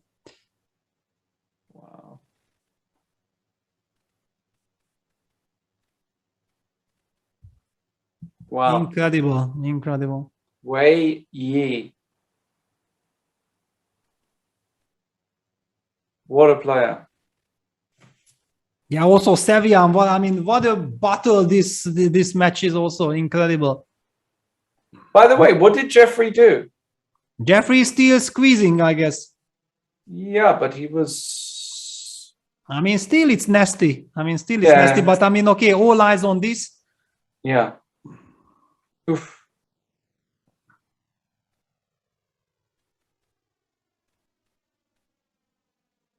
Where he done to force 3 seconds, 2 seconds. I mean, we know how what played with 1 second, really with 1 second on the, he bounces back to 11 seconds. Queen takes it. Okay, he needs to take rook DC. I mean, oh my God. I mean, knowing how the internet connection is with China, I mean, you can't do this. Yeah, but now we have Sevian. He makes your life difficult here. Yeah, he survived. Yeah, he survived. Yeah, I mean, yeah. Now you have to win it again. Okay, knight takes. Hold on, hold on. Your king is open. No, queen G4. He plays queen G4. Yeah. Yeah. So queen F5. Yeah, but queen F5, that's just lost. Is it? It's easy lost. Is it? It's Yeah, easy it lost, is. yeah. Yeah. Yeah, It's yeah, easy yeah. lost. Yeah. I mean, but this is chess, yeah. Ever since Sevian blundered with D6, I think he has played some 20, 30 only moves with few seconds on the clock. I mean, just chess is just so brutal. It's just unbelievable. Just unforgiving. It really is.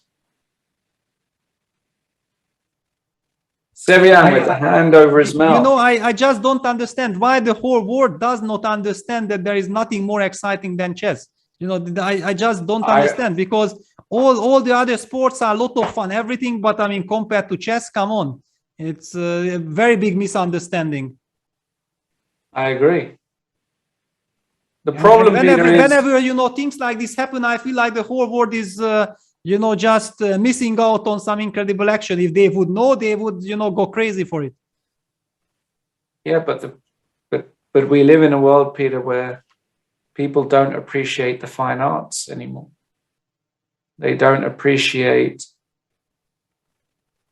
you know, intricacy. But this is pure adrenaline. Yeah, it's not about finesse. I mean, it's adrenaline.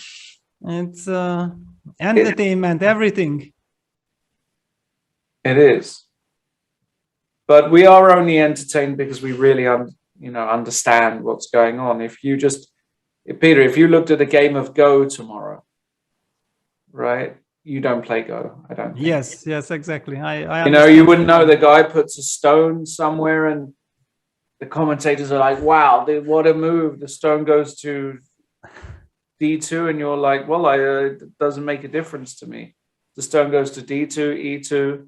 If it goes in my cup of tea, it's the same thing. It's the fact we have an appreciation for this game because we understand the geometry, but the people don't. Yeah, but that's why, I mean, chess gets more and more popular. Then maybe slowly, you know, with all these chess in schools also, that more and more people get the, you know, the chance to get to know chess better. Yeah, that's sure. I think that will be also some very big step forward. Yeah. Yeah, and this is already now. This is the moment when there is no more surprises possible.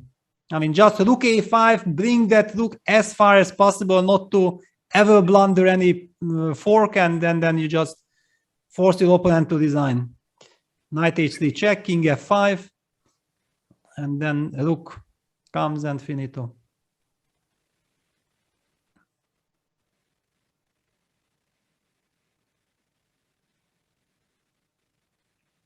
Also, most people are stupid, so I hate to say it, but it's true.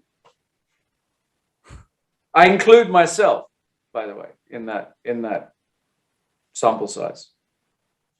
So it's difficult to appreciate chess. No offense. I'm part. Solidarity. Yeah, but you know, that's how every chess player also feels. No matter how strong he is, when he loses a game, yeah, afterwards he feels like, I'm the biggest idiot. I'm such a stupid guy. How could I, you know? I mean, all the sleepless nights, everything, turning, twisting, turning in the bed, not sleeping till 6, 7 a.m. It's basically, I think every chess player knows this feeling, yeah? And then you just want to hide, yeah? You just want to hide and hope that nobody will find you, yeah? Just... It's that's how chess is, and this is what Hans Niemann also mentioned in this incredible interview. Yeah, so I'm encouraging everyone to check that out because it's super instructive. That chess is not only fun and so on. Of course, we love the game and we know exactly that how much pleasure and beauty and also how much pain it causes to us. Yeah, that's how it is.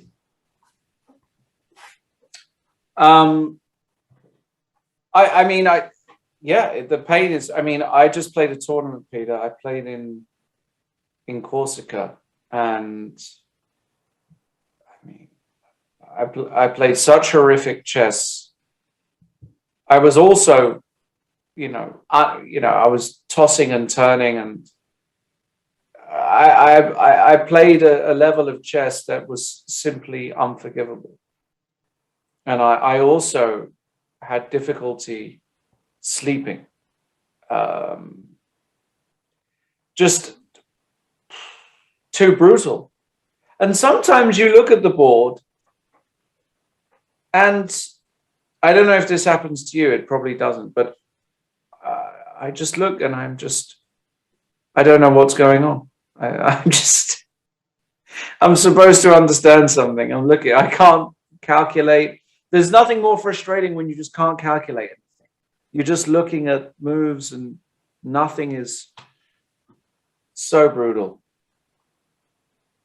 Yeah, that's it. But if you ask an ordinary people, then he will tell you, but why didn't you enjoy Corsica instead of driving yourself crazy? Yeah, you are in such a beautiful place. I really did enjoy Corsica. There was a beautiful beach.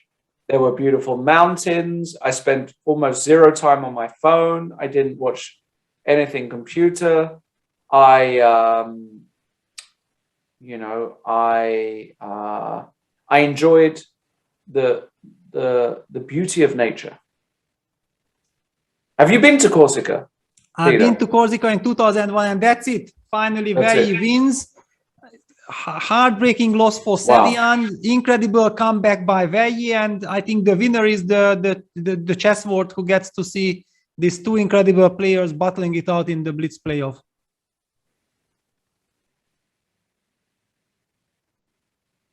Amazing stuff. And by the way, we still have one game, and Jeffrey is trying everything. Jeffrey's trying everything, but probably Richie survives, which would also guarantee us another tiebreak. We're going to have two tie breaks. And that's it. Now the repetition after Queen G6 is obligatory, and that's it. All right. Who do we like in the tie breaks? Peter, Wei with a bit of momentum. Hey, in the end, you could get all your predictions right. After everything, it's just not even possible, right? Well, it's luck, yeah, it's pure luck. I mean, that's it. But look at this. Jeffrey says no to the repetition. He goes Queen D8 and he sets up a trap. Please take my E6 pawn, then whatever you take, I give you checkmate. That's very clever. But of course, Richie will say, thank you very much for the offer. I kindly refuse. Queen H6, is that a professional move? No, not that suddenly we run into some Queen D1 idea also. One has to pay attention, but it seems like, okay, Queen H5, super solid, everything on the light squares. Yeah. Queen D5. Yeah, Jeffrey had huge chances in this game. Yes. Just as we saw, like here, no matter who plays with the black pieces, it's not a theoretical duel. It's a street fight, and I mean, a very big street fight, to be honest. Queen D7. Okay. No, this is not over. Yeah. This is. I was playing Blitz. You know, there's a very young, talented kid out of Corsica. His name is Marc-Andrea Marizzi. Very, very strong. Trust me. Really felt it. Yes, I know him from France. Yeah. Yeah, from Corsica, born in, and he played Blitz, crushed me a million times. This is chess. So that's what I say now. Queen D7. This is chess. And you have to do it with the French accent. Otherwise it doesn't work. This is still blunderable. Queen E1 next. you know. Yeah, and then look at this. Both are done to 15 seconds. Exactly. This is still I mean, a yeah, blunder. Queen E1 is a very nasty double threat of checkmate on H1 and on G3. White needs to... Oof! 3 seconds! Richie! Bishop takes F5! Wow, professional. It's correct. It's correct. correct. That's the move. Is it? Yeah, it's a dead draw. Now, if you don't get checkmated on the spot, everything is fine. Okay. Yeah, it's not checkmate. Okay, but now Jeffrey plays forever. No, I don't think so. Yeah. You think so, yeah? Yeah. Queen D6 he plays. No queen trade. Okay, it's a draw, of course, but I saw this lost. Who lost this? Some grandmaster lost this. Queen and bishop versus queen. It was recent, actually. Really, yeah? Yeah. Somebody lost this. King F3. No, but I feel that this is not just practically so super easy, yeah, because you are always getting the 10 seconds increment, and your moves are natural. You just have to make sure that you don't make a terrible mouse slip or don't blunder your queen. He should play Queen A1 here. He would have gone Queen H8, Queen A8, Queen A1 in 2 moves. Would have been beautiful, yeah. Yeah. Would have been beautiful. So, and we are almost about to start the playoffs also. I mean, the Savian... Are we waiting for that? But we have to wait. What's going on? Or do we, if they... 11 minutes. Okay. In 11 minutes, yeah, good. Okay, we might have... You deserve a break. Wow, we've been going nearly 4 hours. You haven't had a single break. Yes, I feel it. Yeah, I'm praying, you know, that this game will end pretty soon. I know. If you want, Peter, I can just man this. If you want to go for a break now, I'm happy to. Okay, yeah, because basically you don't need to show any lines. I don't need you. Go and have a break. Yeah. Go and have a break. Yeah, well, I'll be back in a minute if the game continues. Keep on going. Yeah. I've got this. I've got this in my file. So all right. Great. All right. So Peter's taking a well-earned break. So the bottom line is this. This position is a draw, theoretically. But Jeffrey's going to try because why not? And yeah, and that's all there is to say. It's a question of whether Richard blunders something horrific or not. And it looks difficult to blunder, actually. Looks actually very difficult to blunder.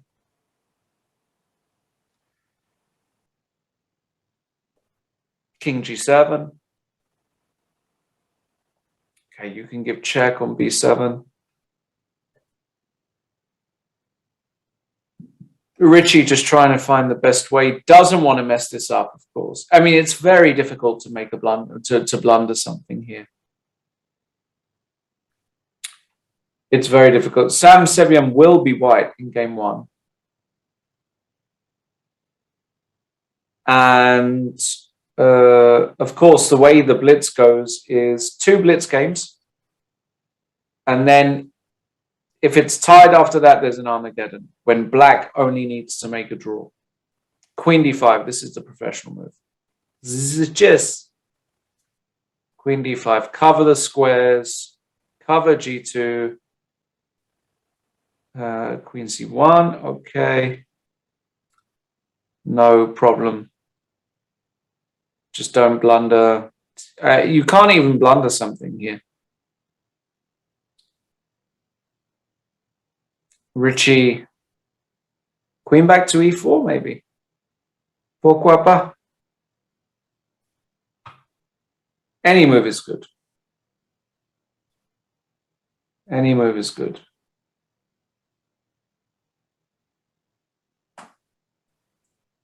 Okay.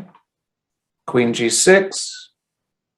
King F3, still no progress made. Wow, he could actually there's a 50 move rule, no, so it won't go on for that long. Because Richie won't touch his pawns. So it's very difficult, actually. Because if Richie doesn't push the pawns, then we're going to get 50 moves quite quick. If he plays g4, we've got another 50 moves. That's the problem. So he better not touch the g pawn. It's not necessary. Okay. Let's think. Queen e4 is fine. Oh no! Why? Why? Now he can play for 1,000 moves more. Come on. Oh, brother. Okay. Well, you move the queen away and that's it. Queen a5 and we get another 50 moves. That's another, what's that? 1,000 seconds. Is that right? How bad is my maths? Terrible. Yeah, but also you now create, maybe you have to put the other pawn on g3. Is that what you do? I don't know. It's just a draw. g5. Why? What is going on? He just wants to make a draw like this, but he doesn't get the, the bishop comes to d8. Queen c8, bishop d8. Lord have mercy. Queen d6, he can go bishop e7, he can walk. Oh my goodness. King e8. Still a draw. Even if he loses the last pawn, it's still a draw. But I have seen it lost before. Maybe Jeffrey just wants to make him tired before the blitz. Maybe it's genius strategy. Queen g8, king c7, king d7. A lot of open board. Queen c4. It's very difficult just even to escape the checks, but Jeffrey now with 2 minutes. Goodness me. He could really stall here. The question is, does the prolonging of this game suit Jeffrey Zhong more or Richard Rapport? That is the fundamental question. I'm not sure. You know what, Lawrence? I'm back. And I have a different theory. I think it's payback time. If Richie in the first game, where he was so lucky to escape and then finally got the chance of playing Rook Knight versus Rook for 50 moves, now Jeffrey simply feels, okay, you did it to me, I will do it to you. If Richie would have made draw there without even trying, I'm pretty sure, okay, drawn anyway, but it was connected to this, I believe. Okay, finally a draw. Wow. So that means in 6 minutes, I think, 4 minutes, we've got Sevian, Wei Yi, and then this game might start a little bit later. We will see. This is going to be a really good time for us to go for a break. Very quickly, Aronian is through. Duda is through. They will play tomorrow in the first of the semifinals. We're going to give you some commercials now and go for a quick breather. This is actually our first official break since we started 4 hours ago. I hope you've enjoyed it. Go and get yourselves a premium membership. All of the good stuff, it will be shown on the ads. We'll be back in just a few minutes. Stay tuned.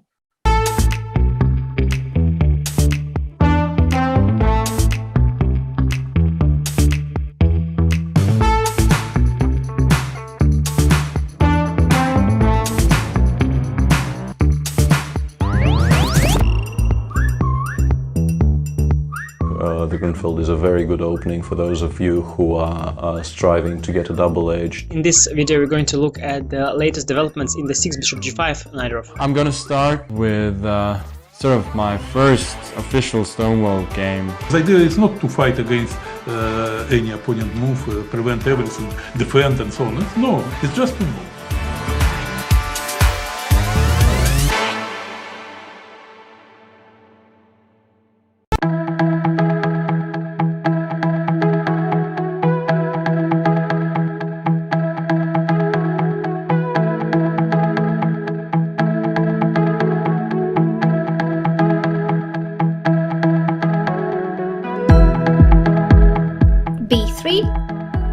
A5. What do you think about this opening? Honestly, what do you think? You don't have to play knight c3. We can actually put a piece on d2, which is better because then we avoid the potential doubling of our c pawns. What you have to understand about practical endgames as a whole is that just like in the middle game or the opening, you cannot rely solely on these general considerations.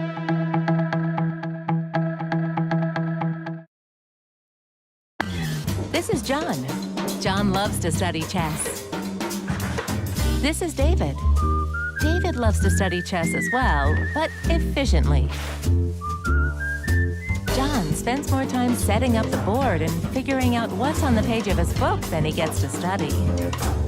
David likes to take it easy and use his time wisely.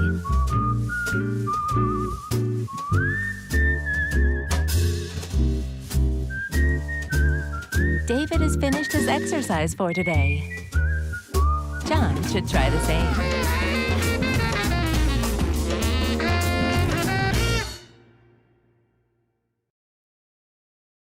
Quality isn't the first thing that comes to mind when you think about chess and esports, but it affects our focus, decision-making, health, sleep, and more. What's in the air you breathe? Find out with Airthings.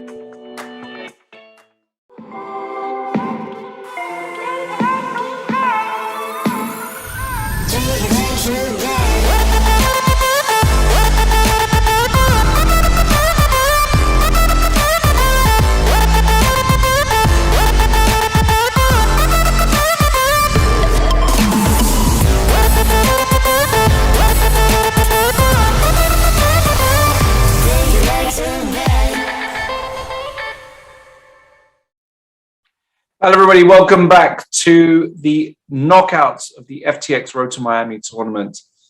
We've just seen great action, but no rest for the wicked because we have got the Blitz playoff. Wei Yi coming back from the dead against Samuel Sevian. He had a horrific position out the opening, made it complicated, and finished the job. And now 2 Blitz games are to take place. Rapport will be playing at 19 past the hour. So in 11 minutes, Jeffrey Zhong will have white. For the moment, we're going to stay here. Peter, we've got, again, a Najdorf, similar kind of position they've had a few times already. Yeah, exactly. And now they opted for bishop d8 instead of bishop f8. You remember I told you that there are so many different move orders here. That's the first. I don't think it's a novelty, but novelty now between the two players, and finally forces Samuel to think. Yeah, in the previous game after bishop f8, he went on to blitz basically the whole game. Yes. Now it's the bishop on d8 supports this b5 idea maybe even more. In any case, now Samuel is taking his time. Yeah, so if he plays knight f1, I'm pretty sure that black will play b5. Yeah, this pawn sacrifice that he has anyway done with the bishop on f8 will be certainly be done with the bishop on d8 as well. Yeah. So, okay, this is big surprise because in a blitz game to spend almost 30 seconds for such a, but it's a very important moment, yeah? Absolutely, yeah. Because usually till white has the knight on d2, black does not threaten to play b5, yeah? So basically white could maybe give an argument, yeah, and he goes rook e2. Prophylactics. Wow. Deep. What's the idea? Well, I mean, to give pass the move to black, for example, yeah? And rook e2 eyes the c2 pawn. Maybe if you're gonna go knight f1, it's more harmonious already protecting. There are all these finesses in this position. Wow, I know nothing about chess. It's gross. Holy cow. I mean, it's just... why am I here? That's what they're asking in YouTube. Okay. Yeah, you are entertaining everyone, no? Come on. What a question is that? I mean, you know, rook e2? Come on. ab6, knight b6 played. Yes, because now the rook on e2, for example, after rook a6, knight c4, there might be some fork with the bishop, yeah? Yeah. If the knights trade on c4. He does have rook. No, he doesn't have rook a7. Knight e3 is a problem. Yes. Wow, wow, wow, wow. This is tough. Very, very tough. I mean, basically, this is something for classical chess. And then after playing already 4 rapid games with all these incredible emotional roller coasters, to keep a cool head and then fight yourself through all these small nuances with little time. Very challenging. Very, very tough. It's maybe now easier to be black, yeah, because knight c4 is coming. White has to make up his mind. Rook e1 back, yeah. White is not happy. Yeah, suddenly the rook on e2 was also misplaced. That's how it is, yeah. Yeah, I'm looking forward to knight bd7 rook e2 repetition. No, that's not going to happen, guys. It's not going to happen. I'm yeah, just because joking. now the pawn on b2 is hanging actually. Yeah, but such is the position. It's often so stupid, you know, these positions, because now you opened, I mean, you created a target for white, yeah? So basically white is happy that he got the target, but black has now the momentum to try to make good use of knight c4, or sometimes the pawn sacrifice with d5 is possible, probably not now, because then white captures on b6 and then he takes d5 will hurt big time. Knight c4 on the board. Yes. So big question, takes, bishop c1. Will we see bishop c1, cemento. Queen c1? Cemento, bishop c1. Knight or a4. knight a4, even better. Well, but this is thematic. The white wants to play b3, c4. However, black has this idea of going bishop b5, then trade the bishop, goes queen c6 or queen b7, and then bishop b6. You see why the bishop on d8 is wonderful, because there is this idea as well. Wow, you know so much. So I wasn't exactly sure that, yeah, knight a4 is typical, but maybe just trying to keep it was also possible.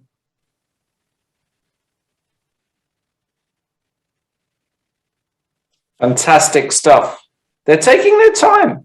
There's no rush.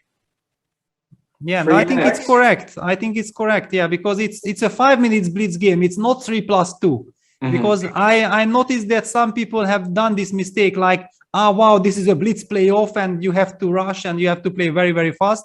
No. Quality matters, because they also have shown that they are extremely good with little time on the clock. Yes, so stabilizing and getting a normal position is so much more valuable. b3, white is trying to make some kind of a small progress.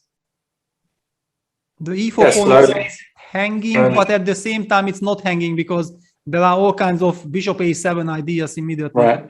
So knight e4 would be probably a blunder. Yeah. So d5 thematic. Okay. Yeah. Yeah, ed5 will have to be played. Knight c5. I don't think that knight c5 can work. Then d4. Very hard to believe that knight c5 is possible. So ed, bishop d5, bishop d5. Knight d5. Knight d5, and now you play. Now you need a good. Now there needs to be a. Can you play? Maybe you play rook d2 here. Rook d2, and if bishop fc, then queen fc. I would love to trade there. No, finally, they opt for takes, c4. Okay, natural play. Okay. But now this is very drawish. Really? This is very drawish, yeah. Really? Oh my god. Yes, that's how I would feel. Why is this drawish? Where? What? Imbalances everywhere. Weak a pawn. You know, maybe minor piece imbalance. Yeah, but the weakness on b3, yeah, there is a tendency of, you know, the weaknesses will somehow compensate for each other. Yeah, where he has to make up his mind. Yeah, that is he trying to play ambitiously, or is he trying to secure safety at takes? Do we see bishop g5, rook e5, bishop f6? Then there is rook c5. Yeah, there is a lot to calculate.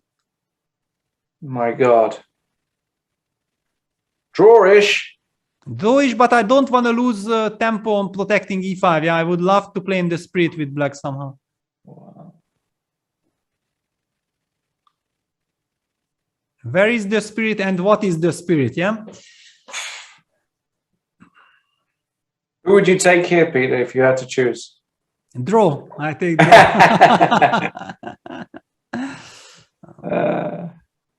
Yeah, let's postpone the decision for another game. Yeah, I feel that it should end in a draw. And of course, the rapport game, Jeffrey Jean with White kicks off in 2 minutes. 2 minutes time. Yeah, so basically you have two incredible playoffs at the same time. Incredible.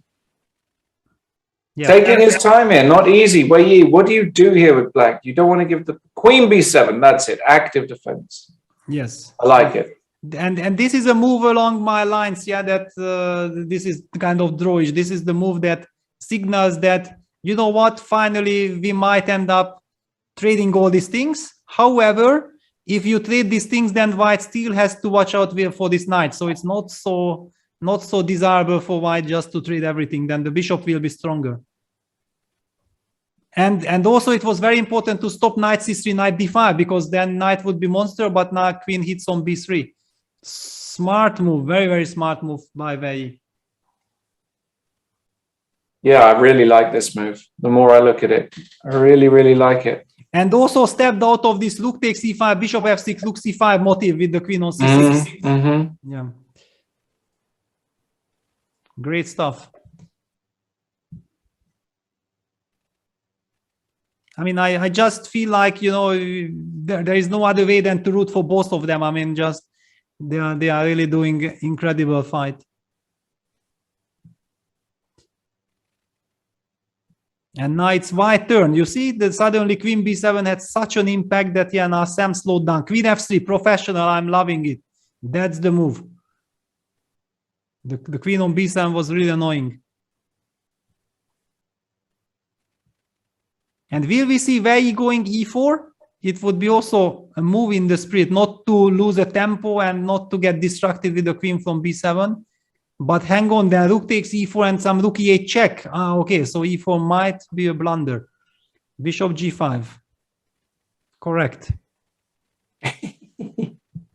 I mean, connected. You remember I just told you that I blundered rook e8 check. So yeah, that's why I say correct. Yeah, this is correct. Rook c3. Yeah. And okay, now e4, e4. f5. Yeah. Bishop to f6. Yes. Yes. This is dangerous. Slightly more pleasant for black. Yeah, definitely. Yeah, e4 on the board. Yeah, e4. Nice, nice. Of course, objectively fine, because whenever you play rook cb8, I will have knight c5, so rook d1 also correct. And white wants to go rook d5 and also try to bring the knight, yeah, f5. Rook d5, bishop f6. Yeah, it would be lovely. Rook d5, bishop f6, rook e3, bishop g5, rook c3, bishop f6. I'm happy with this draw. Let's go. That might happen. That might happen. Yeah, that's what I'm rooting for. Yeah, because I feel like I don't want any of these players to lose. Draw is good. Draw is good. This could happen.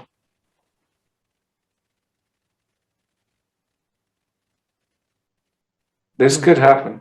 Could easily happen, yeah, because, okay, you don't want to allow knight c5. Yeah, with little time on the clock, you just don't want to let that happen. And also it would be fantastic timing, because then we have 5 minutes break between these two games and we can jump immediately to Jeffrey Rishi. Exactly. So come on, guys. Draw is fine. Let's postpone the decision.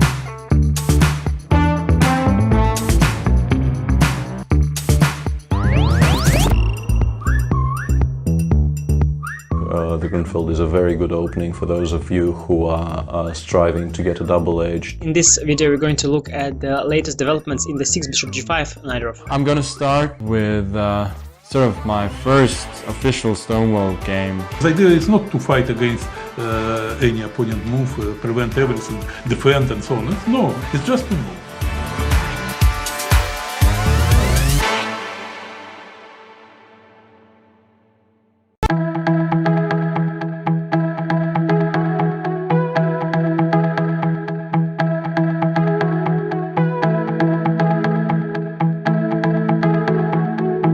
Piece on d2. Out what's on the page of his book, then he gets to study. David likes to take it easy and use his time wisely.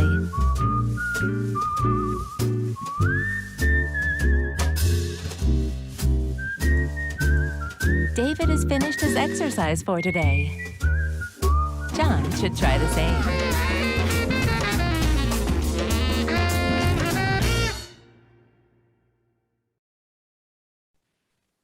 All right, we're back. Apologies for that. The King's Indian caused a crash in our system. No, we're only joking, of course. Slight technical difficulties, but we are back. We're looking at the blitz game, the first blitz game between Rapport and Zhong with the white pieces. Richie played the King's Indian, but he's kind of okay now, I think. He's stable. Yeah, I also feel like, yeah, when the crash happened, it looked a little bit critical, but he recovered. But still a lot to play for. Yeah, I mean, so many finesses. Yeah, that how you gonna play long terms. Yeah, knight e6, of course, the knight has to come. White will probably also kick this knight away with f3. So yeah, two knights symmetric. So this pawn structure is symmetric. Knight f2. Hang on, can now black play c5? Exactly, c5 on the board, and black will be the one reaching to the d4 square first. Well spotted. Is Richie taking over now? Maybe he is. I'm worried for white now. Takes queen e3, trying to go knight c3, knight d5 as quickly as possible. Or maybe queen a3, yeah, because queen a3 stops knight d4, but no, Jeffrey goes g4. I'm not sure that I'm liking this. I mean, without knight c3, there is no stability. Knight g3, trying to go for attack. Is this the, you know, the wildness of the use, or what is it? I'm not a no, but it doesn't look right. Yeah, no. HG, what's the big deal? I mean, this is a monster forever on d4. Yeah, this has gone wrong. This has gone wrong for Zhong. Very wrong, actually. And Richie is also a typical guy, you know, who loves to counterattack. Yeah, he has this positional fundament with this knight on d4 cemented. And I will not be surprised if some f5 break or something would happen, you know, some shocker, some big surprise, because okay, queen e6 happened, also wonderful. Yeah, queen eyes on the a2 pawn, eyes on the g4 pawn. h5, g5 happened. Yeah, and the knight on h6 does a great job now of protecting f5. Actually, he's going to swing the queen to a6, go rook b8 and b5. That's what he's going to do. That's my Richie. Yeah, I mean, now he has everything under control, and his attack is coming, and if suddenly black attacks here, it might be game over, because the knight on d4 gives such a support for black's pieces. And by the way, breaking news, the other game is about to start, or started with b3, first move b3 by Wei Yi. Wow. I mean, he wanted to stop e5 at all costs, yeah, somehow. No more c4, e5 business. Yeah. But okay, we stick to this game, of course, right now. Jeffrey in a lot of trouble. I mean, this g4, I just can't believe. I mean, it was an impulsive decision. I mean, he wanted to attack, yeah, and then he let his emotions take over instead of his brain. And now he regrets it already.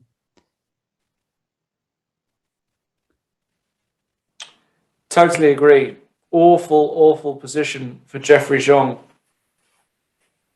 And the problem that it's awful, it's so difficult to play fast. Yeah, that's another practical problem. Yeah.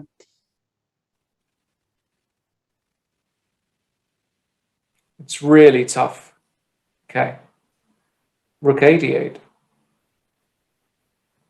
Didn't expect that, but fine. He finally goes knight f5, but he wants to take with the e. No, he takes with the g. He wants to put the knight on g4, but queen c6, I guess. Yes, queen c6. No, queen f7. Wow. What? Surprising. Big surprise. Huge surprise. He wants to hunt down the h5 pawn. I mean, rook h1, rook h8, and says that the queen eyes the c4 and the h5 pawns. The big difference in this position is the knights. If you're looking at this, I mean, look at the beauty of that knight on d4. That's the point. King h7. Well, slightly mysterious. I have to say, slightly mysterious, but okay. Probably Richie thinks that with rook d6 he will beautifully protect the f6 pawn and then get this attack, what you are claiming also with b5 going. Just a6. But c5 is dropping, so it's not... Okay, yeah. Yeah, now knight is rerouting to d5. I mean, yeah, knight got to d5. He found it. Yeah, no. He's done really well here, Jeffrey. He's done really well. Richie misplayed that somehow. I didn't like going after this pawn. Queen f7 and... Yeah, and already rook a8 was somehow the wrong direction. I did not like it. But, I mean, okay, his position is anyway fine. Simply that it looked so much better before, yeah? Yeah. King h6, nice blockade. I mean, this king is blockading, and rook dg1. I mean, this rook dg1 is very strange, because what is this rook doing? I mean, I would be really worried of some b5, so get the rook to c1 to protect against b5. Okay, rook g2. Yeah, probably he wants to bring the other rook to c1. b5 on the board. Finally b5, yes. Because also, if once we disbalance the c4 pawn, then the exchange sacrifice might appear. That's what we want.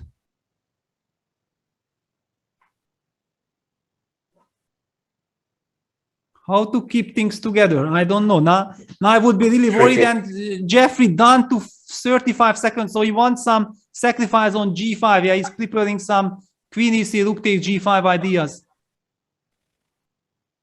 But but he might not be in time, because BC already rook takes d, but then rook g5. Okay, super sharp, razor sharp. Yeah, I like this idea actually. Queen e3, rook g5. Queen e3, knight takes f6 also is an idea, and rook g5. Yeah, but I'm anyway expecting that this knight will be eliminated. Yeah, bc4 on the board. Queen e3. Queen e3, knight takes f. Woo! Straight away. What? But this is more of a panic. I'm not believing this. I mean, I'm not buying this. Do you like c3 here, intermezzo or Zwischenzug or not? Probably not, no? No, c3, then there is knight g4 Zwischenzug as well, yeah? Yeah. Yeah, but how you take? Yeah, that's the big question.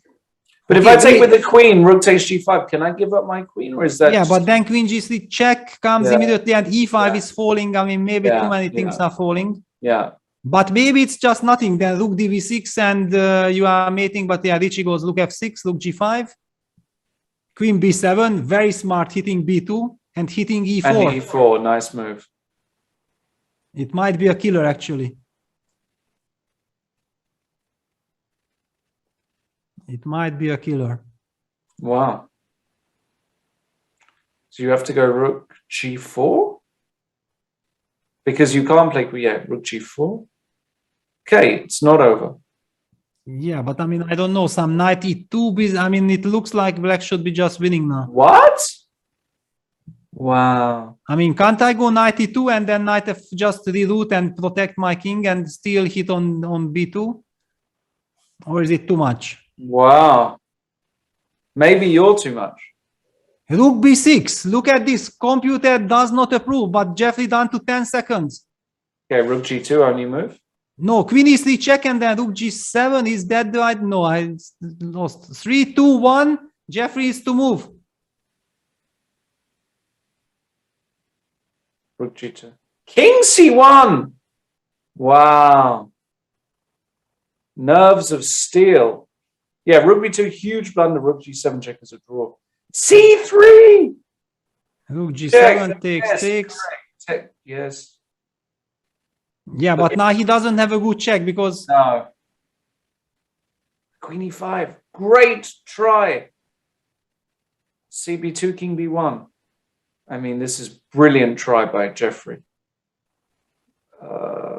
But the big question, for example, after rook takes b2, is there perpetual or is the king... knight e2 check. Very nice. Very well spotted. I don't understand. And now cb just wins. Queen d... Queen c7?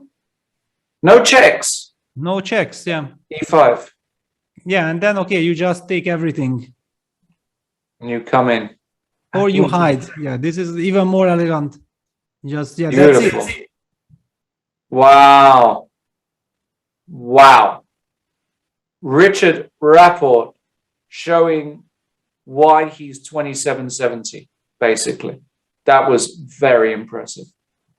And that means that Jeffrey Zhong needs to win to stay in the competition. Let's go over to Samuel Sebian against Wei Yi. And wow, Sam Sebian also needs to win to stay in the competition. No, first game was a draw. It was a draw. It was a draw. Sorry, I'm losing my mind. Yeah, It's I understand. 10:30 and I'm losing my mind. I understand, but imagine Wei playing at 4:30 a.m. Yeah, this blitz playoff. Crazy. I mean, incredible. I mean, also this performance, but also what Sevian is doing. Incredible fight. But now White is a pawn up. Yes, Black has some compensation with the dark square bishop, but White's bishop on e4 is also beautiful. I mean, Black might be in a lot of trouble here. Really?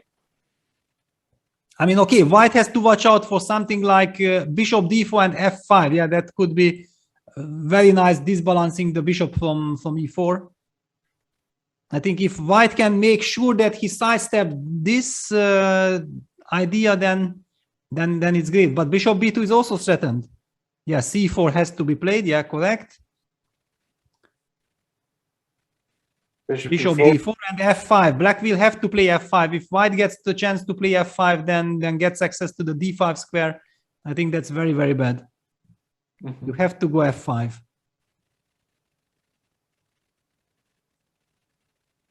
You simply have to go f5 here. Bishop c5. So f5. Was he worried of c5 intermezzo? Maybe he was worried of c5 intermezzo. Yeah, he puts the bishop on c5.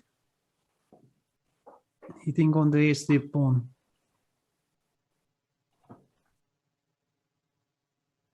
And f5. Yeah, that's it. Where he uses the momentum, because this f5 strategically is so important, because if he gets fe6, if rook e6, then he gets the d5 square for the bishop later, and if fe, then of course the king is checkmated quickly. And if Black takes ef5, then also rook f5 and gets access to the d5 square. I thought like Black should have never let this happen. He had to play f5. This is now practically very, very unpleasant. Maybe e5 is but e5, f6. No, this is very dangerous. And it's slowly becoming a bullet game. Yeah, it's a middle game position. Both players down to a minute, just over a minute. But with 3 seconds increment. I mean, let's not forget 3 seconds increment is a lot for these guys. Yeah, it's really a lot. Okay, bishop a3. Rook a1. Rook a1. I mean, how to get the harmony? I just don't know, because It's very strange position. After bishop c5, we take on e6, or yeah, we take on e6, I guess, right? Queen yeah, F6. well, also f6. I understand. F6 is interesting. Yeah, F6 is what I was looking at, but is also interesting. Yeah. Maybe we go queen f3. No, that's too cute. Bishop c3 is coming. I mean, now suddenly white has many very tempting options. It will be interesting. I mean, where he has to listen to his intuition and then choose accordingly, because I'm pretty sure everyone would choose different moves here. Also, just going queen g4, fe6, f6. I mean, everything looks very natural and tempting. Yeah, queen g4 here looks actually very interesting. Yeah, he does it. He does it. Does it. I mean, engine doesn't like it. I mean, I was also not such a big fan, but I mean, it's so natural because I still keep both options open. Yeah, that's the human way of thinking, but computer does not approve it. But who cares? I mean, 40 seconds each. Yeah, it's about emotions. It's human touch. EF, rook f5. Yeah, rook f5 is good. Yeah, rook af1 is threatened. Bishop d5 is threatened, hitting the f7 pawn. Will black be able to get some bishop c3, rook f6, some defense like this? Yes, that's what he's looking at. But down to 20 seconds. I mean, good luck defending this. Rook g6. Queen somewhere. Just queen f3, right? Yeah. Queen f3, bishop d5 plays itself. Queen h5 also. Yeah, too many problems. I mean, how to protect but now the f7 pawn? Maybe bishop c3, bishop f6 now. But now there is also even bishop d5. I don't know. Even bishop d5 is maybe possible now. Tactics. Okay. Because bishop takes a1, rook takes f7 wins. But okay, rook af1 system. But now at least black got this. Yeah, he got what is it? Takes everything. Queen h6, f5. Okay. And then queen c6 check. What the defense. Oh, well spotted, Peter. Really nice. Defense. Down to 11 seconds, very. Bishop d5. Yeah. But now maybe black can set up some defense. Queen c7. I like it. Queen g4. Yeah, all of these moves feel wrong somehow. Black is organizing his forces. d4. Cutting. Look at this, d4 with 10 seconds on the clock. d4 cutting. Okay, you have to take with rook f8. This is okay. Well, no, it's terrible, but okay, everything that does not lose on the spot is okay with this time. Bishop b2. c5? No, this is too loose. I mean, nothing moves. Yeah, king g2. Yeah, it's very nice because maybe just play h4, put the king on h3, just hide it somewhere and keep on pushing. Rook f2. I mean, look at this lovely bishop on d5, this pawn chain. And this eternal weakness on f7. Queen a3, panic move. What is this move? Queen g6, queen e7. That's it. Wow, what? He gave the pawn? Oh my God, he's a genius. That's it. No, he's not. It's mate. No, it's not. Mate. It's not mate. Wait, what? It's not easy. It's not over. No, he just needs to move the rook, yeah, because he has king h3. He has king h3. Yeah. Oh, that's it, actually.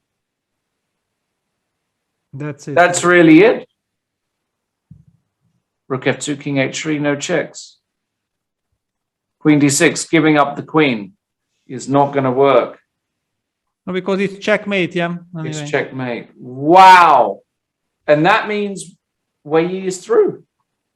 Wei is through, yeah. I mean, heartbreak for Sevian. I mean, he played such an incredible tournament, yeah. And just one mistake in the fourth rapid game, just one small mistake. I mean, it was a blunder and it cost him the match. Wow. I mean, congratulations, Wei, for this also incredible comeback, yeah, that he pulled out the miracle. But also big congratulations for Sam. I feel absolutely gutted for Sam because he played 4 days of beautiful chess in the preliminaries, and just couldn't quite stabilize somehow. That win by Wei Yi with Black in the main games, you know, Peter, was a killer when Sevian had that, you know, beautiful advantage in the opening. Now we go to Rapport Zhong, and Jeffrey Zhong needs a win to stay in the competition. Yeah, and he has a miserable position. Miserable position. Basically, completely busted. It's just terrible. But okay, he had to take the risk. Yeah, he went for some knight f6, g takes f6. No, in fact, he played just very quickly because we jump back here just to see that it was Caro-Kann knight f6. And after queen d3, g6 takes. That was the structure how we got here. And okay, now we are coming back to the current position. I just wanted to show that how we reached here. But okay, it's some kind of an achievement that Black managed to force that bishop back to e3. That bishop was really disturbing. Maybe Black can go g5, maybe even then evacuate the king to g7 like this, and it might be a fight. I mean, this king d7, wow, stays in the center. Rook a1. Eyeing also some knight e5 check eventually. Of course. With all this, I mean, this king d7 is also asking for it. Yeah, I'm really asking for it. Goodness. I mean, where is this king hiding? Because it can only stay on d7. If it runs to c7, it doesn't feel much more safe.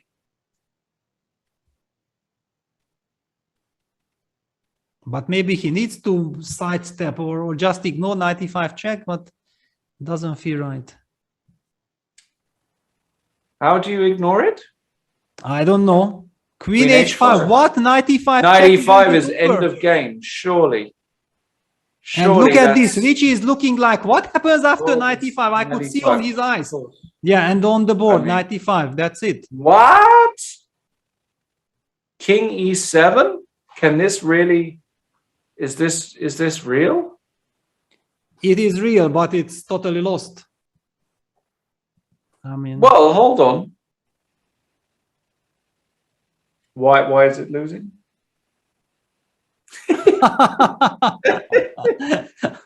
all right.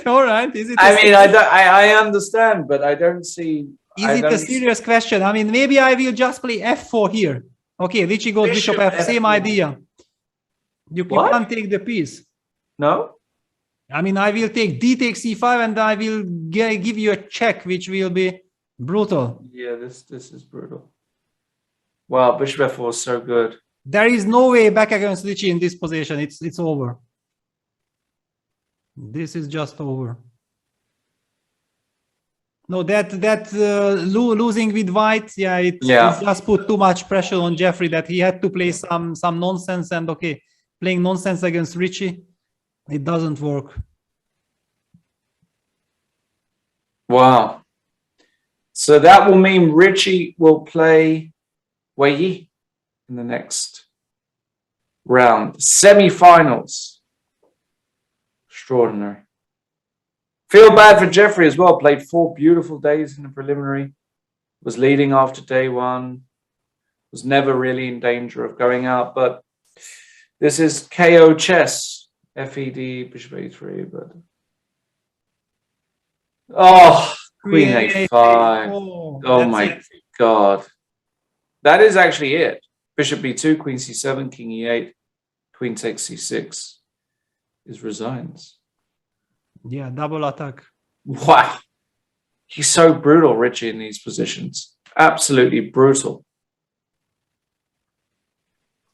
And but also Jeffrey had so many chances in this match. Yeah, I mean, this very first game that he should have won, he did not win. Then he won with the black pieces. Then with white, he played a terrible game. Okay, from Rapport side, it was a wonderful game. But I mean, if you lose with the white pieces, then something is horribly wrong. Then in the 4th game again, Jeffrey was playing brilliantly with black. He had winning chances. Probably he was even winning at some point. We missed out on that. Then finally, Richie managed to hang on, get to the playoff, and maybe it was like the way how match developed psychologically. Playing the playoff was easier for Richie because he felt like he came back. Yeah, It's often the case, just like with Wei also. Yeah, he came back after being lost. Yeah, okay, giving the rook. Yeah, he's giving the rook, and can I play on here? But yeah, it's exchange and 2 pawns down and the lost position. Just everything is against Jeffrey. yes, it is. He's going to carry on though, because there's no sense in resigning. It's the same result. So, who do you like in the semi-finals, Peter? Well, you know, I just noticed that my picks were total randomness, but actually all of my 4 guys are through to the... And at some stage you were like 5% favorite, yeah? And they exactly. all, no, I mean, yeah? it looked like that's it. I mean, I'm not going to get anyone right. Yeah. It just shows what an incredible fight and how unpredictable everything is. Yeah, and that's why we love it. Yeah. Just nothing is guaranteed. No result can be even expected, or I mean, just total craziness. Incredible. Also, that match Duda against Giri. I mean, how many ups and downs we have witnessed there? Incredible. So well, I mean, yeah, kind of. It feels a little bit awkward to speak about the semifinals before officially. Yeah, true. Let's wait because but it's crazy really, things can happen. Looking at the position and looking at the clocks, it's almost impossible to even imagine any other result than Richie winning this. And actually, he only needs a draw. Yeah, that's even. Yeah. Is he playing in Chennai? No. He's not playing in Chennai. No, he's not playing. I'm also not playing. Richie is also not playing. It's the usual Hungarian situation. Yeah. It's a situation, is it? It's the situation. Yeah. So who is playing, or are you not allowed to say? No. I mean the lineup is known. Yeah. I mean. Oh, the lineup is known. Okay. The lineup is known. Yeah. It's not a secret. Who's top board? I mean, I guess Berkesh.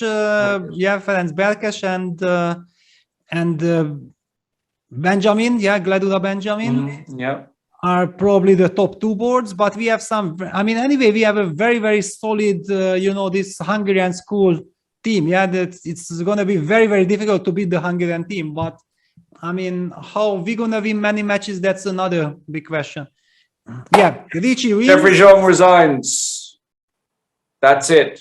That's it. Richard Rapport goes through, and terrible luck for the young American. He just didn't finish. He needed to finish. They both lacked finishing qualities today, a bit of maturity maybe. So we see Wei Yi against Richard Rapport in the semi, and Duda against Aronian in the other semi. Wow, it's been a long day. What are we? 5 hours into the broadcast. A lot of chess. But one thing's for sure, it's been entertaining. Thank you, everybody, for tuning in. We will be back tomorrow for the semi-finals, same time. Before you go, don't forget to get that premium membership, 40% off. Get that year membership. Road to Miami is the code you need. And also, remember to get yourselves over to the wall on Chess24. Solve some puzzles, get some cool prizes. And while you're at it, the sponsor of this tournament and the sponsor of the next tournament, FTX, go and get yourselves a crypto wallet and a crypto profile. What's it called? I'm using the wrong word. And my brain is totally gone. Even I'm gone. And I haven't been playing.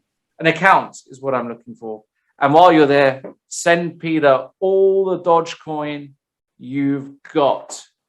You a fan of Dogecoin, Peter? No, I'm not an expert in these things. Yeah. Oh, no. Shame. At least not yet. Yeah, not yet. And you will have time. You can explain to me so that I will understand. All you need to know is if it's got a dog on it, you're good. All right. We will be back tomorrow. Thank you so much, everybody watching on Chess24, Twitch, YouTube, everywhere else. It's It's been an absolute pleasure. Thank you to Peter Leko for being an absolute trooper, a warrior today. We didn't get a single break for after 4 hours, and you were brilliant. Thank you so much, Peter. Thank you so much to Satiris, our producer, as well, for his patience. Any last words? Well, thank you very much to you, Lawrence, also. I mean, it was just incredible having this company, all this energy, these vibes, the positive vibes. I mean, this is always teamwork. Fantastic. Yeah, Sotiris is always there with his tremendous knowledge. And congratulations and thank you for the players for their incredible fight, because these games and everything, these matches have been real thrillers. I mean, unbelievable advertisement and ambassadorship for chess. So thank you very much. And stay tuned, guys. Tomorrow we will be back with the semifinals. See you tomorrow. Air quality isn't the first thing that comes to mind when you think about chess and esports, but it affects our focus, decision-making, health, sleep, and more. What's in the air you breathe? Find out with Airthings.